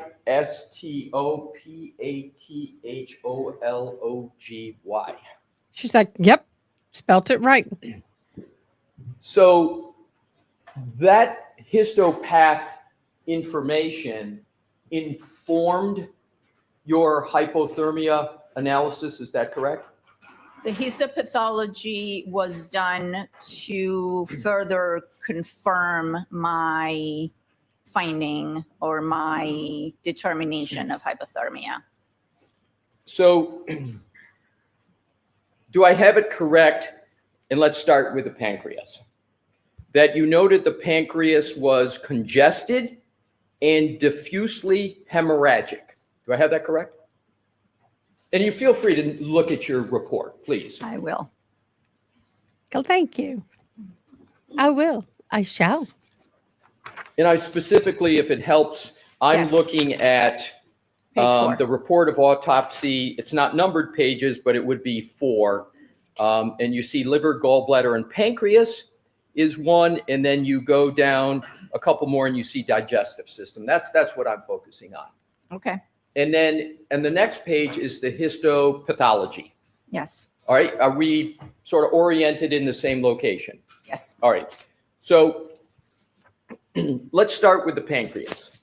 So if you look at the histopathology page, it says endocrine and exocrine pancreatic tissue with vascular congestion and patchy parenchymal, that's parenchymal hemorrhage, autolytic changes. Did I read that correctly? Yes.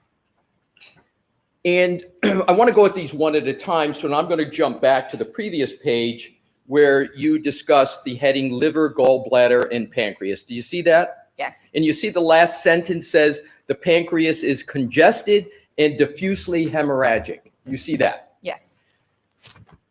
So now what I'd like to do, and is that what you're rooting in, if you will, the analysis of hypothermia? The determination of hypothermia was made, yes, based on these findings and the circumstances I was provided. Yes. Right, and thank you. I'm going to get to the circumstances, I don't but know. it's sort of the medical legal construct that we were talking about. I want to just start first with the medical, if that's okay with you. Yes. So then let's now move to the organ of the stomach, a synonym gastric in terms of your report. So let's go to, please, back to the histopathology section. And under that, under pancreas is stomach. And there's a bulleted one sentence that says gastric tissue with vascular congestion and focal mucosal hemorrhage. Did I read that correctly? Yes. And then let's go back, as we did with the pancreas, for the stomach, go back to the previous page in your report under the heading digestive system. And the second sentence states the gastric mucosa shows focal areas of linear hemorrhages. Did I read that correctly? Yes. So we've got hemorrhage discussion with the pancreas. We've got hemorrhage discussion with the stomach and the gastric area. Your diagnosis of hypothermia was not based just on gastric and pancreatic hemorrhaging alone, though, was it? No. And you did fairly refer to other circumstances just moments ago in your answer, correct? Correct. And we're going to get to that. So that means that your diagnosis of hypothermia was also informed by the information we discussed earlier that was provided to you by former Trooper Proctor in his investigation. Is that correct? Correct. And one aspect of that information is that he was found, Mr. O'Keefe was found in the snow, correct? Yes. So let's go to the death notification report. Am I generally correct that you were, I'm sorry, Rephrase it. I will. Thank you, Your Honor. Do you recall the death notification report in this matter? I do recall, the very initial first information that His blood alcohol was 0.2 something. Karen Reed's was 0.219. And his blood alcohol was tested about the same time hers was. comes in. That's the death Think about that. notification given to our intake staff. Do you recall the contents of that death notification report? Would you like me to summarize? I don't recall I don't have it in front of me, but I can tell you what the gist of it was. Would it be helpful to you if I showed you a document that Sure. might refresh your recollection on what that, a document that may refresh She your said recollection? sure. I don't Thanks. think you heard her. I did. Thank you, Your Honor. May I approve? Your Honor, remember a week or so back you had to apologize for being a bitch? You may have to eat that again. Yeah, You don't Judge. watch it. Yep, Thank you. show Mr. Brennan. There's her rocking chair.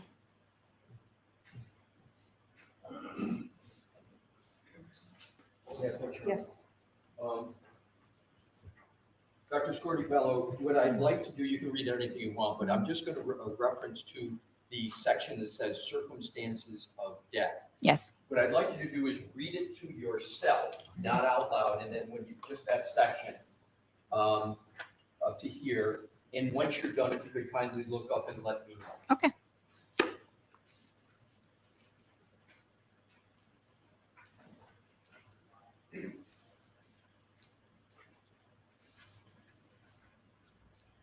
He has dyed his hair and he's got thin hair in areas. He does that spray that darkens his scalp so it's not so shiny. You can see it here.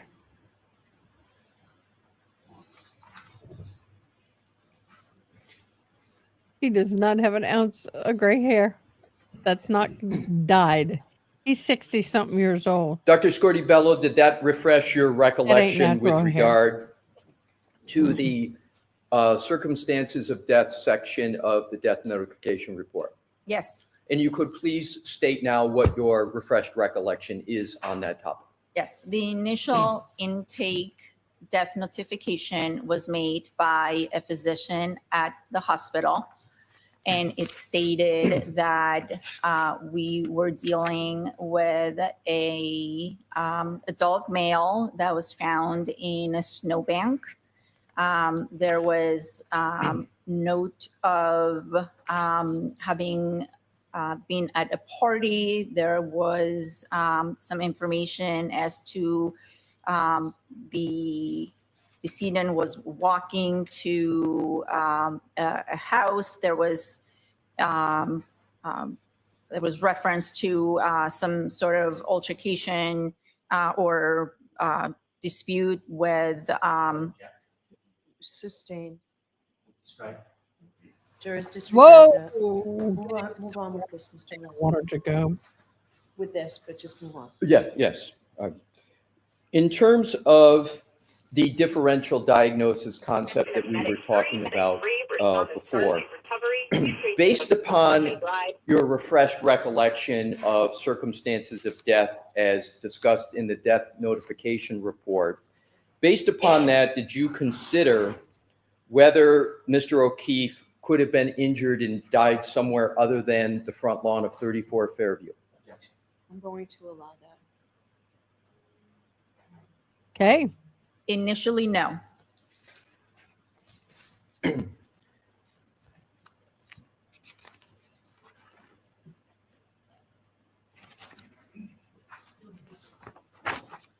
Let's go to significance, if any, of hemorrhaging of the two organs we were talking about, the pancreas and the stomach. Is it correct that the hemorrhaging of a pancreas can be caused by many different things? Yes, it is. And to be clear, you found evidence of hemorrhaging of the pancreas of Mr. O'Keefe in the autopsy, correct? Correct.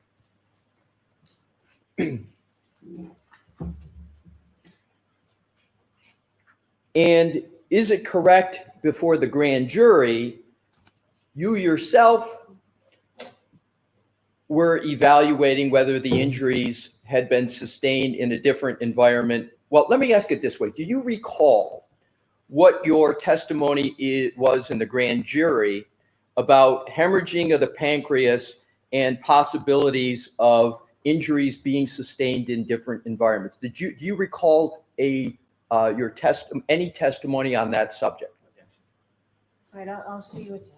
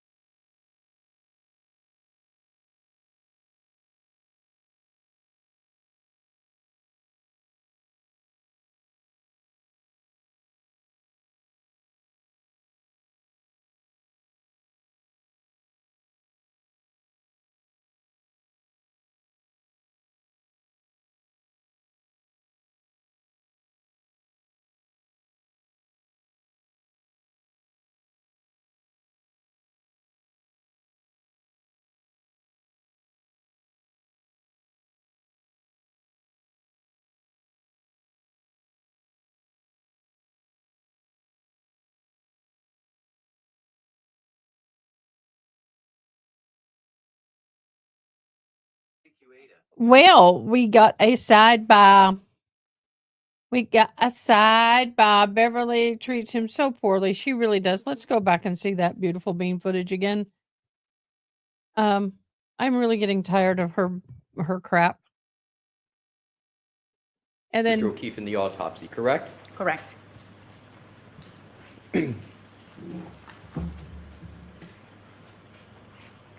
And is it correct before the grand jury, you yourself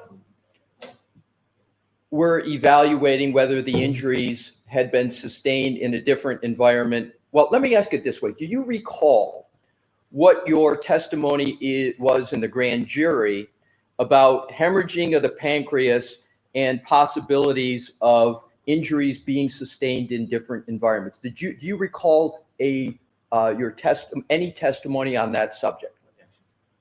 All right, I'll see you at 10.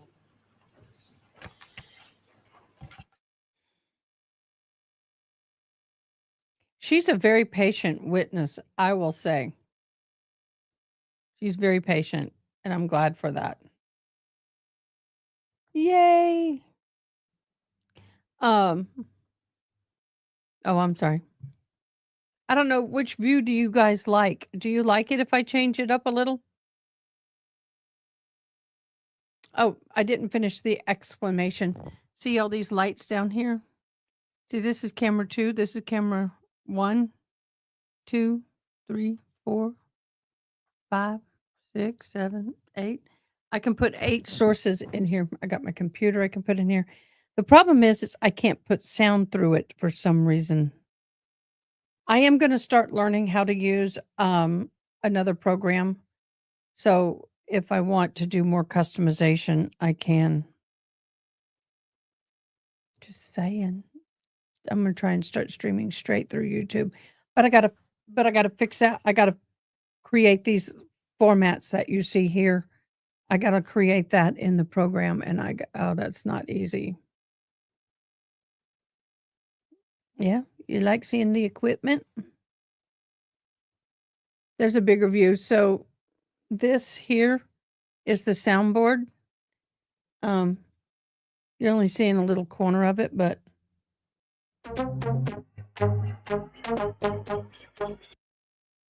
that's that soundboard. Then here, when I bring this down, is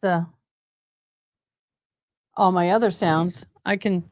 Y'all can see the color changes. I've got a lot of different sounds and stuff programmed. Come on, move like I asked.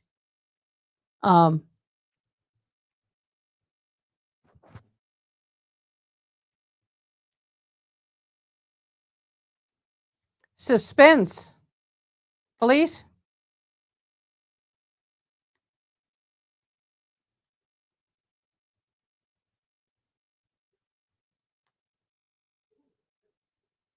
A cartoon. I like this one.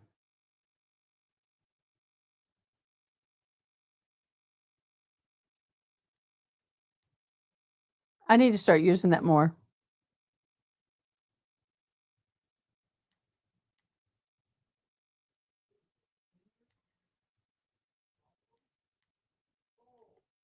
I got other ones. Let me see.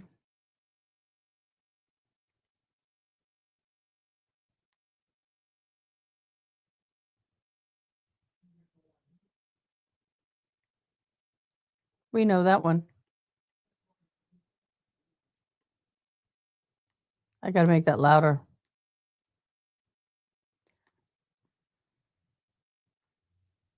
Yep. Gavel. Those are for the judge. I haven't used this enough. I need to add sidebar on that page. So anyway, that's that. This here controls the camera, different views. That's out my front office. You can't hear any of them? Are you kidding me? Don't tell me we have that problem again. Don't tell me. What about this one? I don't hear it. You're not hearing any of the sounds again. I'll figure it out. It's just too much for now. That sucks. Well, there were some cool sounds in there too. Very faint. May I, Your Honor? Yes. You can hear them all? At the grand jury, did you testify as follows?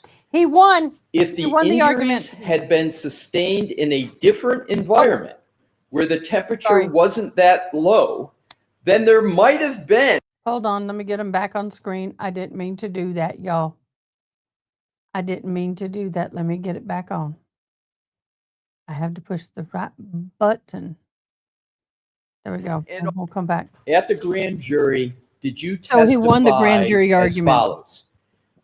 If the injuries had been sustained in a different environment where the temperature wasn't that low, then there might have been an alternative explanation for those gastric and pancreatic hemorrhages. You recall that? Yes. Hemorrhaging of the pancreas can also be caused by blunt force trauma, correct? Correct. Hemorrhaging of the pancreas can be caused by CPR, correct? Cardiopulmonary resuscitation. It's possible. Do you know what a Lucas machine is? Yes. And a Lucas machine is an automated CPR machine, correct? Correct. And it's a rather large device, correct? It gets strapped down to the chest of someone. So instead of someone having to exercise, etc., you put on a Lucas machine that goes over the chest and it automatically does the compressions, right? Correct. Correct. Lucas machines can cause hemorrhaging, correct? Yes. Correct. And in fact, wasn't a Lucas Hey, Hater Mouse, machine welcome back. applied to Mr. O'Keefe? I believe so. And Yes, it wasn't was. the Lucas machine applied from when the first responders came to the scene and he was in the ambulance continually and through when he was in the hospital? Once they I start it, believe they don't so, yeah. stop it until he arrives at So- the hospital and they can take over. When a Lucas machine is used in resuscitation efforts, you'd actually expect to see some hemorrhaging, wouldn't you? Uh-huh. Where? In the stomach, in the pancreas, would you expect to see it there? Not in the mucosa of the stomach and not as extensive in the pancreas. Let's talk about and pick the pancreas first. So you would agree that from the use of a Lucas machine, you would expect some degree of hemorrhaging in the pancreas, correct? Not always. But it's certainly possible that a Lucas machine causes hemorrhaging of the pancreas, correct? It's possible. And now let's move to, and there was evidence of hemorrhaging in the pancreas of Mr. O'Keefe, correct? Correct. Now let's move to the stomach. Isn't it possible that a Lucas machine could cause hemorrhaging in the stomach? Personally, I have not seen it in that context. But do you rule that out? I can't rule it out. I can only tell you my experience. So your personal experience is you don't believe you've seen that, but you can't rule out that a Lucas machine causes hemorrhaging to the stomach. Is that correct? I don't believe a Lucas machine causes hemorrhage to the mucosa of the stomach. Right. I'm not yet at the mucosa of the stomach, which is a subset of the stomach, right? You're talking about the gastric rugae. Talking about the inner lining of The the inner stomach. lining, and another name for the inner lining of the stomach is the gastric rugae, R-U-G-A-E, correct? Yes. So I'm just talking about the stomach in general, not a subset of the stomach. Is it possible? See, I like the fact that he's doing the cross because, well, he was a pharmacist. He's got some medical background. He's good. That a Lucas machine could cause hemorrhaging in the stomach? Not in the stomach, around the stomach, in the soft tissues of the torso. Okay.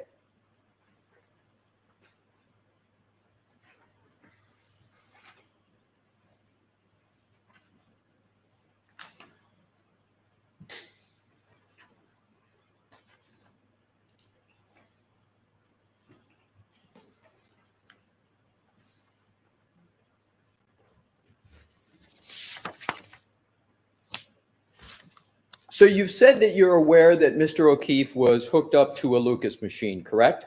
Yes.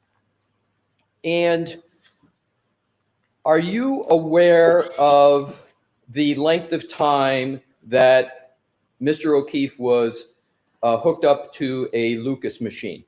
No, I am not. Do you know how many compressions per minute a Lucas machine causes? A lot.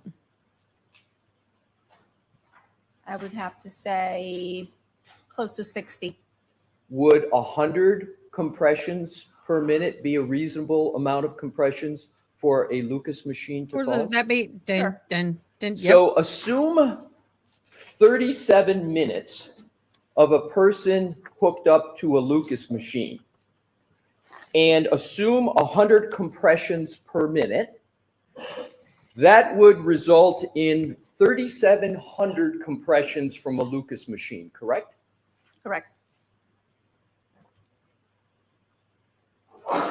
Could 3,700 compressions from a Lucas machine explain hemorrhaging in the pancreas?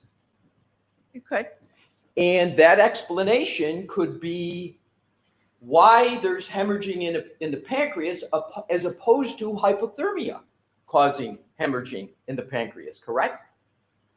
Possible. Did you consider that at all in your autopsy report, the effect of the Lucas machine? Is it written anywhere in your autopsy report? I do consider changes due to cardiopulmonary resuscitation the rib fractures that were observed were attributed to CPR. Usually we will see some amount of hemorrhage in the soft tissues, but in this context, with the gastric findings, the pancreatic findings, and the information that he was found in the snow with a body temperature of 80 degrees, my opinion was that those hemorrhages, along with the gastric hemorrhages and his body temperature, were consistent with hypothermia. My question was, does your report state anywhere the words Lucas machine? No, And you agree that a Lucas machine could cause hemorrhaging to the pancreas, it can cause hemorrhage in a lot of tissues, but including the pancreas. including the pancreas.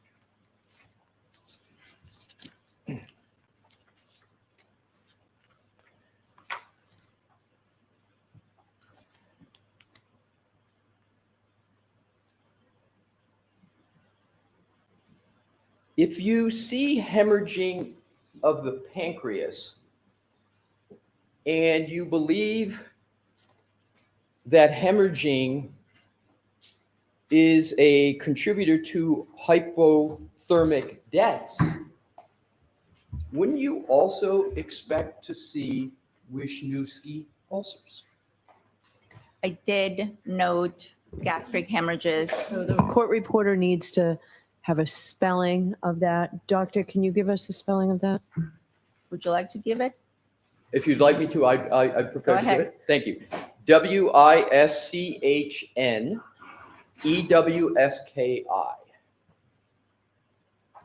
So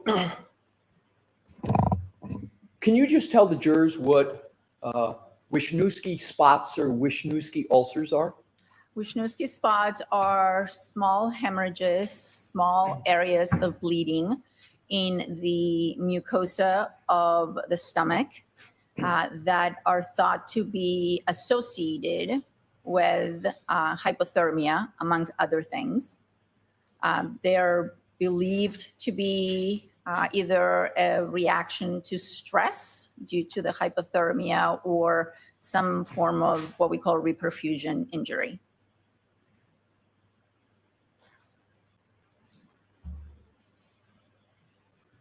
Is it correct that if someone is believed to die, at least in part, from hypothermia, that in 90% of the cases of death from hypothermia, you would find Wisniewski's ulcers?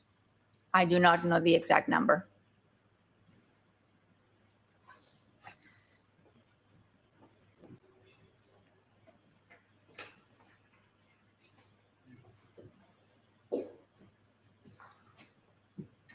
Is it that you're not recalling what the percentage is for the percent of cases for death of hypothermia that you would expect to find Wisniewski's ulcers? I don't. Do you recall? Hold on. Okay. Move on. The objection sustained. So Okay. you're asking it. Yes, go Okay. ahead. Take it. Auntie Bev, did you not get your Wheaties this morning? The percent of cases I wanna hear that again. for death of hypothermia that you would expect to find Wisniewski's ulcers? I don't. Do you recall? Hold on. Okay. Move on. The objection sustained. So Okay. you're asking it. Yes, go Okay. ahead. Take it. Ooh, Auntie Bev, get your happy pill. We're not enjoying you. There were no Wisniewski's ulcers present in Mr. O'Keefe. Is that correct? I believe there were. Can you point anywhere in your autopsy report where the word Wisniewski appears? I did not call them Wisniewski spots. I called them gastric hemorrhages. Right, so you didn't use the term Wisniewski and you didn't use the term ulcer, correct? In your report at all? No, I used gastric hemorrhages under the title of hypothermia. Do you believe that all hemorrhages in the pancreas are Wisniewski ulcers? You mean the stomach? I want to start with the pancreas. Wisniewski ulcers are the term is used to describe the gastric hemorrhages. Right, so I wanted to clarify that. So now I want to move to the stomach. Okay. Do you believe all hemorrhages in the stomach are Wisniewski ulcers? Not all of them. Therefore, there can be Wisniewski ulcers and not be hemorrhaging, correct? Just by logic? And not be hemorrhaging? Correct. You can have a Wisniewski ulcer but not have hemorrhaging. You could, but ulceration would manifest in what we call hemorrhage, the actual appearance of it. What I'd like to do now is, Mr. Wolf, what has been in evidence, what I'd like to do is to, with your Honor's permission, publish some depictions of first the gastric mucosa, and then start with that, Your Honor, publish that. All right. So this is the one that we have not introduced into evidence openly, but at sidebar, right? What I'd like to do is I'll start out with the one that is in evidence, which is the gastric mucosa. Okay. Start with that. What number?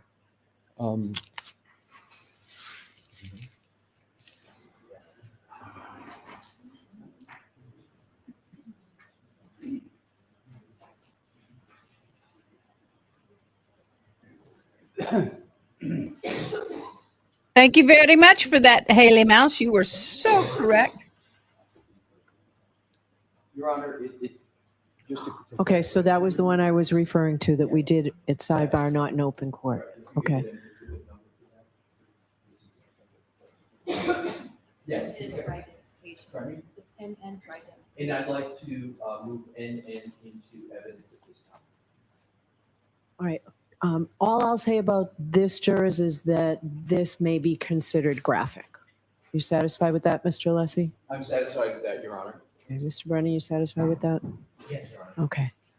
164. May I, Your Honor? Yes. Dr. Scribello, I'm handing you exhibit.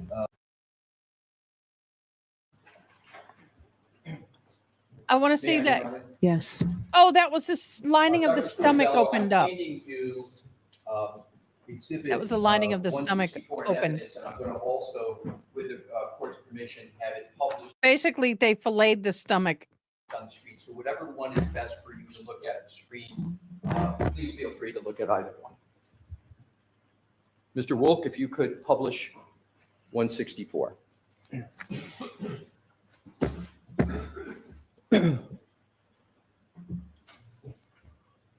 Dr. Scorti-Bello, do you recognize 164 as well, you describe what 164 is. This is a picture of the stomach of Mr. O'Keefe after it was removed and opened and the contents were removed. And what you're looking at, this pink red surface is the mucosa. That's the lining of the stomach. Case one, you're getting an extra entry to the end of the month giveaway, and I'm looking into that, June. I could have sworn I did it, but if I didn't, we'll do it. But Beverly, case one, Bevs has bleached her hair so much it affects her attitude. Oh my God. That is like Right on it, man. And you had used the word rouge before. These are the folds. The stomach has a lot of folds. And what you can see here are small areas that are redder than everything else. That's hemorrhage, that's blood. And these are the gastric hemorrhages that I described. Right, so those are what you just showed, there's darker areas, there's just a few of them. That is what you refer to as hemorrhages, correct? Wisniewski's was correct. Well, you didn't use Wisniewski's in your report, correct? You referred to Correct. them as hemorrhages. Correct. Okay, so what I'd like to do now is to, if I may approach, Your Honor? Yes. For the chalk.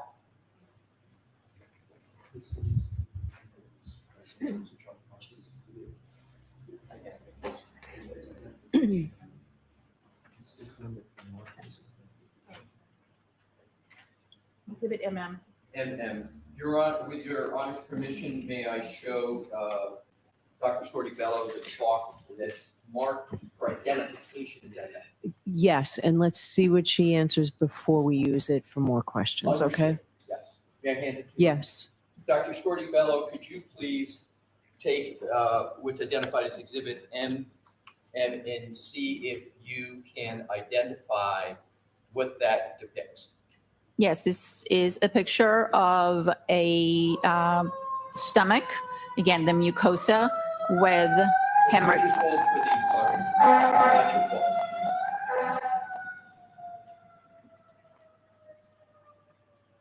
Your Honor, can we take a break? Yes, Yours. yes. Please rise to the jury.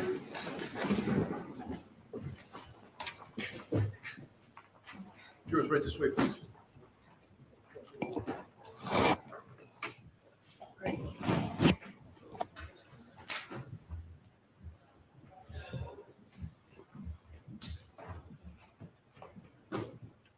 I'll see counsel at sidebar, please.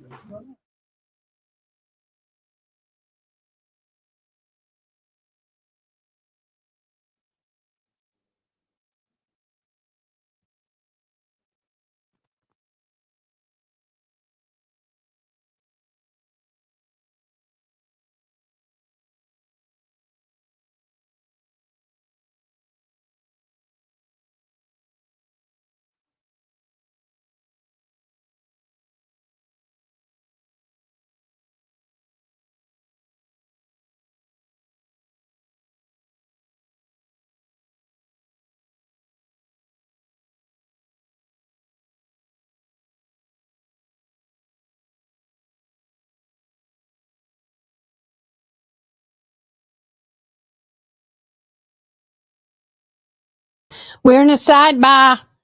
Y'all, if you have Verizon Wireless, get rid of it. They suck. Oh, we got the two gray-headed ladies that just showed up. They have no idea what this is. By the way, that is a priceless comment.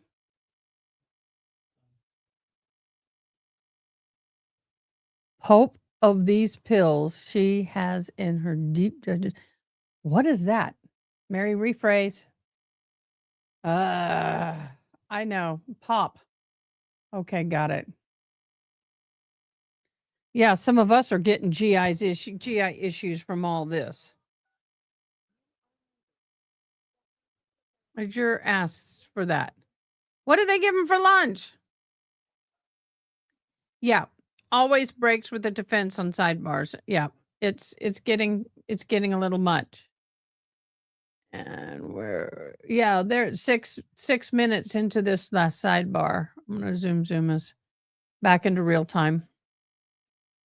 I don't understand it. Not at all. Hold on a minute.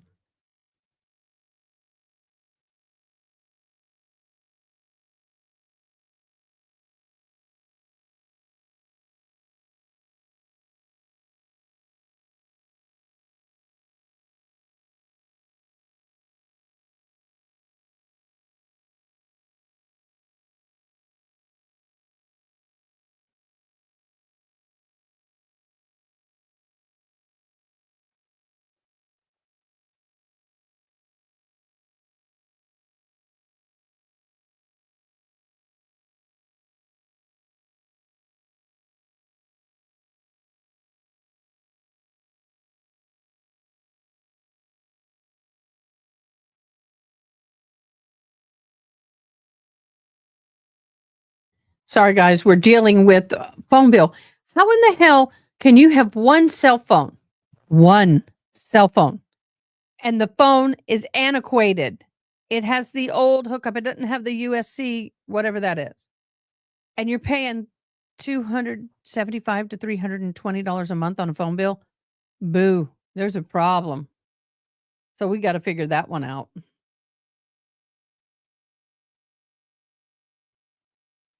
Elena, the only two that has not been covered is just ask the question and the DNA. There we go, y'all. The two X's have not been covered. Everything else has been done. So when I get close to a coverall, I like to unmark everything. It's easier. And that way I know I only need two left. So DNA and just ask the question. I think she's kind of gotten close to that. I wanted to undo that because I think she has said that. Pop one of those pills she has in her judge's pocket. Yep. I'd be bringing my own food, y'all. I would bring my own food. Yeah, and I'm so allergic to citrus, so I'm very careful. Very, very, very, very, very careful. So yeah, I would be afraid to eat. Yeah, D&E pizza.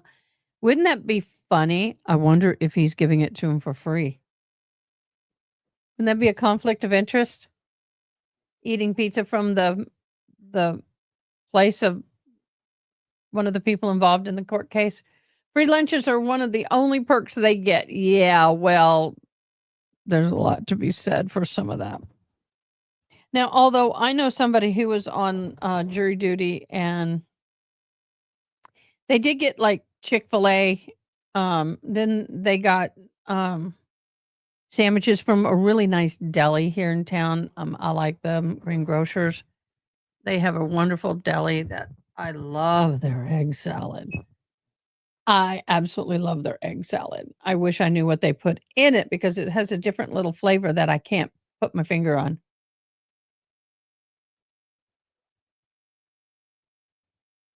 That's true too. Not all jurisdictions provide free lunches, especially when you're able to leave the courtroom or courthouse. If you're able to leave the courthouse and you can get lunch on your own, you can. In the Similtilly trial, I believe they could go. In the UK, you get lunch allowance, so you can either buy food or bring food, but you still get some money each day. Well, how much do we get each day on trial? I think it's like $8 to $10 a day. I'm all like, dude, that doesn't even cover gas driving in. One of the jurors on the recent Lori Daybell trial said they didn't get lunch. Yeah. Well, I guess if you're able to leave the courthouse, they're not keeping you in the courthouse and you can leave, then that could be understandable because you can get lunch on your own. You're going to eat lunch no matter what, whether you're there or at work or at home. So that's why fuel allowance is separate to that. Oh, we don't get fuel allowance. We get like, let me see, in my county, in Kerr County, Texas.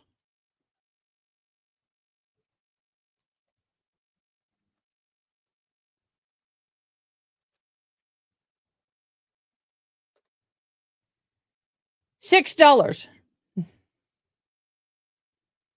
Jury service.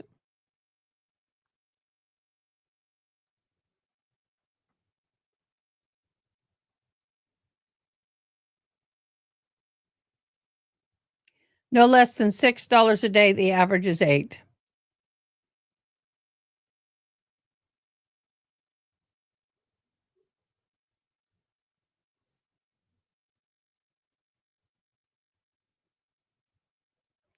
Compensation, you will be paid by the county in the amount of no less than $6 and no more than $50 per day or fraction of day served. However, the Commissioner's Court of the county may choose to reduce or eliminate the daily compensation for prospective jurors who attend court for only one day without actually serving on a jury. The County may choose to provide additional forms of compensation or reimbursements, including public transportation, mile reimbursement. Well, I've never seen anybody get that. Transportation cost reimbursement. Haven't seen anybody get that. Free parking. Well, they get that.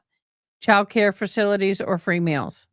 Your local court will provide you with the information regarding the existence or the extent of any of these programs, meaning they could, but they're not going to.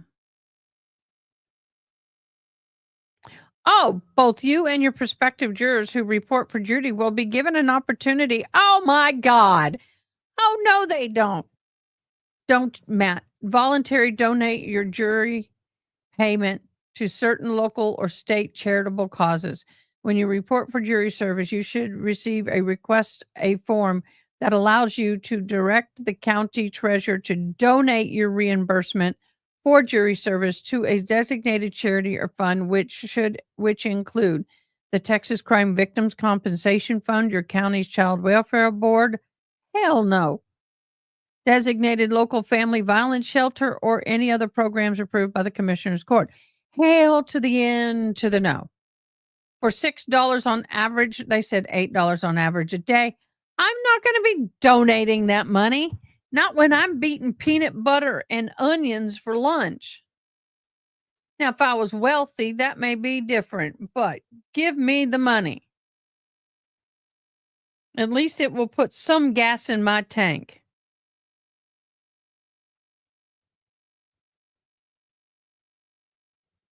Heck no.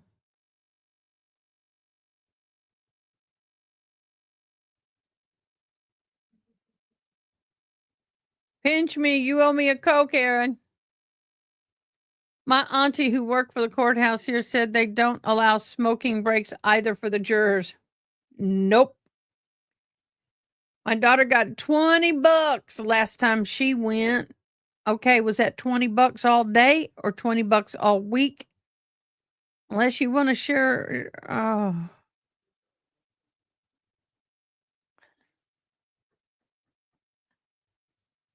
Nope, give me the money.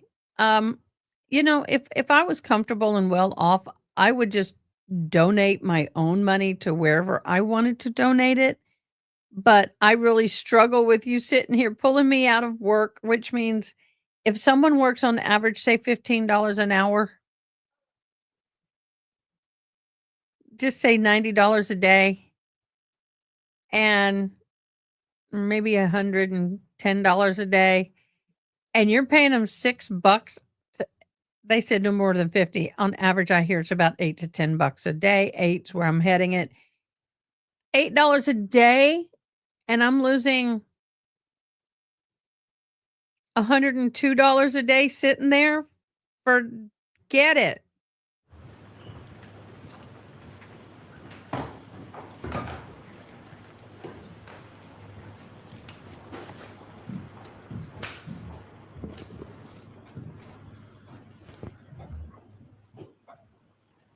It's no bueno. I hear them. Said, please be seated. Court is in session. All right, Mr. Alessi, you can continue where you left off. Thank you, Your Honor. May I reapproach the witness? Yes. I'm glad she is moving the microphone away from her mouth. Before, Dr. we Scorpello, listened to her you have breathe in all front of day. you, which has been marked for identification as MN, and you were discussing. I've that. never You been to jury recognize duty. that document? Never had the honor. I'd love to, though. I'd do it for free. I recognize what it is, yes. And what is it? It is a picture of a stomach, of the mucosa of a stomach with multiple hemorrhages. And does that Can alcohol do that? exhibit fairly and accurately depict a? I definitely I'll, you know what, if I can use it as a publication. Yes, you can. Yeah, that's what I'll do, Your Honor. Thank you, Mr. President. So you can have it displayed. Thank you.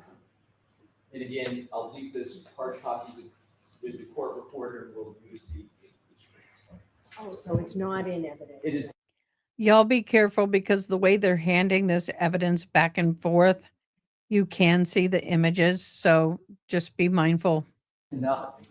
It's marked for identification. Yes, marked for identification, and we are with it. I know people, but I haven't. Mr. Wolf?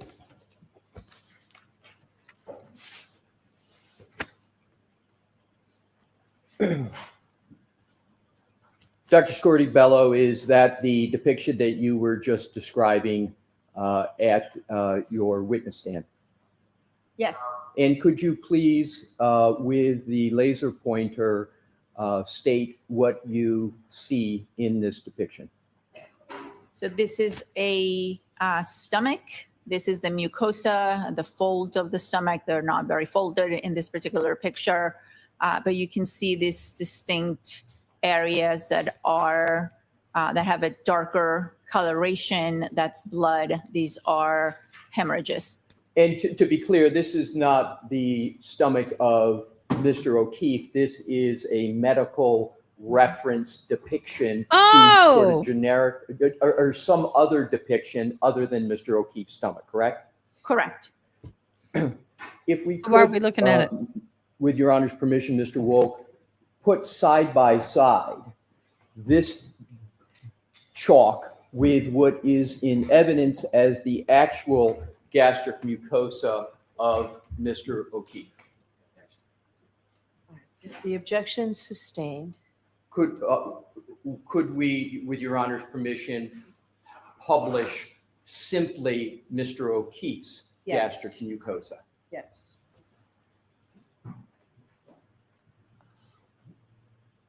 Why can't he put them side by side?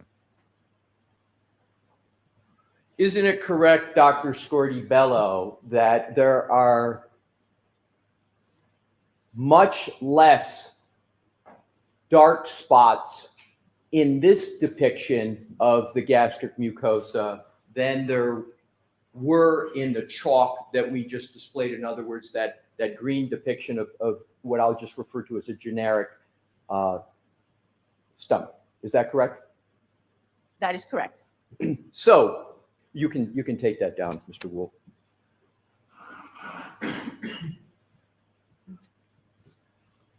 Isn't it correct that for hypothermia in the presence of Wisniewski's ulcers or spots, that you have to have a predominance of the stomach covered by the spots for them to be Wisniewski ulcers? I think there's different levels and different grades. In hypothermia, particularly death from hypothermia, wouldn't you expect to see a predominance of those ulcers, meaning they take up most of the stomach lining? Isn't that what you would expect to see? Not always. I have seen that. I have also seen cases with much fewer spots, as you refer to them. But isn't the majority of the cases that you have seen where someone has actually died from hypothermia that the ulcers predominate, take up greater than 50% of the stomach? Yes. And what percentage of the, and I'm trying to avoid putting it up again. So what percentage of the gastric mucosa of Mr. O'Keefe would you estimate is taken up by the ulcers that you have identified? I would say somewhere between 10, 15%. Just 10 and 15%. Thank you. Now, if we could look to the issue of continuing with hypothermia, let's go to frostbite. Did you note any evidence of frostbite on the deceased, Mr. O'Keefe? No, I did not. Do you know what the weather conditions were in Canton, New York on the early morning? Canton, Mass. Saying Canton, New York. My apologies. Everybody, Mass! Did you know the weather In Mass. in Canton, Massachusetts, He's from New York, I think. starting at midnight on January 29th, 2022, going through 6 a.m. on January 29th, 2022. It was very cold. There was a blizzard coming. They called it a nor'easter, right? Correct. And when you say very cold. Thank you, June. I got the in addition to recipe. Very cold, do you recall whether there were gusty winds? I believe so. And do you understand that when there's a very cold temperature in Fahrenheit and you add gusty winds, that is called, when you apply the two together, that's called wind chill, right?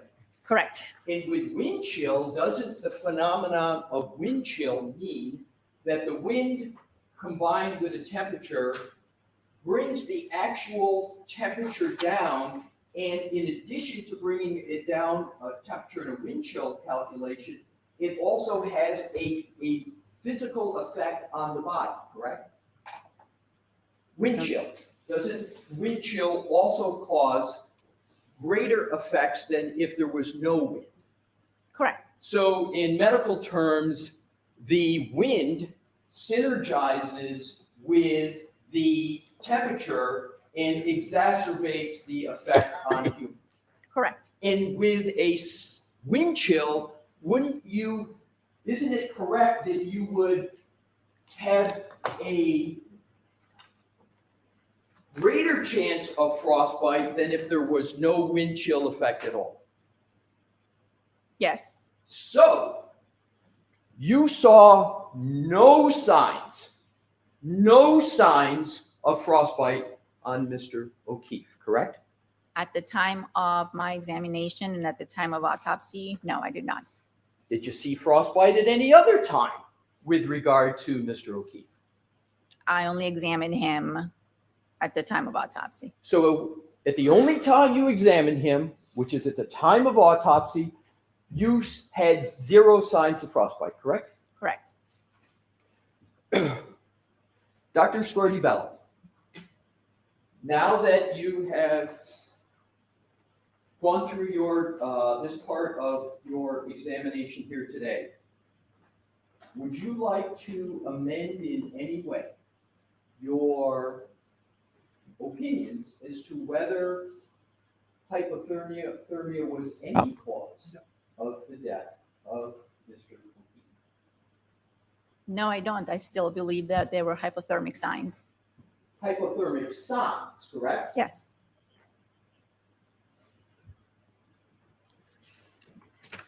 I'd like to move to another topic area, please. You did not include in your autopsy in any fashion any discussion of whether Mr. O'Keefe's injuries were consistent with a motor vehicle accident, did you? No, I did not.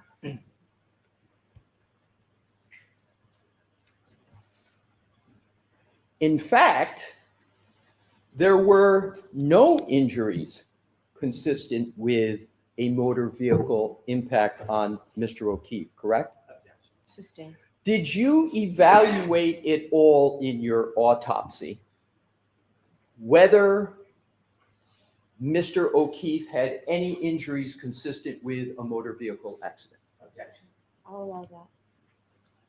Yes, I did examine his lower extremities. That is protocol in any case of suspected impact with a motor vehicle.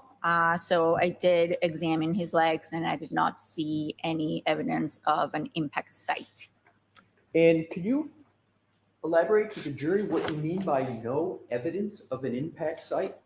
I'm going to sustain that objection. What do you mean in your answer, no evidence of impact injuries? I'll allow that. What I look for is some sort of bruise, either on the outside of the leg or bleeding on the inside after the skin is reflected in the soft tissues, or any fracture of the bones of the legs. I did not observe those things. That was going to be my question. You did not observe any of those things, correct? Correct.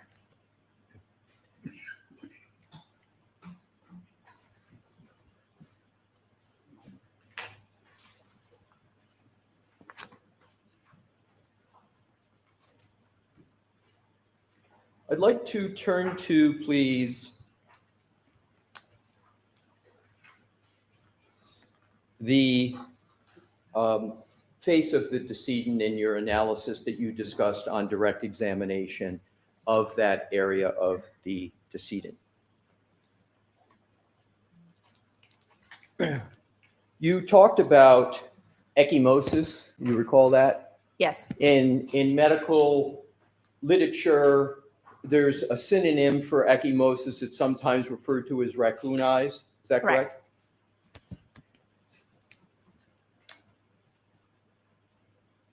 Ecchymosis doesn't cause a laceration to an eyelid, does it? No. Ecchymosis does not cause a laceration to a nose, does it?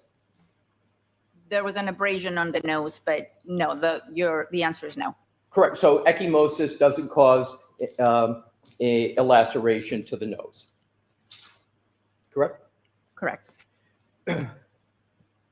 Did your report at all evaluate whether there was any significance of the laceration to the eyelid that you spoke about in your direct testimony? What do you mean? Other than just noting that there was a laceration to the eyelid, did your report at all evaluate the potential significance, if any, of that laceration to the eyelid? I noted it and photographed it, and it was part of the totality of the blunt impact injuries that I noted on both the face and the head. Do you believe that the laceration to the eyelid could be caused by a blunt impact injury? A laceration, by definition, is a blunt impact injury.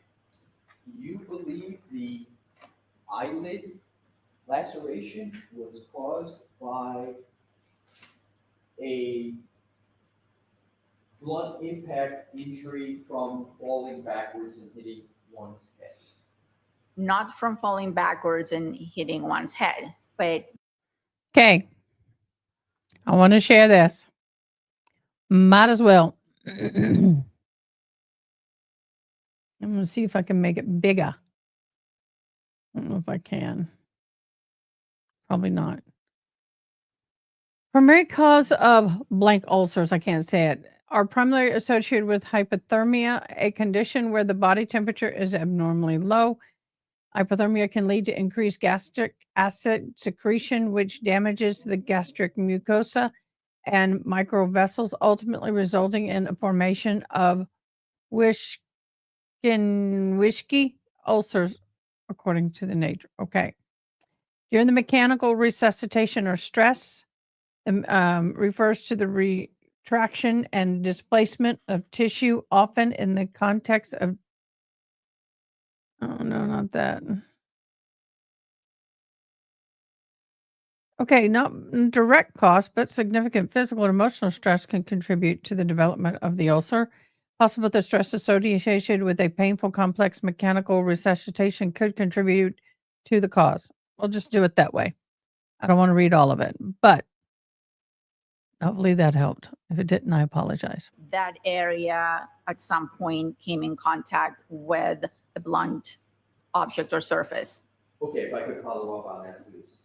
So you agree that if a person falls and hits the back of their head, that they cannot sustain an eyelid injury, is that correct? Correct. All right. And if somebody falls backward and hits their head, they can't sustain from that impact back of the head a laceration to the nose, correct? Correct.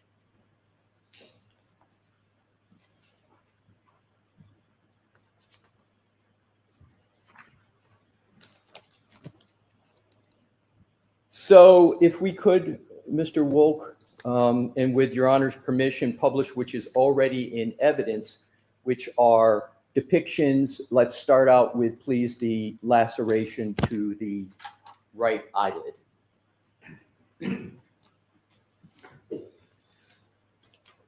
And Dr. Scortibello, is this the laceration to the right eyelid that we've been talking about of Mr. O'Keefe? Yes, it is. Yes, it is.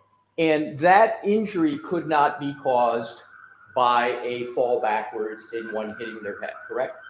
No. I'm sorry, we'll just need, and then I'm going to repeat the question.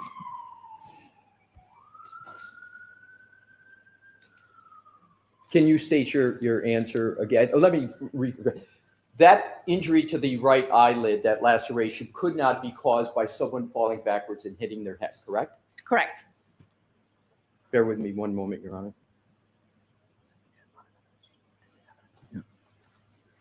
Thank you so much, Elena. You're so precious. approach, Your Honor? Thank you. You're so precious. Thank you.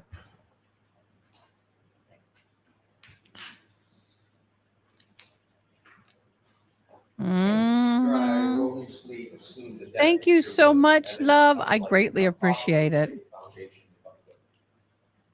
We only have 10 likes. Come on, guys. We need to get the likes up. You see what's We need in more front of likes. you. Can we mark this? So, Mr. Brennan, are you objecting to that coming into evidence? Okay, so let's just put it in evidence. 165. Thank you.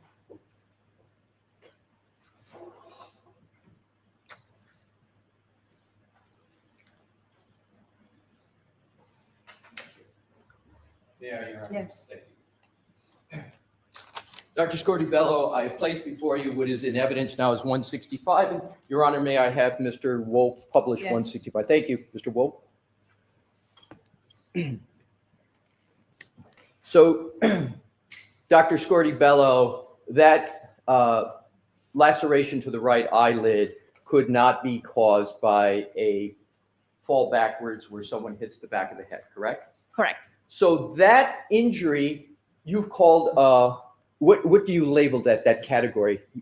Traumatic, did you use that phraseology? Blunt impact. Blunt impact. So that's a blunt, in your opinion, that's a blunt impact injury, correct? Correct. So is it correct that that injury had to occur in some manner other than falling backwards and hitting one's head? Yes. And Oh, is that that's injury huge. consistent or inconsistent with a punch? I'll allow it. Could be consistent. If we could, Mr. Wolk, have the laceration to the nose.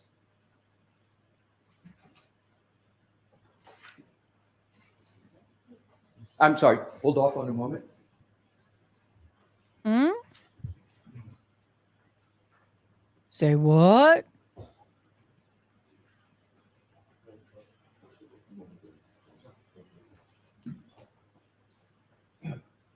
Your Honor, Mr. Brennan has agreed to stipulate this going. Okay, so like we can mark it. 166. Oh, thank you. Thank you.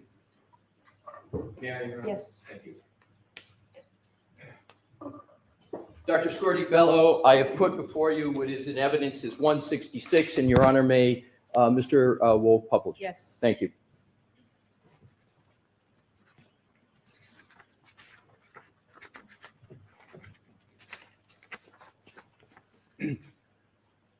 Dr. Scortibello, does that exhibit fairly and accurately depict the laceration to the nose of Mr. O'Keefe?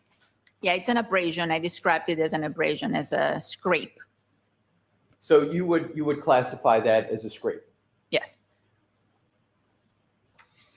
That scrape could not be caused by someone falling backwards and hitting the back of their head, could it? Not by a single event, no.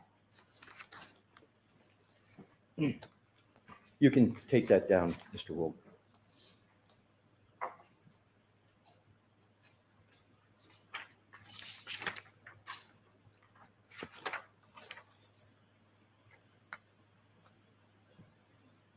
On your direct testimony, you talked about injuries to the right arm of Mr. O'Keefe. Do you recall that? Yes, I do.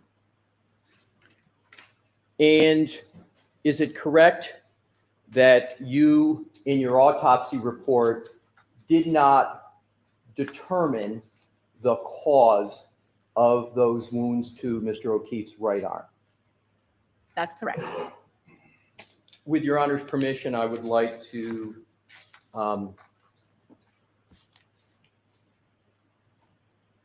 Mr. Brennan.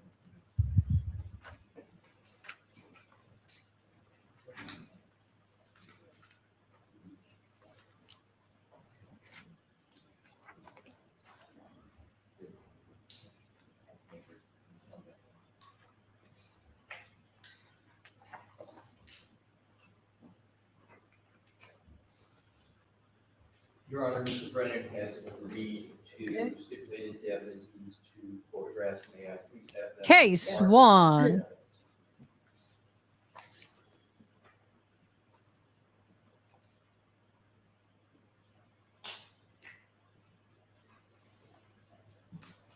Exhibits 167 and 168. Thank you.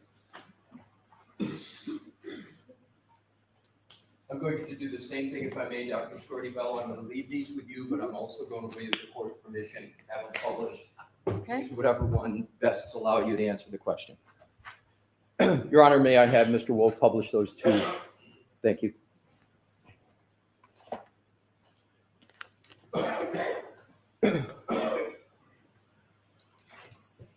With regard to what is on the screen, am I correct that you noted these injuries and these wounds to Mr. O'Keefe in your autopsy report? Yes, And am I correct that you noted that there was a pattern to those wounds? correct. And although you noted there was a pattern to the wounds, you were not able to determine the cause of those pattern wounds. Is that correct? That's correct.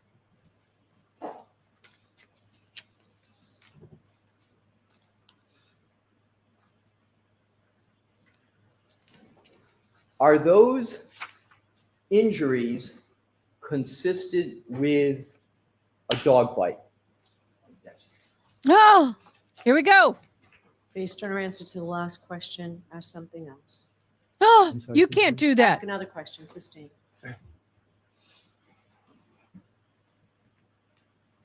You can't Can do that, you Judge.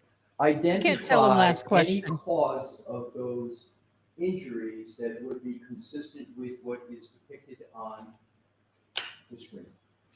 Objection. So, Can't. can you answer that, Doctor? I cannot.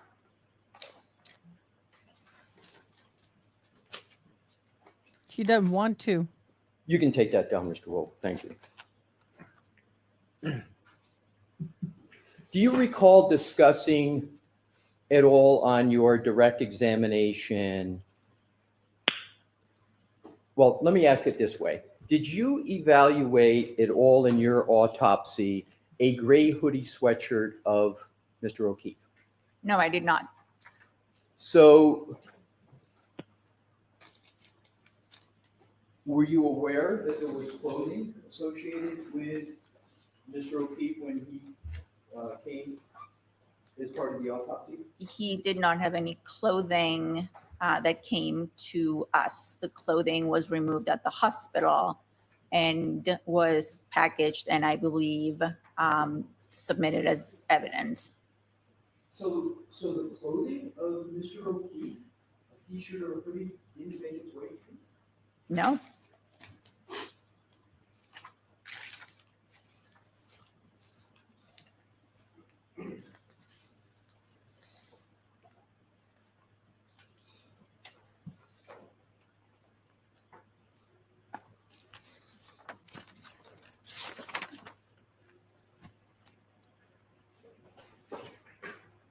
You were unable to reach a determination as to the manner of death of Mr. O'Keefe, correct? that is correct. So you had doubts about the manner of death of Mr. O'Keefe, and you consider those doubts reasonable? Sustained. Sustained. You were not able to reach a determination as to the manner of death of Mr. O'Keefe, correct? Correct. And manner of death, as you've testified, includes the circumstances surrounding death in addition to the medical analysis that you performed. I'm sustaining it, asked and answered.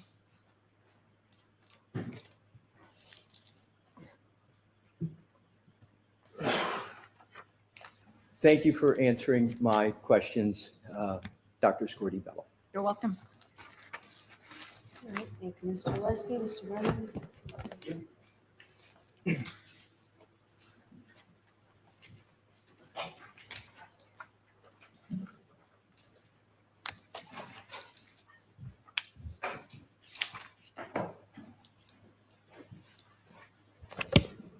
Doctor, how many autopsies have you performed in your professional career?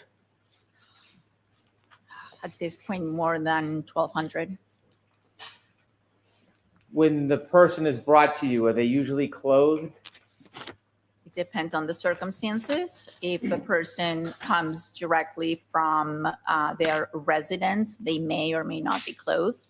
If the person comes from a hospital where they went first for treatment, many times the person is unclothed. They may be wearing a hospital gown, but in most cases, that clothing has already been removed. If that clothing has already been processed, is it common that it would be brought to you for inspection? Objection, Your Honor. Sustained as to the point. Is clothing that is not accompanying the person's body commonly brought to you for observation? Objection, Your Honor. So let's move on. No, that's a Or legitimate ask you. question. What the hell? You were That's a asked legitimate questions question. about your opinions relative to spots in the organs of Mr. O'Keefe, and you were asked about part of your statement in the grand jury. When you provide statements, is it important to have the statement in context to understand it? Yes. Is it important to have a complete statement rather than just part of a statement? Yes. And when you were asked the question that counsel asked you, do you remember that grand jury testimony you gave? I remember it was a long time ago, Okay. but I do remember most of it. Do you remember when he read part of your answer? It was in response to a grand juror's question. Yes. And he read part to you, right? I understand your question. And my answer is that I don't know, but given the environment, so if the injuries had been sustained in a different environment where the temperature wasn't that low, then there might have been an alternative explanation for those gastric and pancreatic hemorrhages. Do you remember that? Objection, Your Honor. The doctor can answer that. Do you remember Attorney Alisi read you that part of your statement? Yes. Do you remember that you had more to that statement that was left off when he confronted you with it? I'm sure there's more to this. To complete your statement, you said, but in the whole context, I believe that those are signs of hypothermia and not caused. Do you remember that completion to your statement? Objection, Your Honor. Sustained. You can show her the statement. Okay. I can approach. Ask you to take a look at part of your grand jury testimony. Do you remember Attorney Alisi reading part of your answer back? Objection, Your Honor. So I'll strike that. Have the witness look at it and go through it. Were you asked about your entire answer or just part of it? Objection, Your Honor. Sustained. Can you read the rest of the answer that you weren't given when it was read to you? Objection, Your Honor. So this is phrased as refreshing recollection, so follow it appropriately. Do you now remember there was more to your answer? Yes. Could you share with us the rest of your answer? without reading Objection, it. Your Honor. Without reading it. Turn it over, turn the paper over, please. Ask the appropriate questions, Tony. What? That's the kind of remember the part comments that that was she's left out? supposed to refrain from. Objection, Your Honor. I would say, sidebar, Your Honor, we need to have a talk. Bitch, please get your damn comments out of the courtroom. Sustained, overruled, but this crap is pissing me off. Sustained. Does it refresh your memory to the rest of your statement to the grand jury? I'm sorry, what was your question? After looking at this, does it refresh your memory to the rest of your statement you made to the grand jury? Yes. And could you share the rest of your statement with the jury, please? The rest of the statement was that I have to take those findings in the context which was presented to me. So in the case of this particular case, those hemorrhages, in the context of a body found in the snow, I believe they were due to hypothermia. Is your answer more complete in context? Objection, Your Honor. Sustained. You were shown a photograph of two individuals that were in the room at the time of autopsy. Do you remember that photograph? Yes, I do. And you were asked about certain names. Correct. You said that there would be a log identifying names. It would be a log, yes. A log. Do you remember exactly who logged in to that autopsy? No, I don't remember their names. May I approach? Show Mr. Lesson.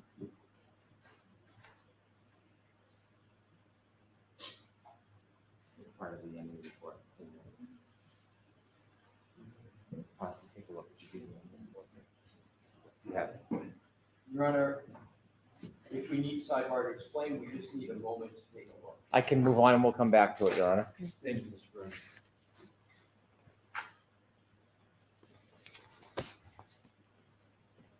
You mentioned that Mr. O'Keefe's body temperature was a little under 81 degrees when he was brought to the hospital. Yes, that's what the hospital records stated. And again, a normal body temperature is? 98 degrees. So there was, is it fair to say there was over an 18-degree drop in his body temperature? Correct. You shared with us that you generally understood it was a blizzard and cold outside. Do you have any experience on how rapidly a body temperature will drop outside? The body temperature? Yes. Objection, Your Honor. Scope. No, it's within the scope. Let's see if she's got the basis. Overruled. The No comment. rate that the body loses heat depends on a number of factors. Depends on conditions, weather conditions. It depends on the original temperature of the body, and the higher the gradient between the body temperature and the environmental temperature, the faster the drop will occur. You were asked if there was any signs of frostbite. There was no type of freezer burns or anything on Mr. O'Keefe's body, was there? Objection, Your Honor. Sustained. Was there any type of burns on his body that would suggest that he was put in some type of machine or environment where there was cooling, mechanical cooling? Objection, Your Honor. Sustained. Sustained. Move on, Mr. Brennan. What the You were hell? shown a photograph, a chalk that had spots on them. Do you know where that photograph came from? I do not. Do you know who that was from, what person that was from? No, I do not know the context of that picture. Do you have any information on the circumstances which led to that condition? I do not. Do you have any information about what caused the condition that you saw on that chalk? I have seen similar pictures in textbooks depicting gastric hemorrhages or Wisniewski spots.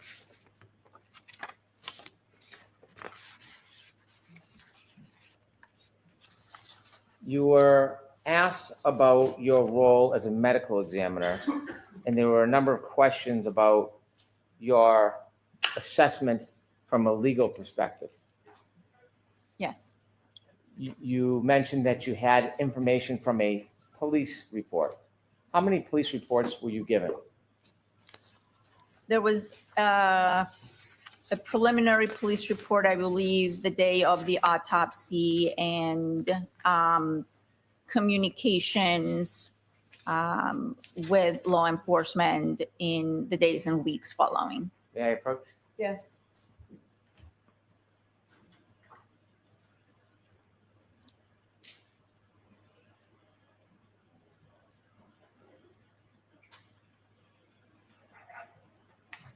I think she, Document, do you recognize that her document? behavior is deplorable. Yes. My humblest What of is it? opinions. This Don't mean much. is a police report on this particular case. Is that a police report from your file? Yes. And that police report, is that the police report that you considered? Amongst other information, yes. How many lines is that police report? 11. What's the date and time of that police report? This was initiated on January 29th. It says at 1941. I have this marked for identification, all right? Okay. And in the, witness another document? Let us mark it. Oh, sorry, let me have that back. Yeah. 2Q for identification. Thank you. May I approach your? She can want in one hand and Document, was that another document in your file? in another. Yes. And is that another report that you considered? Yes. How many lines is that report? 5. I'd move to have this marked for identification, please. All right, can you hear the fart? Can you hear that at all? Thank you. Exhibit RR for identification. May I approach again? Yes. I'm going to go back to the questions I asked you about logging in and refreshing your memory. Mhm. I'm going to hand you a document. I'm not going to ask you to read it aloud. Dang, Ask I you don't to know why look it's at it. doing it.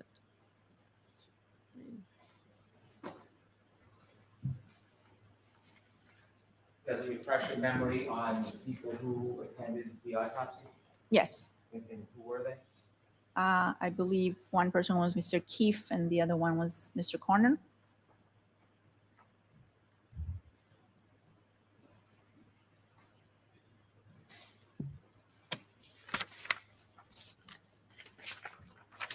Are you part of the criminal investigation team? No, I am not. Did you go to the scene and evaluate any evidence? No, I did not. Did you do any of your own detective work or investigation in this case? No, I did not. No, I did not. So when you were asked questions about your role as the medical examiner in your medical evaluation of Mr. O'Keefe's body, you were also asked whether you considered any part of the legal aspect. She will Remember be those our last questions? witness of the day, y'all. You were never, well, let me ask you.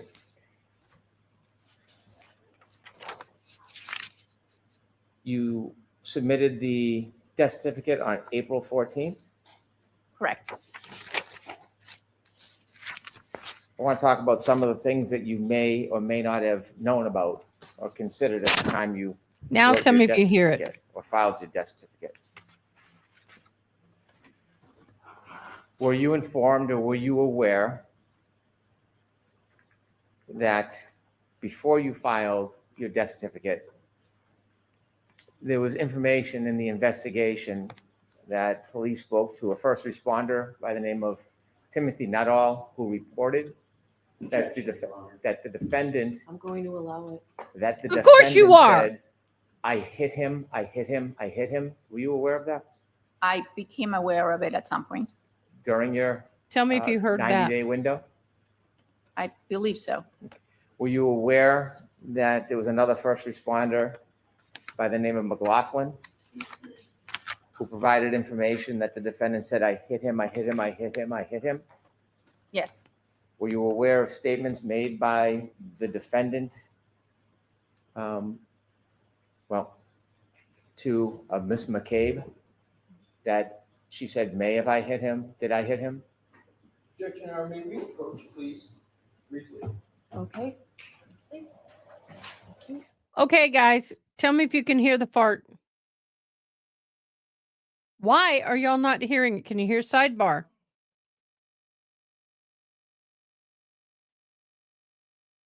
I know, right? Why is it that you can't hear this and you used to be able to?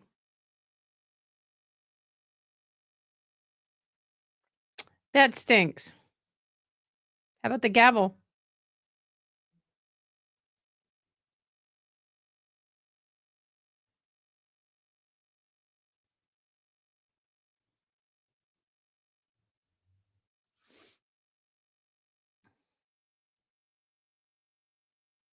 I'll figure it out. Record scratch.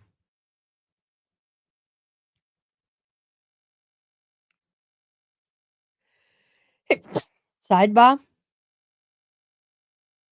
I don't know why all of a sudden it's not working, and it was working, so I'm just going to have to turn it off, turn it back on, see if I can get it to work. We'll see.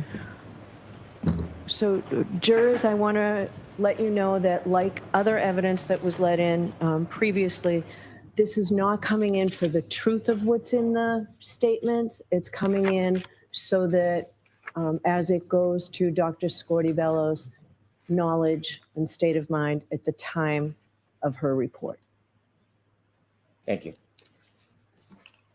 At the time of your death certificate that you filed, were you informed that a Jennifer McCabe had reported that the defendant said, did I hit him or could I have hit him multiple times? Objection, Your Honor. I'm going to allow it. I don't believe I knew about Miss McCabe. Did you learn that Ms. McCabe reported later that the defendant, while speaking to first responders, reported that she had hit him? Did you know that? I was aware of that information later on. Were you aware of the investigation regarding alcohol consumption? Yes, Were you aware that the police or Massachusetts State Police spoke to other witnesses about their observations that night? about their, Their observations? yes, Were you aware of an interview by Trooper Buchanan with firefighter Daniel Whitley on February 7, 2022? I don't remember. Were you aware that Mr. Whitley told the police that the defendant had expressed that she had gotten into an argument with the defendant that night? That was part of the information I was given, yes. Were you aware of a report from first responder Anthony Flamate about statements made by the defendant to him? I don't recall that particular first responder, no.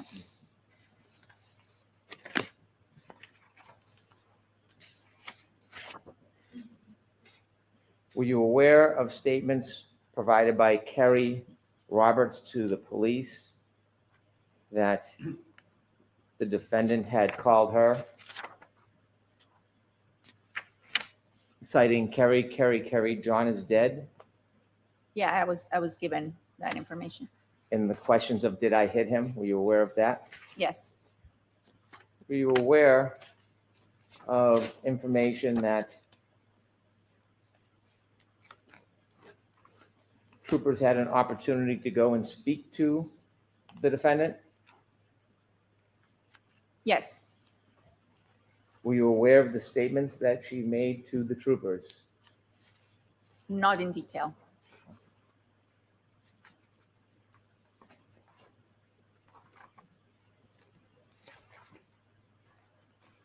Were you aware that when they spoke to her on January 29th, she informed that she had a broken taillight on her vehicle but did not know how it happened? Objection, Your Honor. I'll allow that. Yes, I was provided with that information.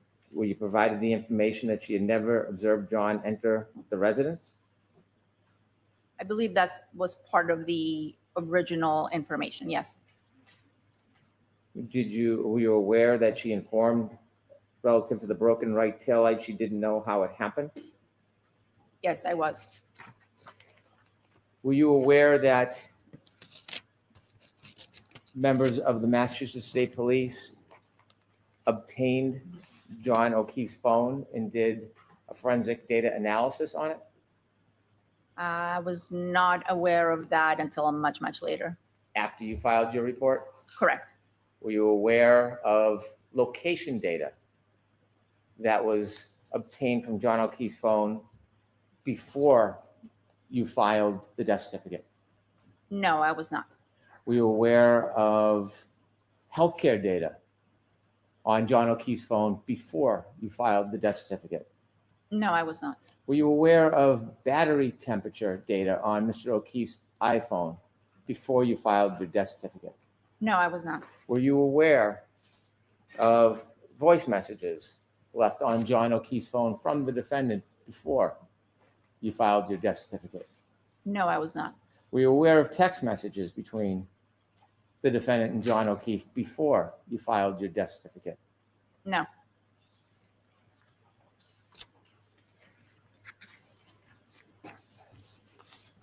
Were you aware of statements from the defendant to various media outlets? No, they're before you not. filed They your death tried. certificate? No, I was not. They tried. Nope. Did anybody ever come to you after you filed your death certificate and ask you to change it? No.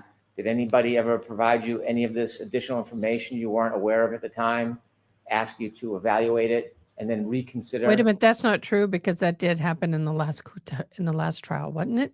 Didn't somebody come up and ask her to, you might want to double check this? Your finding? No. I thought somebody tried to get her to change the death certificate findings. You were asked some questions about impact injuries.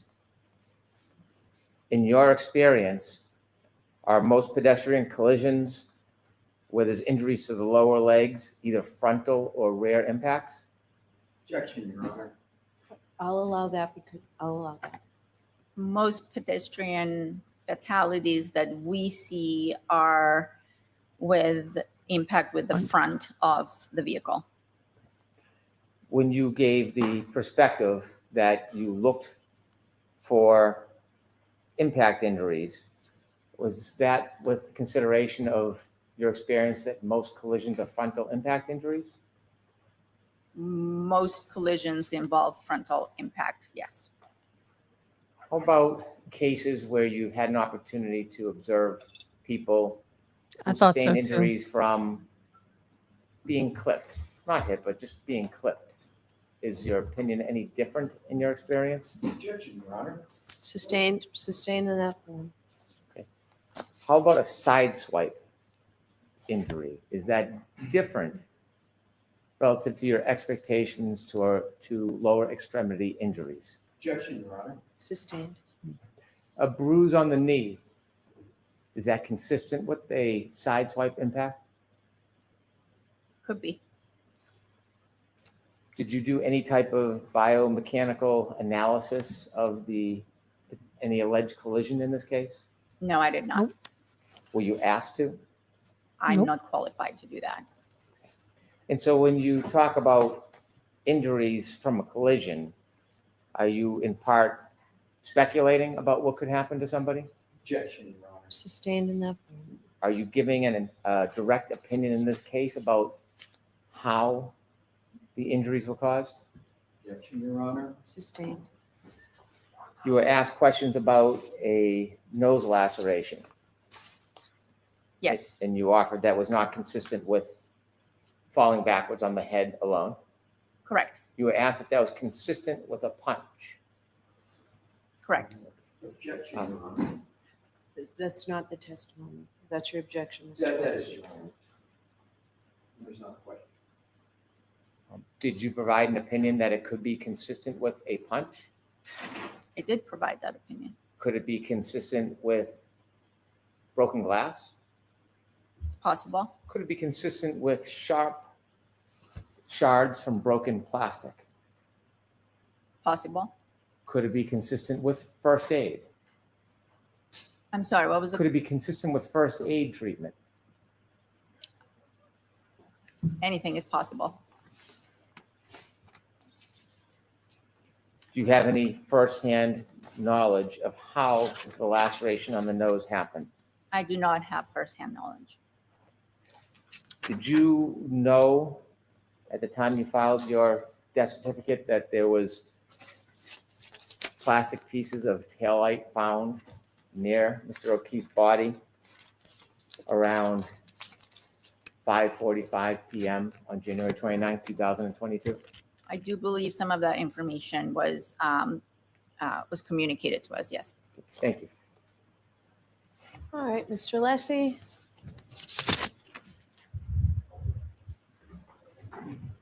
Thank you, Your Honor. All right, Mr. Leslie. It's Alessi, not Lessie. I didn't hear Dr. the Scorty Bello, this Attorney Brennan just asked you questions about alcohol consumption. You had the opportunity to evaluate the medical records of Mr. O'Keefe, correct? Correct. And you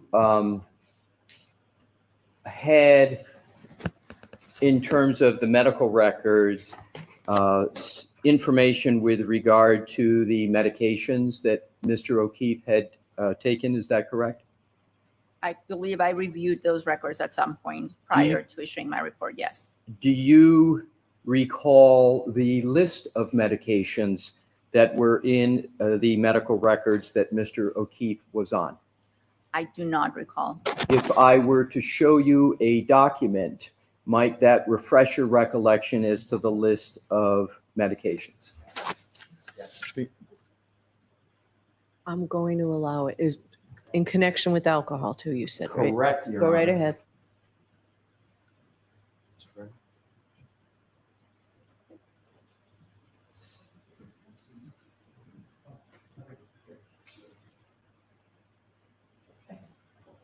Yeah, Coach, Your Honor. Yes. Dr. May I? Your Honor? Yes. Dr. Scorty Bello, may I stand by the witness here? Yes. Thank you. Dr. Scorty Bello, I am providing you with a document. Up at the top, it says John O'Keefe, and I would like to draw your attention to medications. And to expedite it, I am going to focus on the fourth item on that list. Can you state what that medication is? The fourth item is omeprazole. Does that refresh your recollection as to one of the medications Mr. O'Keefe was on? Yes, And that medication is, it's an antacid. right, and so omeprazole is the trade name of omeprazole Pepsid? I believe so. And Pepsid is a proton pump. Okay, sometimes when they intubate, well, they'll tape your eyes down. And some people, when they remove that tape, can damage the skin and give a black eye. Inhibitor? Correct. And So I'm the told. proton pump inhibitor stops the proton pump in the stomach from releasing acid, correct? Yes. And we're going to come back to that in just a moment, but do you also recall testifying at the grand jury with regard to alcohol consumption and potential alcohol consumption of Mr. O'Keefe? I do remember testifying, yes. And do you recall what your testimony was with regard to alcohol consumption and small ulcers in the stomach potentially associated with alcohol consumption? Alcohol consumption, I don't recall my exact words at grand jury, but alcohol consumption can lead to gastric ulcers. And alcohol consumption can lead to gastric ulcers. And what medications can treat gastric ulcers. Well, they don't treat them, they prevent them, but that would be a proton pump inhibitor such as omeprazole. Right. So, isn't it correct, therefore, that the ulcers that are observed in the stomach of Mr. O'Keefe that we talked about, the gastric mucosa, could have come from ulceration due to alcohol consumption, It's possible. as opposed to hypothermia, correct? Correct.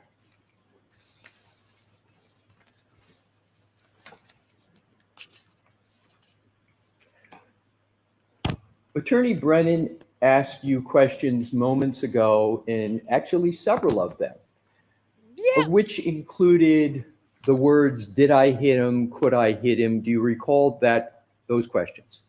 I do. And isn't it correct that you had that information before you issued your final findings in this matter in April of 2022? Yes, I did. So, even though you had all that information, you still were unable to conclude the manner of death of Mr. O'Keefe, correct? Correct. Thank you, Dr. Scordi-Bello. All right, doctor, you are all set. Thank you, Thank you Your very Honor. much. I'm going to see counsel at sidebar. Something happened in court. She just got a note. She just got a note. Ruh-roh, when the judge gets handed a note like that, that ain't good, y'all. Oh, forgive me, but these hearing aids, I have to tickle it a little.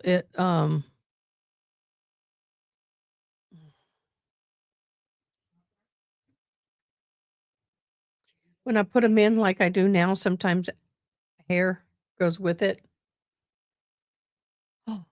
Oh, they're taking, okay, that's okay. They're just taking up all the badges, all the press pass badges. Okay. I was hoping, what? What are you taking? All their press badges.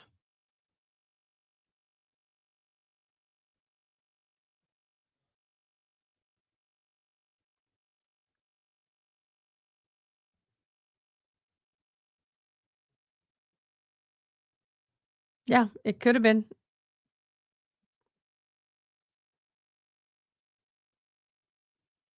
Wonder what's going on, yo.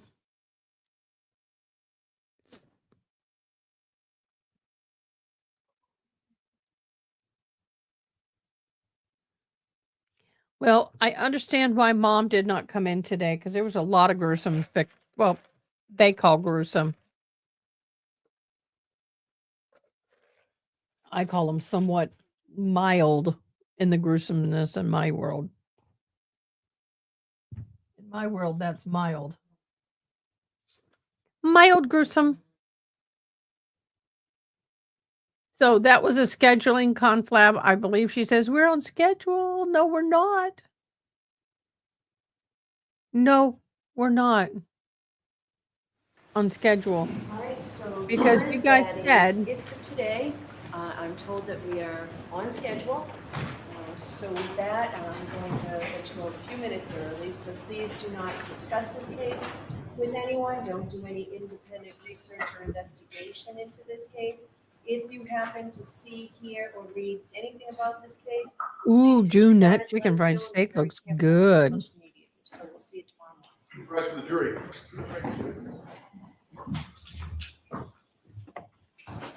Because it's a lottery. I guess, I don't know. I found that interesting. So she says that they are on path. I beg to differ with that. She said that they would be, what's the word I'm looking for? 3 weeks for the prosecution is what was said. 3 weeks. It is now week 5. Be seated. All right, so Mr. Lessie, I'll hear you. Your I'll Honor, hear you're you, being a Mr. Lessie. bitch. Thank you, Your Honor. The topic I would like to raise with Your Honor is the timing and nature and significance of the information that the defense has received from the firm Aperture. And Your Honor may recall there are two individuals on the witness list that we understand are to testify in this matter. First is Dr. Judson Welcher, and the second is Shannon Burgess. And are they testifying in reverse order, though, than what you said? My understanding is, Your Honor, yes, that Okay. my understanding, Mr. Brennan has the best information, is that it's proposed that Mr. Burgess testifies first and Dr. Welcher testifies thereafter. Okay. So the Commonwealth has established in reports right up until not established, they had stated in the reports of Aperture, particularly the slide presentation of Dr. Welcher, a trigger called 1162.2 that they had associated in the report of Dr. Welcher with a specific time. And that specific time that they have associated with that trigger is 12/31/38 to 12/31/43. And we have been assuming that information, and this is from best memory, but I believe it's slide 137 or so, where the Really? this statement is in the slide. And so we have proceeded with our defense. We have proceeded with the work that has been assigned to ARCA. You're going to lose this, based dude. upon that time period. On May 8th, not too long ago, Your Honor, we received an amended report of Shannon Burgess that pushes that time period. I'm just going to get it. So, although it was dated May 8th, we received it actually on May 11th. And in that report, Mr. Burgess states that he is making an amendment, and he is now stating that that infotainment trigger of 1162.2 is further back in time, and it is past 12/31/43. Do you have the time? I'm going to get the exact time, Your Honor. It is 12/32/16.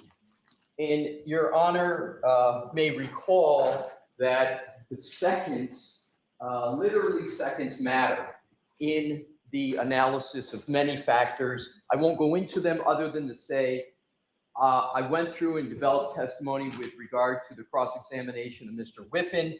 He had a timeline. He talked about much human volitional conduct. Suffice it to say that that information is literally by seconds determinative in some ways of various analysis. So we basically commissioned, if you will, ARCA to be looking at matters based upon the infotainment trigger 1162.2 of 12/31/38 to 12/31/43. As of May 11th, we received information that has changed that. Now, Your Honor, that is a Rule 14 violation among other issues, but I wanted to start there. It's a Rule 14 violation.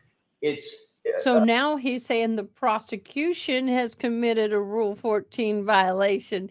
And if it was the defense, Brennan would be up there acting like a freaking baby that lost his lollipop and his thumb and Patsy all at once. Go get him, Alessi. obviously, as I stated, an amendment of a report of a Get him. significant matter. And also, with regard to the defense's ability to provide a defense, we have to be able to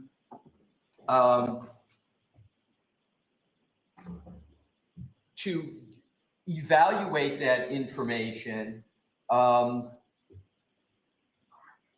in terms of our entire defense. And it's just not limited to ARCA, it's our entire defense. The other data point I want to get to, so the effect it's had, we still haven't even been able to evaluate entirely that. And I believe, Your Honor, based upon the information that I have, that this may have been a calculated matter by the Commonwealth, but even assuming it's not calculated, the effect is pronounced. So what I want to do, Your Honor, is to look at what the reason Mr. Burgess has given, which leads me to be very concerned about a calculation and a strategy calculation here. Mr. Burgess states in his own words that the reason why he is changed, that time is being changed, is to, quote, align the trigger with Mr. Whiffin's analysis. And Mr. Whiffin's analysis is based upon the extraction data from Mr. O'Keefe's phone. And I believe it's undisputed that the extraction from Mr. O'Keefe's phone occurred years ago. And the data from that has been extant, it's been available years ago. So to me, Your Honor, that basis can't be a proper basis at particularly this stage where we are approaching the end of the trial, just literally days before the testimony of Aperture. Get him! Get him! And we are in a very, very almost impossible, challenging situation. So, Your Honor, there are obviously, Your Honor knows the situation here. Our first request is that the May 8th report that we received on May 11th be not allowed, that it be not considered at all. As Your Honor knows, I don't like to use hyperbolic words, but the word has been used for us, against us, ambush, ambush, ambush. If there's ever an example of an ambush, this is it. And so, Your Honor, our request is that Your Honor find a Rule 14 violation, that Your Honor have the remedy be that the violation remedy be that this is not allowed, and that the Commonwealth proceed with its the information of Aperture that has been extant before the May 8th date of the report. Thank you. All right. Do you have another option if that's not something that we do, right? Because the Commonwealth moved to exclude ACA or have them go by their old report, right? Right. And Your Honor, I'm going to answer your question, but with just a quick point that this is really much different than ARCA because two reasons. We are the defense, and ARCA is a rebuttal to the prosecution's case. That is much different than a prosecution changing its theory of the case at this time. I understand that. I'm just asking if you Right. have So- another so- option. It's not what She's I not going to take it. am saying that I am proffering. I think the only remedy here is exclusion and a Rule 14 violation. And you're not waiving that. I'm not waiving that. No, I'm not asking you to. Your Honor. Okay, a continuance for how long? I could have a better answer perhaps to that question tomorrow. I haven't given what's been going on. I haven't even had a Right. chance to talk to ARCA at All all. right, so tomorrow morning, let me know that. All right,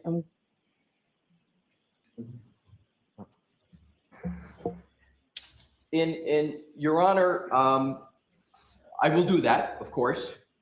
And I will also say, without getting into an elaboration of it, we have to look at all the witnesses that we called. I'll give you an example. Mr. Whiffin, I had my whole cross-examination, not whole, but a significant part of my cross-examination of Mr. Whiffin based upon going through human volitional conduct off that phone that was after that 1162 trigger.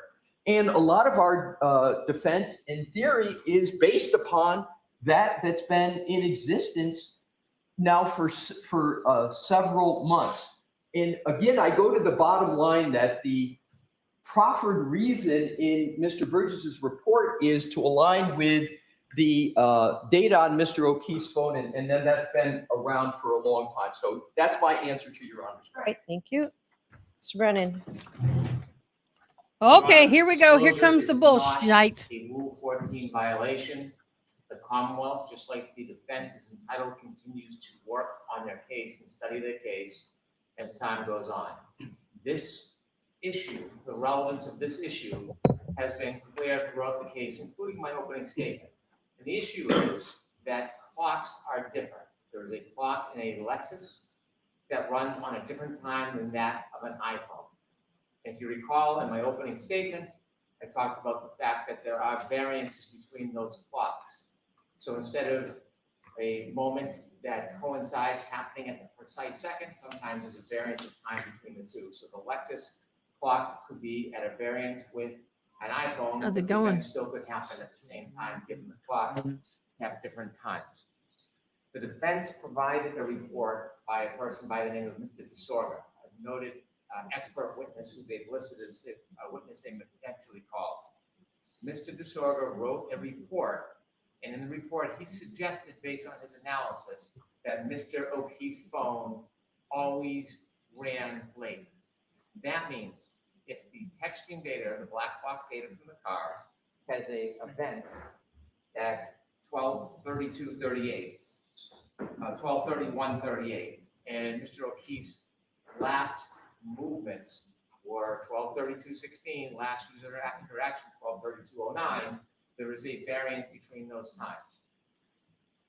We asked our expert to review their expert's report to see if he was accurate, that the variance means that these times would never align. And that's what he did. He studied the data, he studied the ways, he studied the Lexus black box relative to the time. Doesn't change anything, doesn't change the data whatsoever, just adds to the time. What he learned, from his opinion, is that Mr. DeSorga was wrong. He used information from different phones, not recognizing the items that these timelines came from, and that his time estimates are wrong. So then he looked at the time of the event of the ignition on and off, and he compared that to the Waze data. And when he did, he found that he could identify what the actual differential was. Instead of guessing that it was within the 30-second window, it was somewhere around 21 to 25 seconds. And that 7 minutes before the collision, Mr. O'Keefe's phone was 21 to 29 seconds ahead, which means you subtract that time, which puts it in the same variance that we've been arguing from the beginning, that the collision occurred at the same moments when Mr. O'Keefe last had user interaction, and that reconciles with the data. It does not change the text stream data or the black box information on the car whatsoever. It does not change ARCA's analysis whatsoever. We received this report on May 8th. I was surprised to receive it. I welcomed it. We turned it over on May 8th. There was no delay. It's been a week now. The defense has had this information. No, they didn't get it This is not till 11th. line anything. While it may reconcile or identify that variance more closely, it doesn't change any data whatsoever. And so this is not a Rule 14 violation. The effort was in response to disclosures that we believe were wrong by the defense expert, and it is clarified and it is favorable for us. And so we should be able to use it. Did you intend to use it in your case in chief, or only if this witness disorder? I don't remember reading that name, so I don't know how to pronounce In it. my case in chief, because we now have this available data. As I said, this wasn't. You lying sack. A shite. Response, fortunately, we received their Lion sack. which caused us to focus more closely. And now that we've identified that variance, rather than having an open variance of 30 seconds, we should not be precluded from favorable information that has been provoked by a report by the defense. Okay. Yes. I'll do it quickly. Okay. Attorney Brennan has provided a lot of information and he has accurately provided information, but he's got the time completely wrong and the significance respectfully completely wrong. I'm going to hit his 4 categories quickly. He said, he referenced Mr. DeSorbo, who is a defense witness. Two points about Mr. DeSorbo. First, Mr. DeSorbo provided his expert report within the reciprocal discovery deadline. Okay. And he provided that report months ago. Okay. So as I heard Attorney Brennan, he's saying the reason why we're getting something on May 8th is because Mr. Burgess supposedly is responding to that. That was months ago. Okay. The more apt point is, or an even more apt point is, Mr. DeSorbo was responding to the information of Aperture. It wasn't like Mr. DeSorbo was coming up. He was rebutting as defendants do. So, and it's Mr. DeSogra, D-I-S-O-G-R-A. Again, D-I-S-O-G-R-A. So that's an important point with regard to Mr. DeSogra. Now I want to go to Attorney Brennan's comment about clocks are different. I agree with Attorney Brennan on that. The shortcoming for Attorney Brennan's argument, however, is that the clocks are different concept has been in existence in this case for over 6 months. I can give you by memory Mr. Whiffin's report of December of 2024, where his report went into the different clocks and what their significance was. So that is almost 6 months ago, at least 5 months ago, the issue of different clocks has been in existence in this case.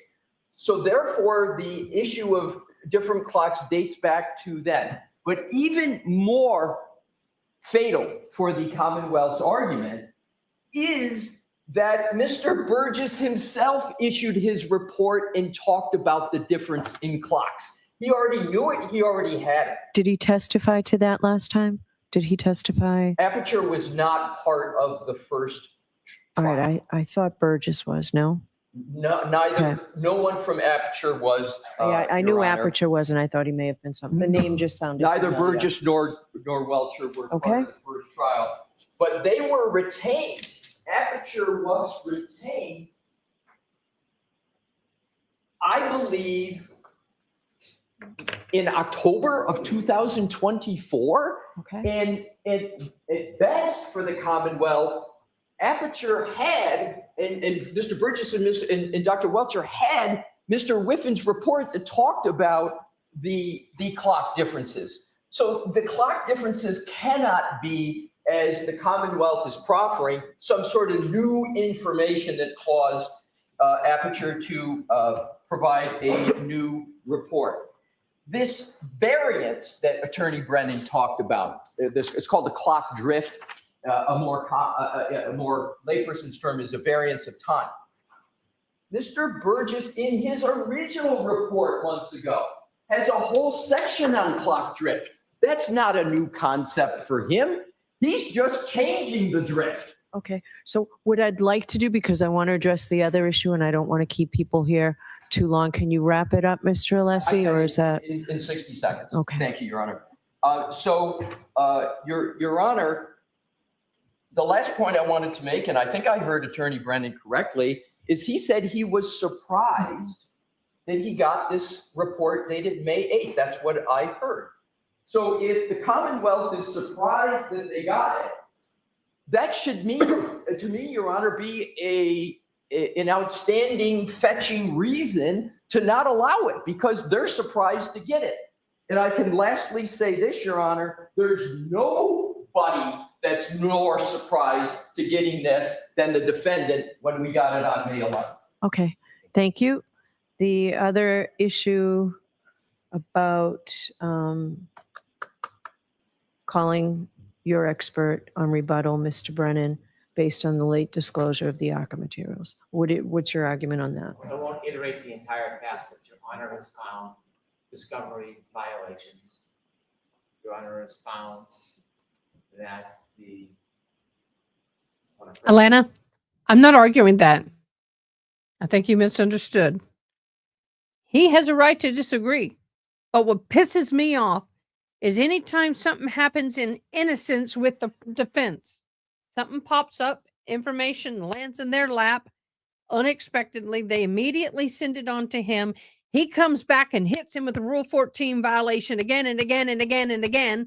And I'm tired of the crap because then when something happens and the defense is receiving things last minute or things they should have had or have a Rule 14 violation against the prosecution, it's Auntie Bev wipes it under the rug and Brendan cries like a little girl who lost her lollipop, her money, her purse, her toenail, everything under the sun. And I'm tired of it. You know, for once, something needs to go right, not what Auntie Bev wants to do, just because I don't know what her decision factor making factors are, but he does have a right to disagree. Even if I don't agree with him, but both defense and prosecution play a role in the court of law, even if we disagree with what's said. That's not the point here for me.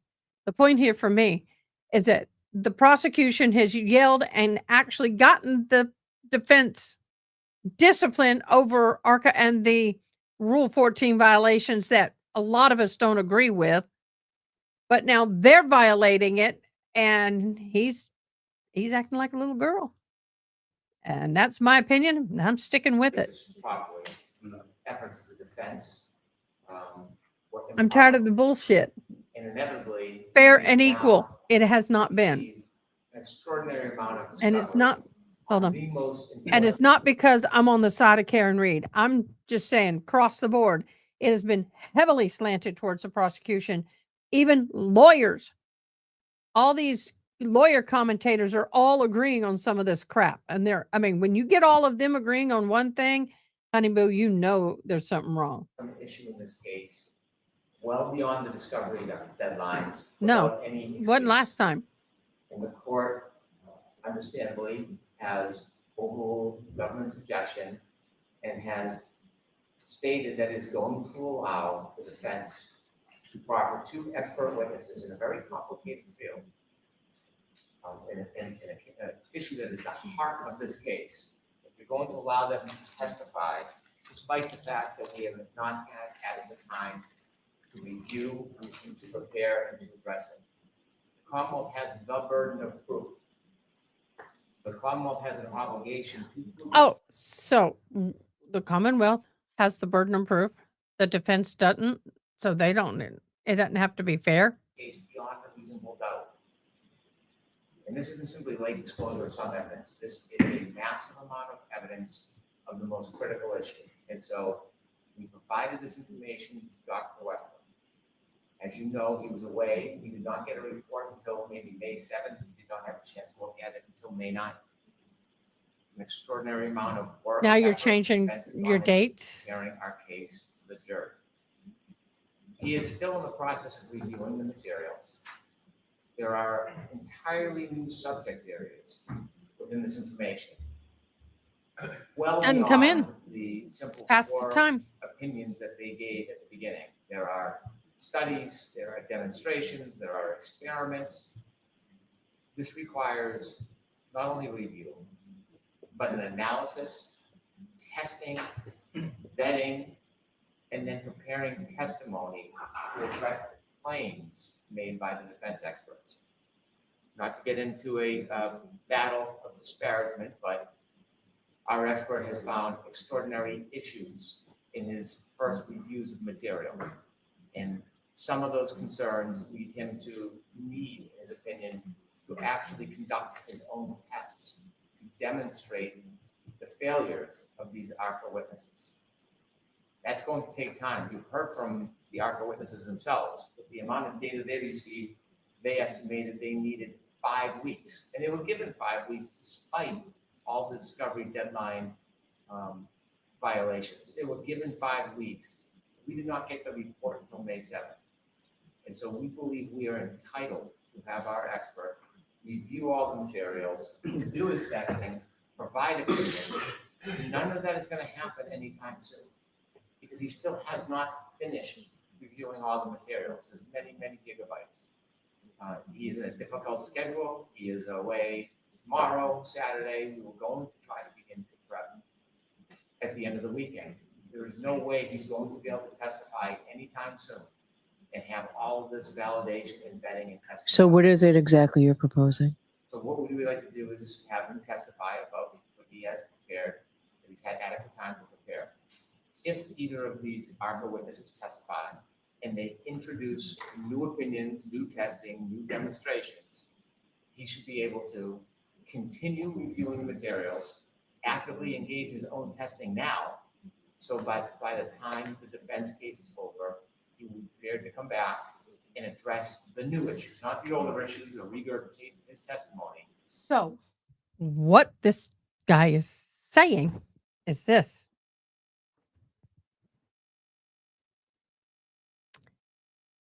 Continue with trial. The defense brings up ARCA. They bring up new information. We'd get to come back after the defense is done and challenge those with our expert, which is not how trial is done. You can do rebuttal, but you can't bring in new. Oh, snap. But to address any new issues that were provided in violation of discovery orders, and so that he can then Mods, address the go to jury mod on chat. those specific new issues. I see no other way of this expert fairly being provided, presented to the jury. The unfair prejudice cannot be cured in any other way. We ask that he be able to continue his review, offer rebuttal opinions on anything that is new, and not to encroach on anything that's been previously provided. Can Burgess testify after Welcher? No, because Dr. Welcher relies on Shannon Burgess's information material. It will make no sense. I thought about it. It makes no sense to the jury. His presentation. Although that's unless, okay, Shannon Burgess has an opportunity. to unless provide he's getting background. ready to get up and give us storming. Right. How much you want to bet? Mr. Lessie, I'll hear you on this. Thank you, Your There Honor. you go. Here he goes. I knew it. I'm I think predicting. and I understand that it's very well understand the time of the day, so I'm going to do this hopefully efficiently. When we're talking about ARPA and the information of ARPA, it's very important analytically to put them in their two proper buckets. The first bucket is the information and opinions of ARPA that have been in existence since February of 2024. Yeah, let's focus on the beyond. Let's focus on Okay, the, good, because my pithy conclusion is there should be no prejudice on that. and I don't think the Commonwealth's even suggesting that. So So if we're we, focusing just on the quote, new information bucket, Your Honor, it's very important to understand that what ARCA is doing is in response to the testing of Aperture. ARCA did not come up with new approaches.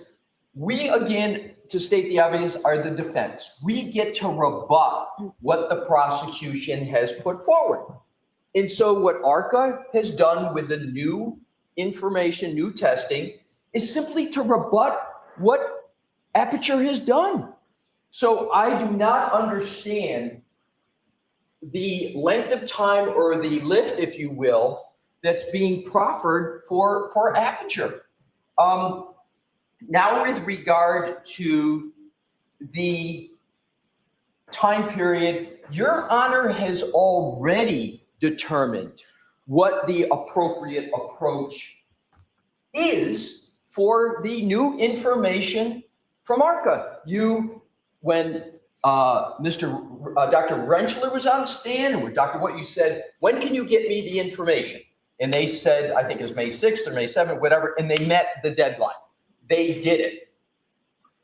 We proceeded along with the trial with that information. We complied with that request to continually try to claim that there should be ongoing remedies of something that's already been decided. I do not understand. So I did leave open. I did leave it open to address. You did leave open the time, but Your Honor didn't leave open that you were going to continue to address this matter as if the defense is making perpetual violations. There was a determination made, and then the question was the remedy. So I'm just addressing the Commonwealth, positing that somehow there's continuing violations.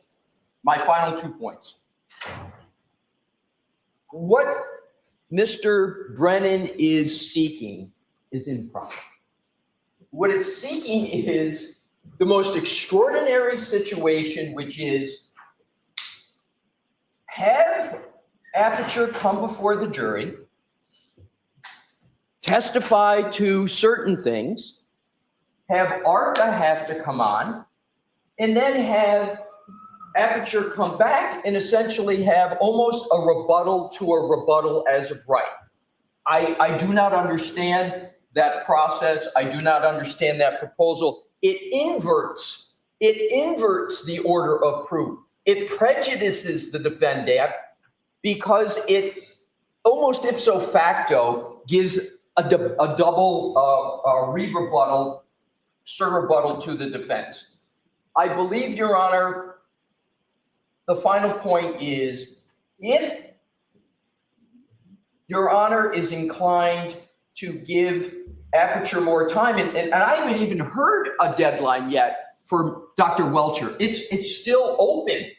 What I would recommend, Your Honor, is that we follow the proper order of proof. We determine when Aperture can conclude its review of the ARCA work, and that there be a reflection that keeps the order, namely that the prosecution comes in with Aperture, Dr. Welcher, and Mr. Burgess, and then the defense, as part of its case in chief, puts on ARCA, and we make the determination as to what happens there. Otherwise, what we're happening is here, it's almost a self-serving matter where the Commonwealth is getting to put on certain witnesses here from our witnesses and then have an automatic rebuttal. And Your Honor, I just think that's improper and prejudicial. There's another, and importantly, it's a burden shifting to the defense. All right, so I have a question for you, Mr. Lessie. Are you still thinking that if the defense puts on a defense, that will take roughly a week and a half for that to take place? That is our best estimate still, Your Honor. And not holding you to this, because obviously you have no burden. If ARCA is part of that defense, when in that week and a half time frame would that be? We haven't made a final decision, Your Honor, but we're pretty close that it would be toward the end. Okay.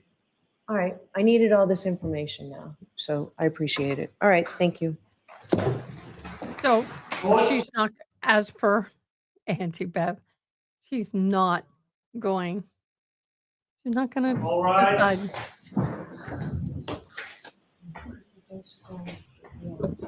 Goodbye.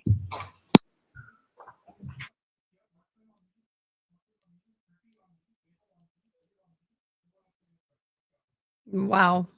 Oh my gosh, y'all. We'll see how she decides. Yeah, well, now they got a little get up and there go. They threw a wrench in it. See, from what I understand, is ARCA gave them the report. They got it on the 7th.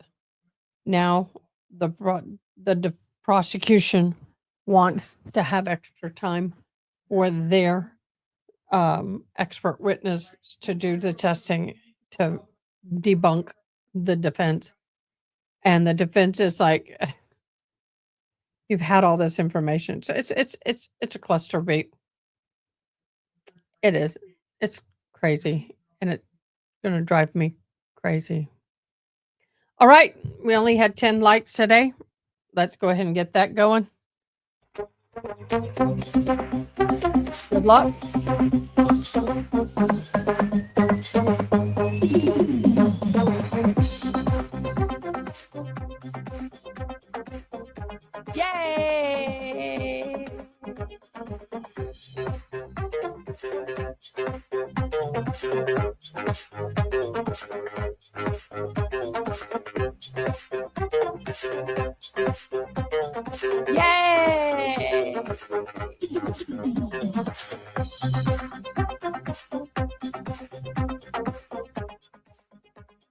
Ooh, that was a little loud. I'm sorry. Yay! Congratulations to all our winners. Thank you so much. Thank you guys so much for everything. Appreciate having you here with me tomorrow again, all day, starting at 8 a.m. We'll see how things go. But y'all be blessed. Y'all have a fabulous evening. Make sure you enjoy some time with your family and loved ones. You never know what tomorrow holds. Sorry, something just went off in my ear from Court TV. All my Facebook people, thank you so much for joining. You have been simply the best. Really appreciate you. Thank you so much. And I am so gracious to have you as a part of this channel through Facebook. Thank you so much for your support. Everybody, have a great evening. I'll see you tomorrow morning. And we'll do a recap before we go live. All right? Y'all be blessed. Miigwech. Good night. Thanks for watching. Please comment, like, share, and most importantly, subscribe. I hope you have an awesome day. Till next time, take care.